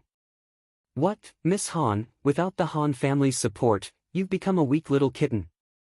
Then I'll have to properly bully you. Li Qingshan smiled and buried his head in her neck, taking a deep breath of her fragrance. You dare? Your current cultivation is not as high as mine. Cultivation is a small matter. It still depends on strength. If it only depends on cultivation, I don't even have the qualifications to pursue you. How could I coax Miss Han to elope with me? Wait until I build my foundation. See how I'll deal with you. How the hell did you train? They were whispering. Dark clouds covered the moon and the stars, and the courtyard was pitch black. Her voice disappeared and a few red candles lit up, illuminating her bashful face. I'm going to take a bath. She extricated herself from his embrace and turned around gracefully. Her waist swayed as she walked behind the curtain. Me too. Li Qingshan couldn't help but follow. Han Xiongji raised her hand to stop him. No, not today, please. Li Qingshan could only wait outside, watching the flickering candlelight, listening to the night rain falling into the pond. His heart was like the pond water. Tens of thousands of ripples spread out, and it took a long time for them to calm down. After what felt like an unusually long wait, a white hand lifted the bead curtain, revealing a bright and beautiful face. Her skin was incomparably moist, as if it had absorbed a lot of water. She had changed into a bright red dress, and her jet black hair had not been combed, so it was dripping wet and draped over her shoulders. You made me wait. Li Qingshan picked her up. Wait. What happened? There seemed to be many steps to getting married. I only remember one step. Which step? To enter the bridal chamber. Li Qingshan sang loudly, and directly went to her room. Pervert. Han Xiongji pouted. The sound of the rain became louder. Behind the heavy curtain, she panted softly. On the bed, her jade-like body was spread out, allowing him to caress her wantonly, passionately offering her red lips. Qiongji. Li Qingshan suddenly stopped and said softly, his eyes shining. Han Xiongji leaned back and hugged his neck, burying her face in his shoulder. She said softly, love me. Li Qingshan held her waist. He bent down, only to hear a low moan in his ear. It was like a long sigh, full of joy and pain. There was silence, only the sound of the rain came into the room, becoming louder and louder, occasionally accompanied by a few distant thunder. Lotus flowers swayed in the wind and rain, the heart of the flower full of crystal-clear water droplets. Vaguely, there was a moving moan through the curtain of rain. After a night of wind and rain, the raindrops on the lotus leaves, under the light of the rising sun in the east, they were crystal clear, flowing with 7 colors, and rolled into the pond. Li Qingshan opened the window, stretched, and looked back. Han Xiongji was sleeping soundly. As if she felt the sun, she turned to lie on her side, revealing her beautiful back, and a few bruises on her snow-white buttocks. Thinking of the crazy night last night, Li Qingshan smiled slightly. The weather is so good. Li Qingshan closed the window and returned to the bed. Han Xiongji opened her eyes slightly, first seeing Li Qingshan's face. Her heart was filled with endless tenderness and sweetness. She lazily leaned her face on his chest. What time is it? It's been a while since the sun has risen. Li Qingshan kissed her forehead gently. Oh no, the Hawkwolf Guard still has matters to deal with today. Han Xiongji propped herself up, and she felt weak all over. Just leave it to someone else to deal with. It's inconvenient for you to go out right now. It's all your fault. Han Xiongji's face burned like fire, and she punched him in the chest. She was too embarrassed to think back. She had never thought there would be a time when she would be so unrestrained. All right. It's all my fault. Please wait a moment, madam. I'll go prepare some food. You should rest a little more. With this rest, another 3 days passed. The two of them stuck to each other like glue, refusing to be separated for even a moment. All they could see was each other, completely forgetting about everything else. In the 100 schools of thought, the professors had yet to arrive, but the classroom was noisy. A group of young disciples, both male and female, gathered together and discussed. Really? I thought he was very powerful. What about now? Now, I don't know. It's been a few days since I've seen the two of them. I heard they eloped. Wow! There was a series of cries. In particular, the eyes of a few female disciples lit up. Zijian, listen. It's that Li Qingshan again. You don't look too well. Hua Sengzan nudged Yu Zijian beside him with his elbow. During the past 2 years, Hua Qinglu's body had unfolded. She had gone from a budding age to a young lady in the prime of her youth. She was in the prime of her youth. Her eyebrows were like crescent moons, her lips were like vermilion, and her skin was creamy. She was youthful and beautiful. Her face was rather similar to Hua Sengzan's, as if it was a testament to how beautiful Hua Sengzan's face would be if it belonged to a woman. In the 100 schools of thought, she had already gained the title of greatest beauty. She had countless pursuers. Now that she sat with Yu Zijian, she attracted quite a lot of attention. Hua Qinglu was not unfamiliar with the name Li Qingshan. However, they had not had any contact during the past 2 years. Even if she had some special feelings for him in the past, they had already been diluted by the wonders of life. All she could vaguely remember was that he still owed her something. Perhaps he had already forgotten about it. Oh, it's nothing. The professor is here. Yu Zijian was taken aback and pointed at the lectern. The classroom immediately fell silent. Hua Qinglu turned around and focused on the lecture. Yu Zijian frowned slightly. He shouldn't be Niu Juxia, right? Before they returned from the Green Vine Mountain, Yu Shuquang had already repeatedly explained that Li Qingshan had absolutely nothing to do with Niu Juxia. However, only now did she become willing to believe that. She let out a sigh of relief. If Li Qingshan was not Niu Juxia, then he would not have much to do with her. She even felt rather sad for him. They were clearly in love, yet he could not gain the recognition of his family. How pitiful.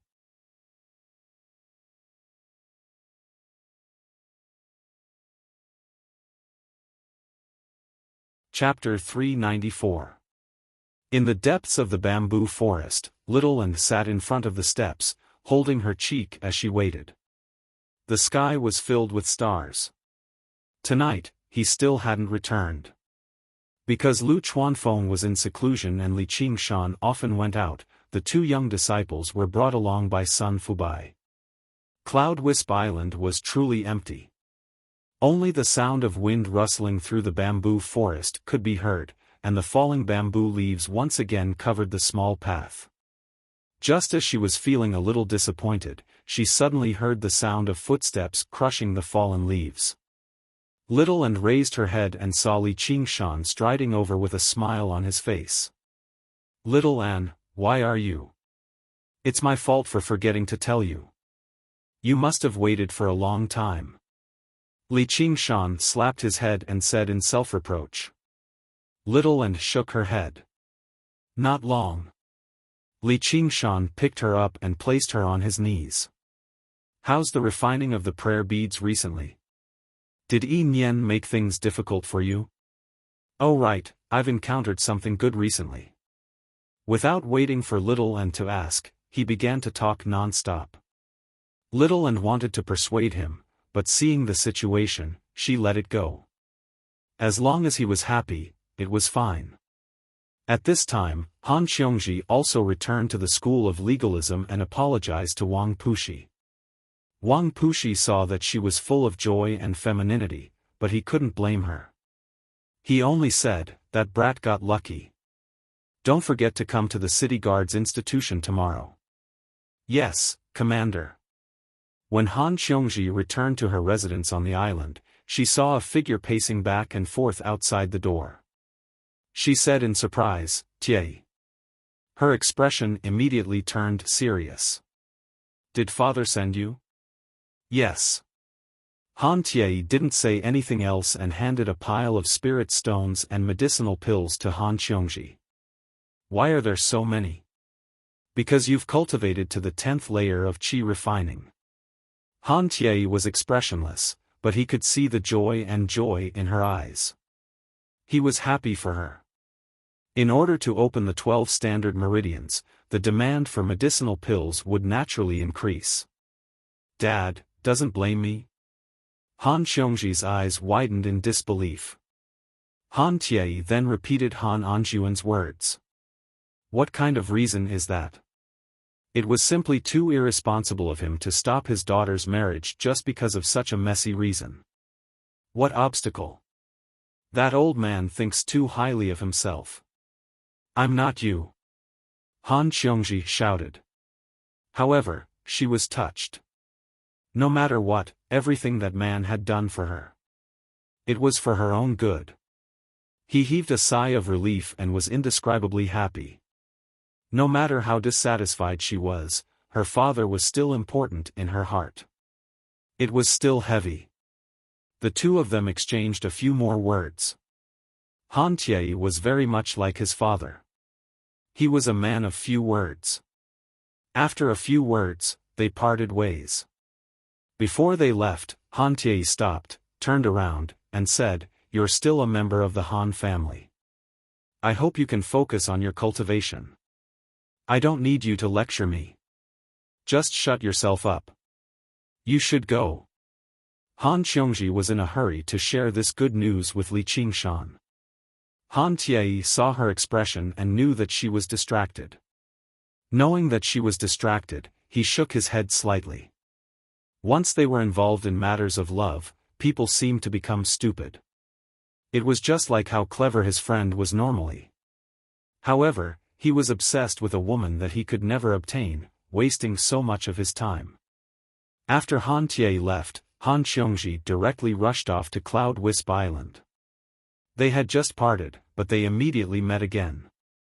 Little and took the initiative to bid farewell. Afterwards, they spent another night together. The next day, Wang Puxi's face was sunken. He waited in the Hawk-Wolf Guard for quite a while, but he did not see any trace of Han Xiongji. He flew into a rage and placed this on Li Qingshan as well. He was definitely not innocent. In the end, he let out a long sigh. Women just can't be relied on. Little Hua, you better emerge soon. Time passed in a hurry. In the blink of an eye, summer passed and autumn arrived. The autumn rain began. Thunder rumbled in the secluded dwelling beneath Contention Island. Lightning crisscrossed and flickered, passing through the stone walls and formations that should have been impossible to penetrate. It was like a ghost from another world. Quite a while later, the closed door opened once more, and Hua Sungzan emerged. His handsome, flawless face was filled with extraordinary confidence.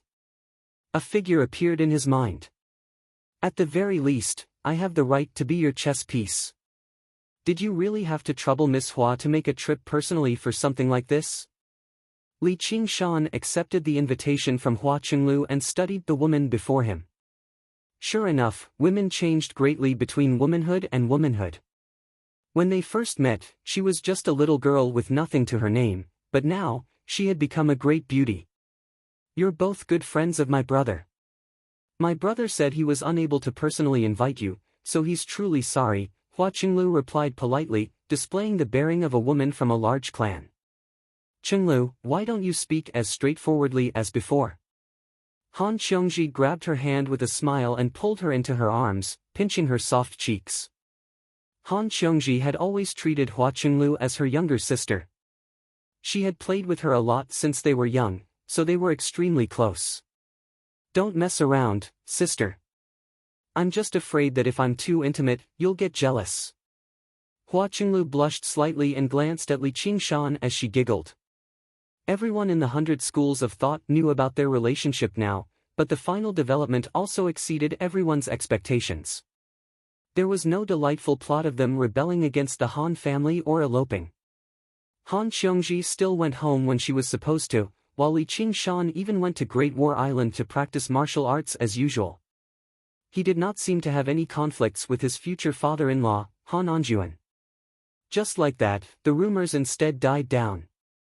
To cultivators, committing themselves to marriage and becoming partners of cultivation had always been common. They did not have as many formalities as mortals. Little girl, you're still no match for me. Li Qingshan stowed the invitation away. Alright, I'll definitely be there when the time comes. That guy has finally reached foundation establishment. Brother will definitely become an impressive cultivator. Hua Qinglu was filled with pride. Tell me, just now, are you eyeing Qinglu? After Hua Qinglu left, Han Xiongji grabbed Li Qingshan by the collar and rode on him. She curled her lips and questioned him loudly. Everyone loves beauty. Although you're my only woman, you can't deprive me of my right to admire other women. Weren't you rather confident earlier? Li Qingshan shifted his gaze. That's your problem. Han Xiongji pressed her face closer. Don't worry, madam. That girl doesn't have your benefits. Let's deal with my problem first. Li Qingshan laughed aloud as he picked up Han Xiongji and made his way into the house. The estate of the Hua family that resembled a city was decorated with lanterns and streamers. The entire city was jubilant. It did not seem like a banquet but more like a grand celebration. To cultivators, marriage, children, or the four great joys of life were not as important or joyful as breaking through. As a result, the Hua family invited guests from everywhere. This was the time when guests gathered. Flying beasts and flying shuttles hurried over with cultivators. There was no lack of foundation establishment cultivators among them. Among them, a cloud passed through the curtain of rain and landed in front of the gates. The gates were wide open, and people flowed in and out. As soon as Li Qingshan stepped into the city, the rain stopped. The formation above the city activated, and the rain flowed down along the invisible, hemispherical barrier. Under the illumination of the city's lanterns, it was a magnificent sight. Han Xiongji waved away the servant who had come to lead the way. The servant clearly recognized Han Xiongji, so he left with a smile without asking for an invitation. With great familiarity, Han Xiongji followed the winding paths and corridors and arrived before the tower-like building in the center of the city. It seemed like a glorious, towering fire tree. Under the fire tree, the two siblings, Hua Sengzan and Hua Qinglu, personally received the guests at the gates. They were both dressed splendidly and stood under the glorious lanterns. They seemed like a pair of immortals, and all the guests sighed in admiration. In particular, Hua Sengzan had always been a rare beauty in the world. After successfully establishing a foundation, his bearing became even more romantic. The female cultivators who passed by basically all stared at him. Qingshan, Xiongji, you're here.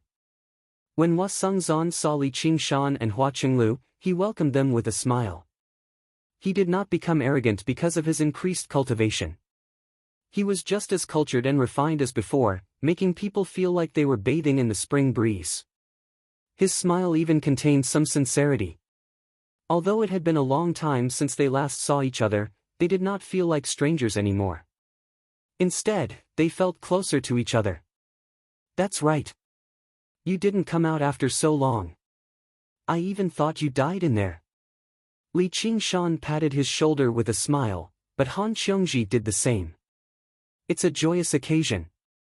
Don't say such unlucky things. Hua Sengzan's smiling gaze moved between the two of them. The two of you, as expected. When I first heard about it, you really did give me a fright. Who told me what's the point of having a man? I just found him pitiful. Han Qiongji's face reddened, but she still tried to defend herself. And who told me that I don't know what deep love is? Li Qingshan coughed dryly. I was just playing along. So you were just playing along with me? You misheard. I said I was young and ignorant. I was young and ignorant. Hua Sengzan laughed aloud and patted Li Qingshan's shoulder. Then how much do you understand me now? Li Qingshan raised an eyebrow. You still haven't forgotten? Hua Sengzan asked, have you? What have I forgotten? Hua Qinglu and Han Qiongji interjected. With the sharp intuition of women, they sensed that something was amiss. That's hard to say. Li Qingshan snickered and exchanged glances with Hua Sengzan. Both of them shared a tacit understanding. Who would have thought that the very first friendship between them was actually because they both liked the same woman? You can go in first. I'll come find you later. At this moment, more guests arrived. Hua Sengzan said and went to receive them. Tell me clearly. What is it? The two of them made their way into the building. Han Qiongji pressed on with her questions, but Li Qingshan only dodged the question. When he became anxious, he said, this is a secret between men. What are you, a woman, meddling in? Li Qingshan stopped and looked back. Hua Sengzan's face was radiant as he welcomed and sent people off. His features were picturesque and handsome. Even men would be moved. The heavens had blessed him with such amorous beauty, yet he just happened to fall in love with a woman he could not obtain. Was this also a joke of the heavens? He obviously would not forget. After all, she had left behind such a deep memory. However, there was no need for him to dwell on it all the time. Taking pity on the person before him was the most important, wasn't it? He smiled as he pacified the unhappy Han Qiongji. At the end of the day, she still could not understand the thoughts of those in love. At this moment, a familiar figure appeared at the door. His face was bleak, and his green clothes drifted about. Fu Qingjin. To be continued, RQ.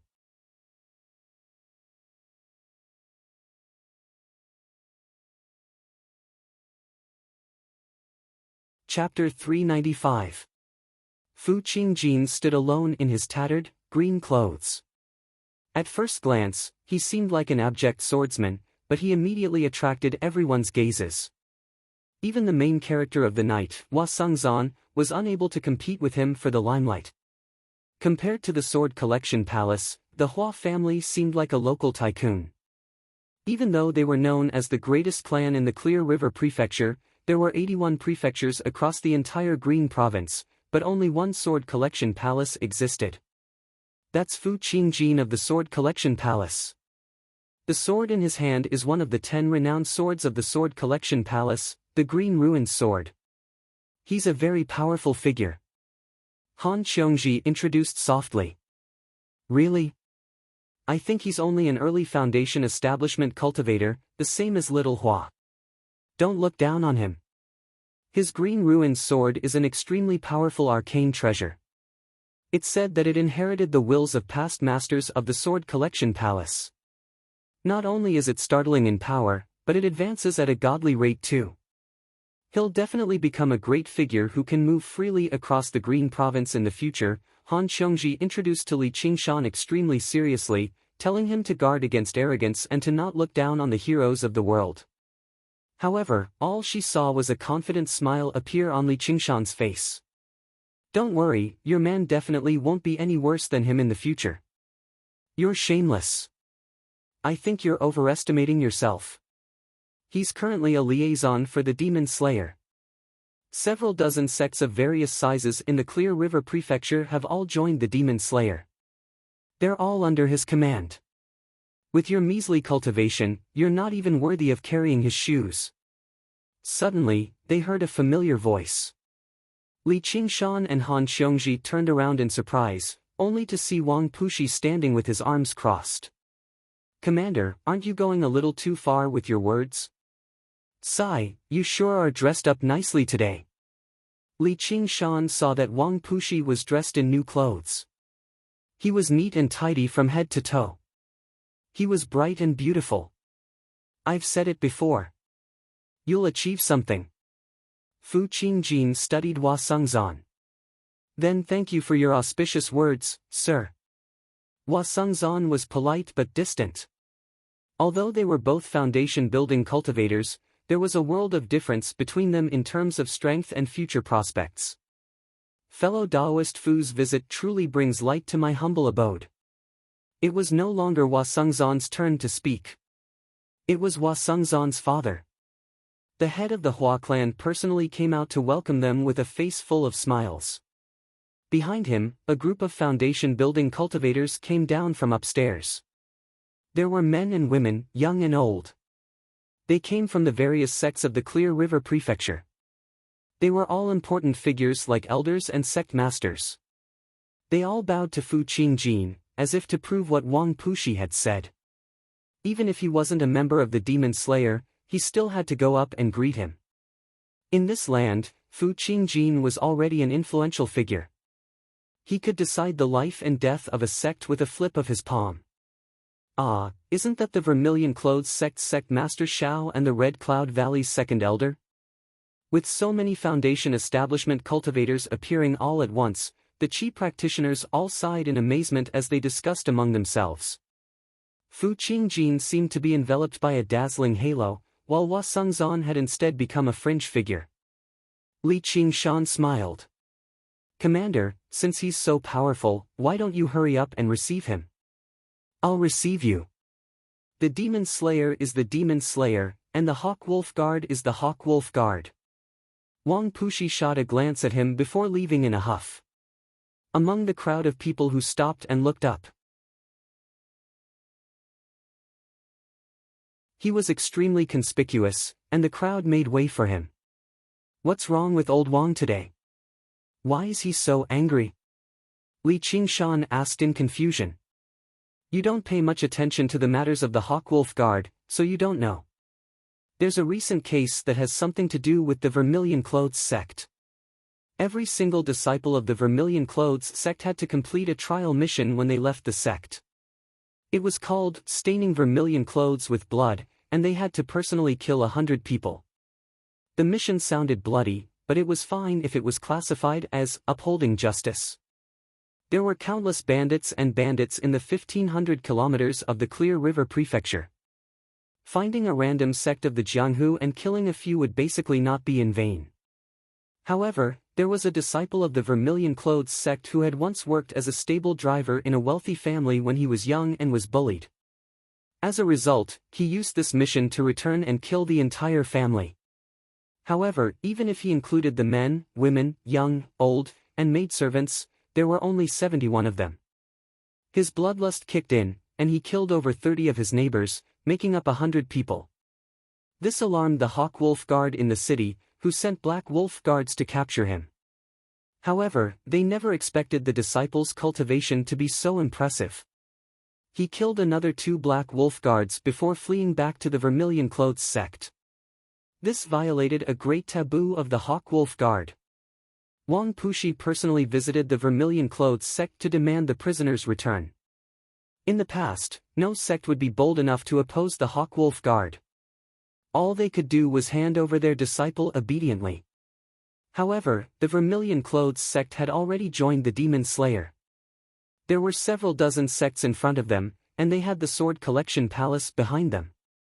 They no longer took the Scarlet Hawk commander, Wang Pushi, seriously. The master of the Vermilion Clothes sect denied that he was a disciple of the Vermilion Clothes sect. He asked Wang Pushi to look elsewhere. Beside Fu Qingjin, the master of the Vermilion Clothes sect gazed at Wang Pushi's back from afar. His lips curled into a sneer.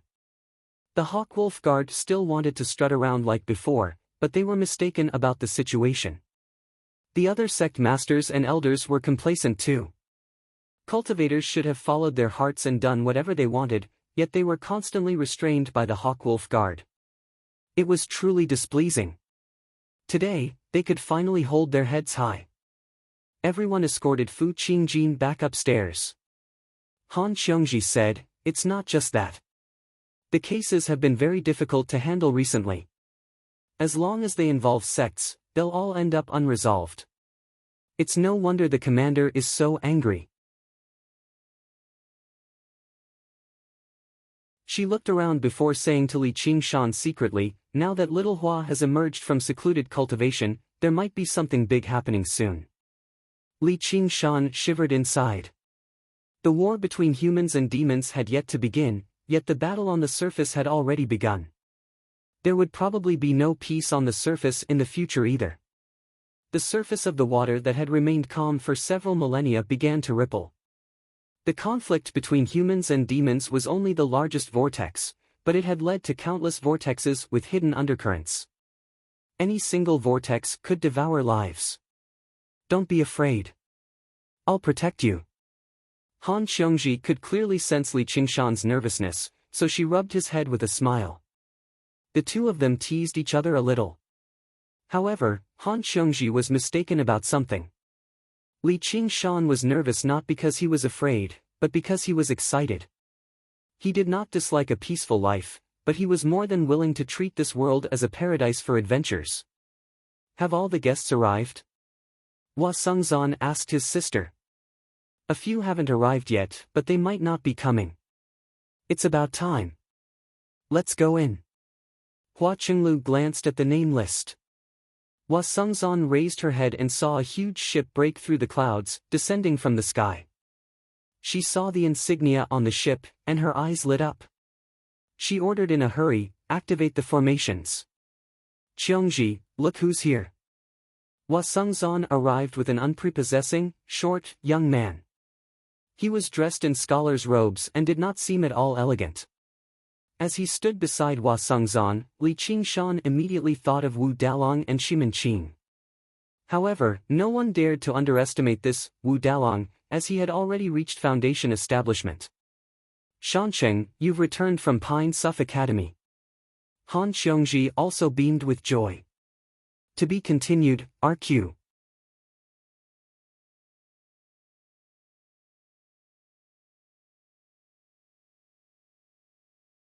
Chapter 396. Jiang Shanqing chuckled, but he was unable to hide the arrogance on his face. Among his friends in the past, his background was the worst, and his talent was not particularly great either, yet he just happened to enter Pine Suff Academy and succeed with foundation establishment first. He had specially borrowed the soaring dragon ship from his master this time to see his old friends. It was a glorious time for him to return to his hometown. He enjoyed Hua Qinglu's surprised expression at the entrance very much. It had only been a few years since he last saw her, but she had actually become so beautiful. When he saw Han Xiongji again, his eyes lit up. She was still tall and slender, confident and high-spirited. She had been rather manly in the past, but she now possessed the charm of a mature woman. Little Hua established a foundation, so of course I had to come back and take a look. "Where's Jie?" Jiang Shanqing's thoughts immediately returned to the past. Back then, he played around with his friends and was often looked down upon by others. Only the three of them never looked down on him, and she even encouraged him greatly. Hua Sengzan said, "You know that Jie hates situations like this the most." "Who's this?" Jiang Shanqing looked around and saw Li Qingshan standing with Han Xiongji. They seemed to be very close, which made him frown. "This is Li Qingshan, the primary disciple of the School of Novels and Xiongji's man," Hua Sengzan introduced with a smile. "What?" Jiang Shanqing saw how Han Qiongji had blushed slightly, but she showed no signs of objecting. His heart sank. Qiongji, why, you're already married. Why didn't you tell me? Hua Sengzan said, it's not just you. None of us were informed. What's going on? Big brother Boar, there's something you don't know. Hua Sengzan told him the entire story with a giggle. You're just a foundation establishment cultivator. You're still far from being able to have any designs on Big Sister Han. Boar was Jiang Shanqing's nickname in the past. In the past, Hua Qinglu had looked down on Jiang Shanqing. She found him to be timid and very gloomy. Hua Sengzan didn't take it to heart when he brought out such an imposing manner today. But she couldn't stand it. If he hadn't taken her brother's place, how could he have entered Songsof Academy? You've already. Even though Jiang Shanqing had already cultivated to a level where he could control his vital energy, his face still reddened immediately. It was as if he had been struck by lightning. He had wanted to return to his hometown in glory and fulfill his long-cherished wish, his former dream lover. She had become someone else's woman. Blockhead, why aren't you saying anything? This is my friend, Jiang Shanqing. Han Qiongji blushed slightly. She became even more beautiful, bumping into Li Qingshan. Li Qingshan smiled the entire time. He could tell what Jiang Shanqing was thinking with a single glance. Kid, you've come far too late. I might not be Shimin Qing, but with my physique, I can't compare to you. At least he is a Wu Erlang, much better than you, brother. He clasped his hands and said, Li Qingshan greets fellow Jiang. In the future, I will definitely get Uncle Han to agree to this marriage and hold a grand wedding for Qiongji. When the time comes, I will definitely inform everyone. I hope fellow Jiang can come as well. Qiongji, isn't your insight a little too poor? This person's cultivation is so low, so it's no wonder Uncle Han won't agree. What primary disciple is he? Novelist? Did I hear that right? Doesn't it seem like any random person can become the primary disciple? Jiang Shanqing's expression became uglier and uglier. A mere 8th layer Qi practitioner actually dared to speak to him like that.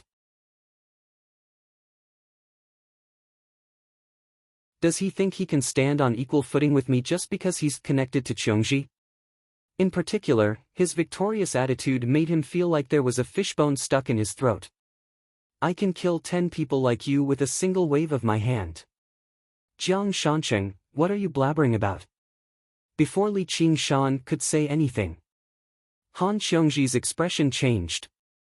She called out coldly, it's not up to you to tell me who I like. Qingshan, let's go.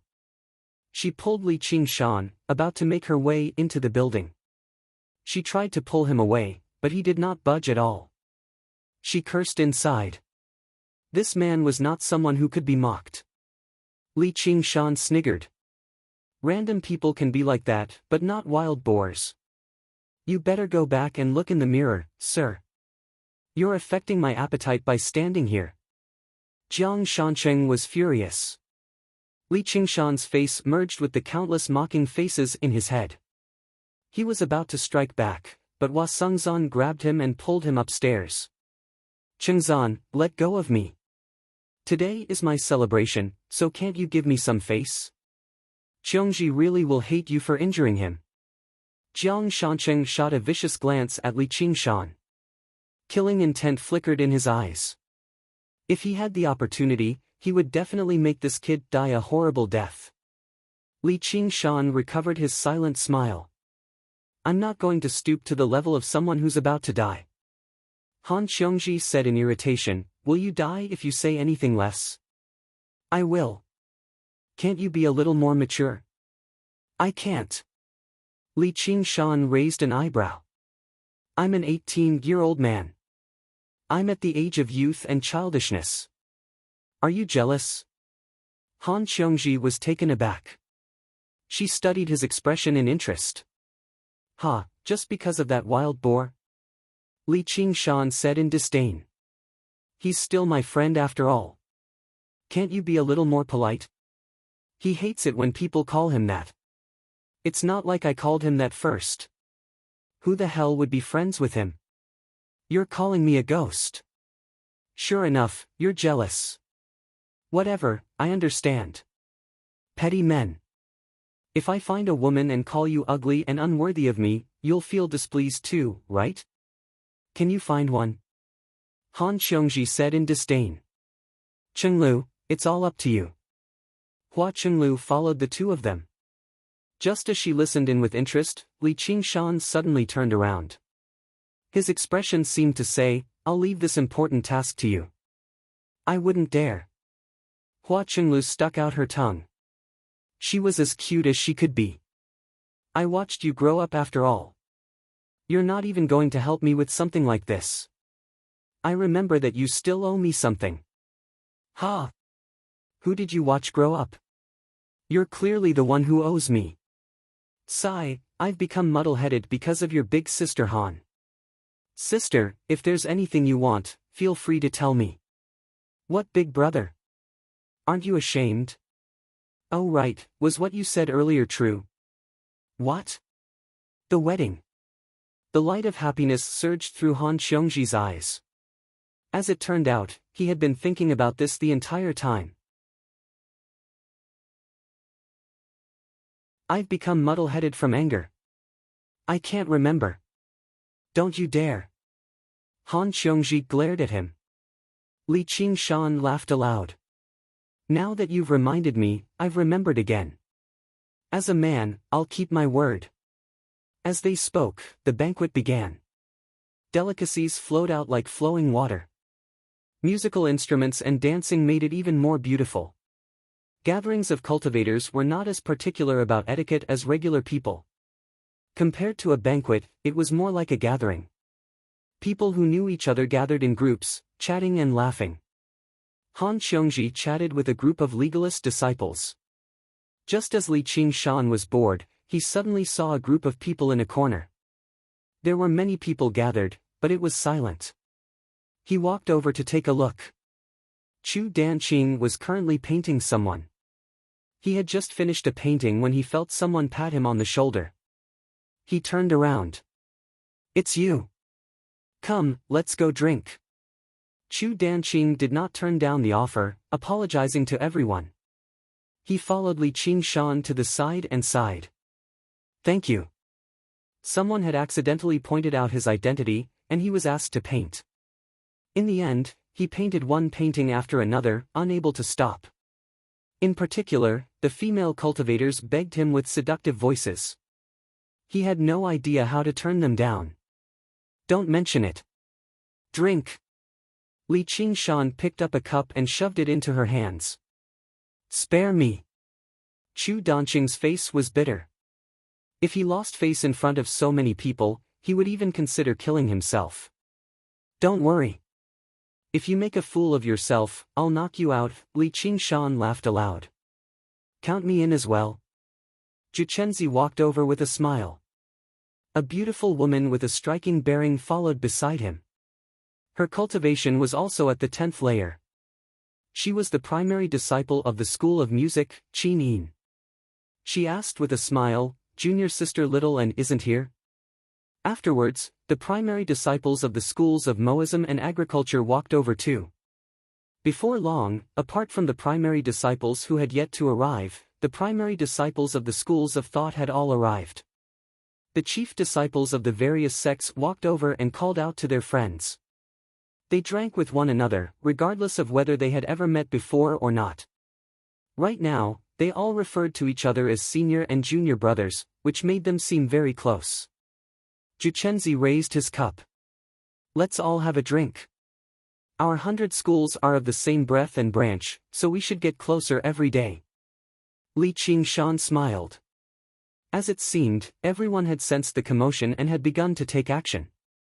If the 100 schools of thought were treated as a single sect, then they would be the largest and most powerful sect in the entire Clear River Prefecture, occupying the most resources.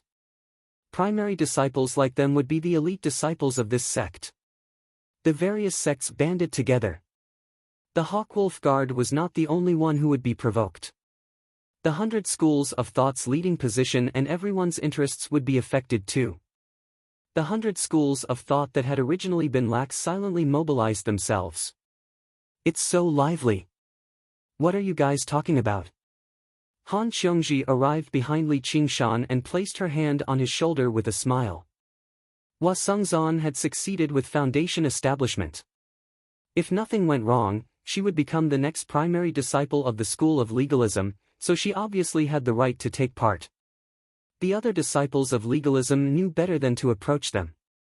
Wu Zhen also gazed at Li Qingshan from afar. His feelings were very mixed.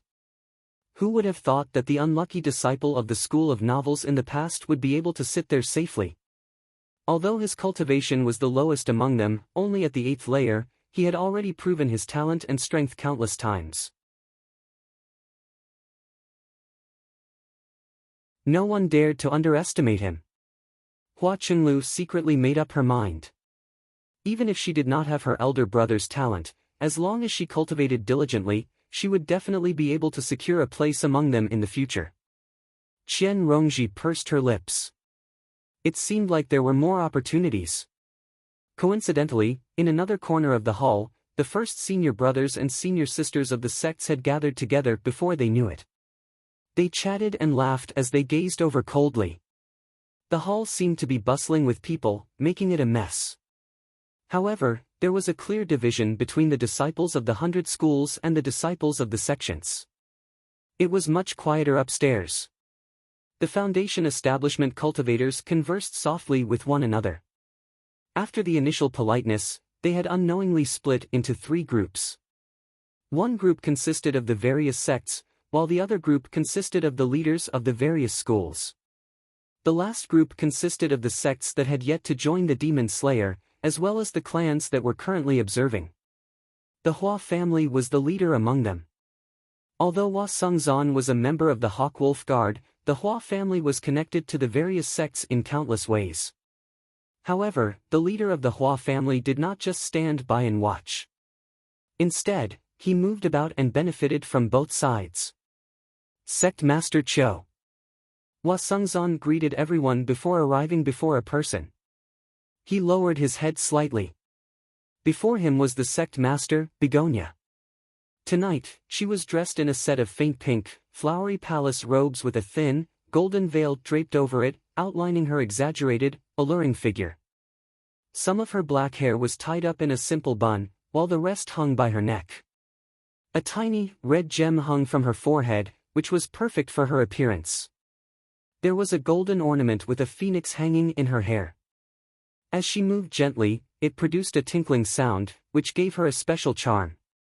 She was graceful and beautiful, like a peony in full bloom. Ever since Hua Sengzan arrived upstairs, Begonia's gaze had not left him at all. This was exactly what she had been looking forward to for a very long time. However, the 2 words, Sect Master Cho, displeased her. Big Sister Cho. Cho Haitang was delighted. However, she saw a short young man approaching her. His eyes were filled with the kind of unconcealable greed that she often saw. She was stunned for a moment before saying coldly, "Oh, isn't this Shancheng?" "It's me. I just returned from Pine Suff Academy," Jiang Shancheng said in a hurry. Jiang Shancheng said in a hurry. Han Qiongji treated him well, but what interested him the most was still the mature and charming Cho Haitang.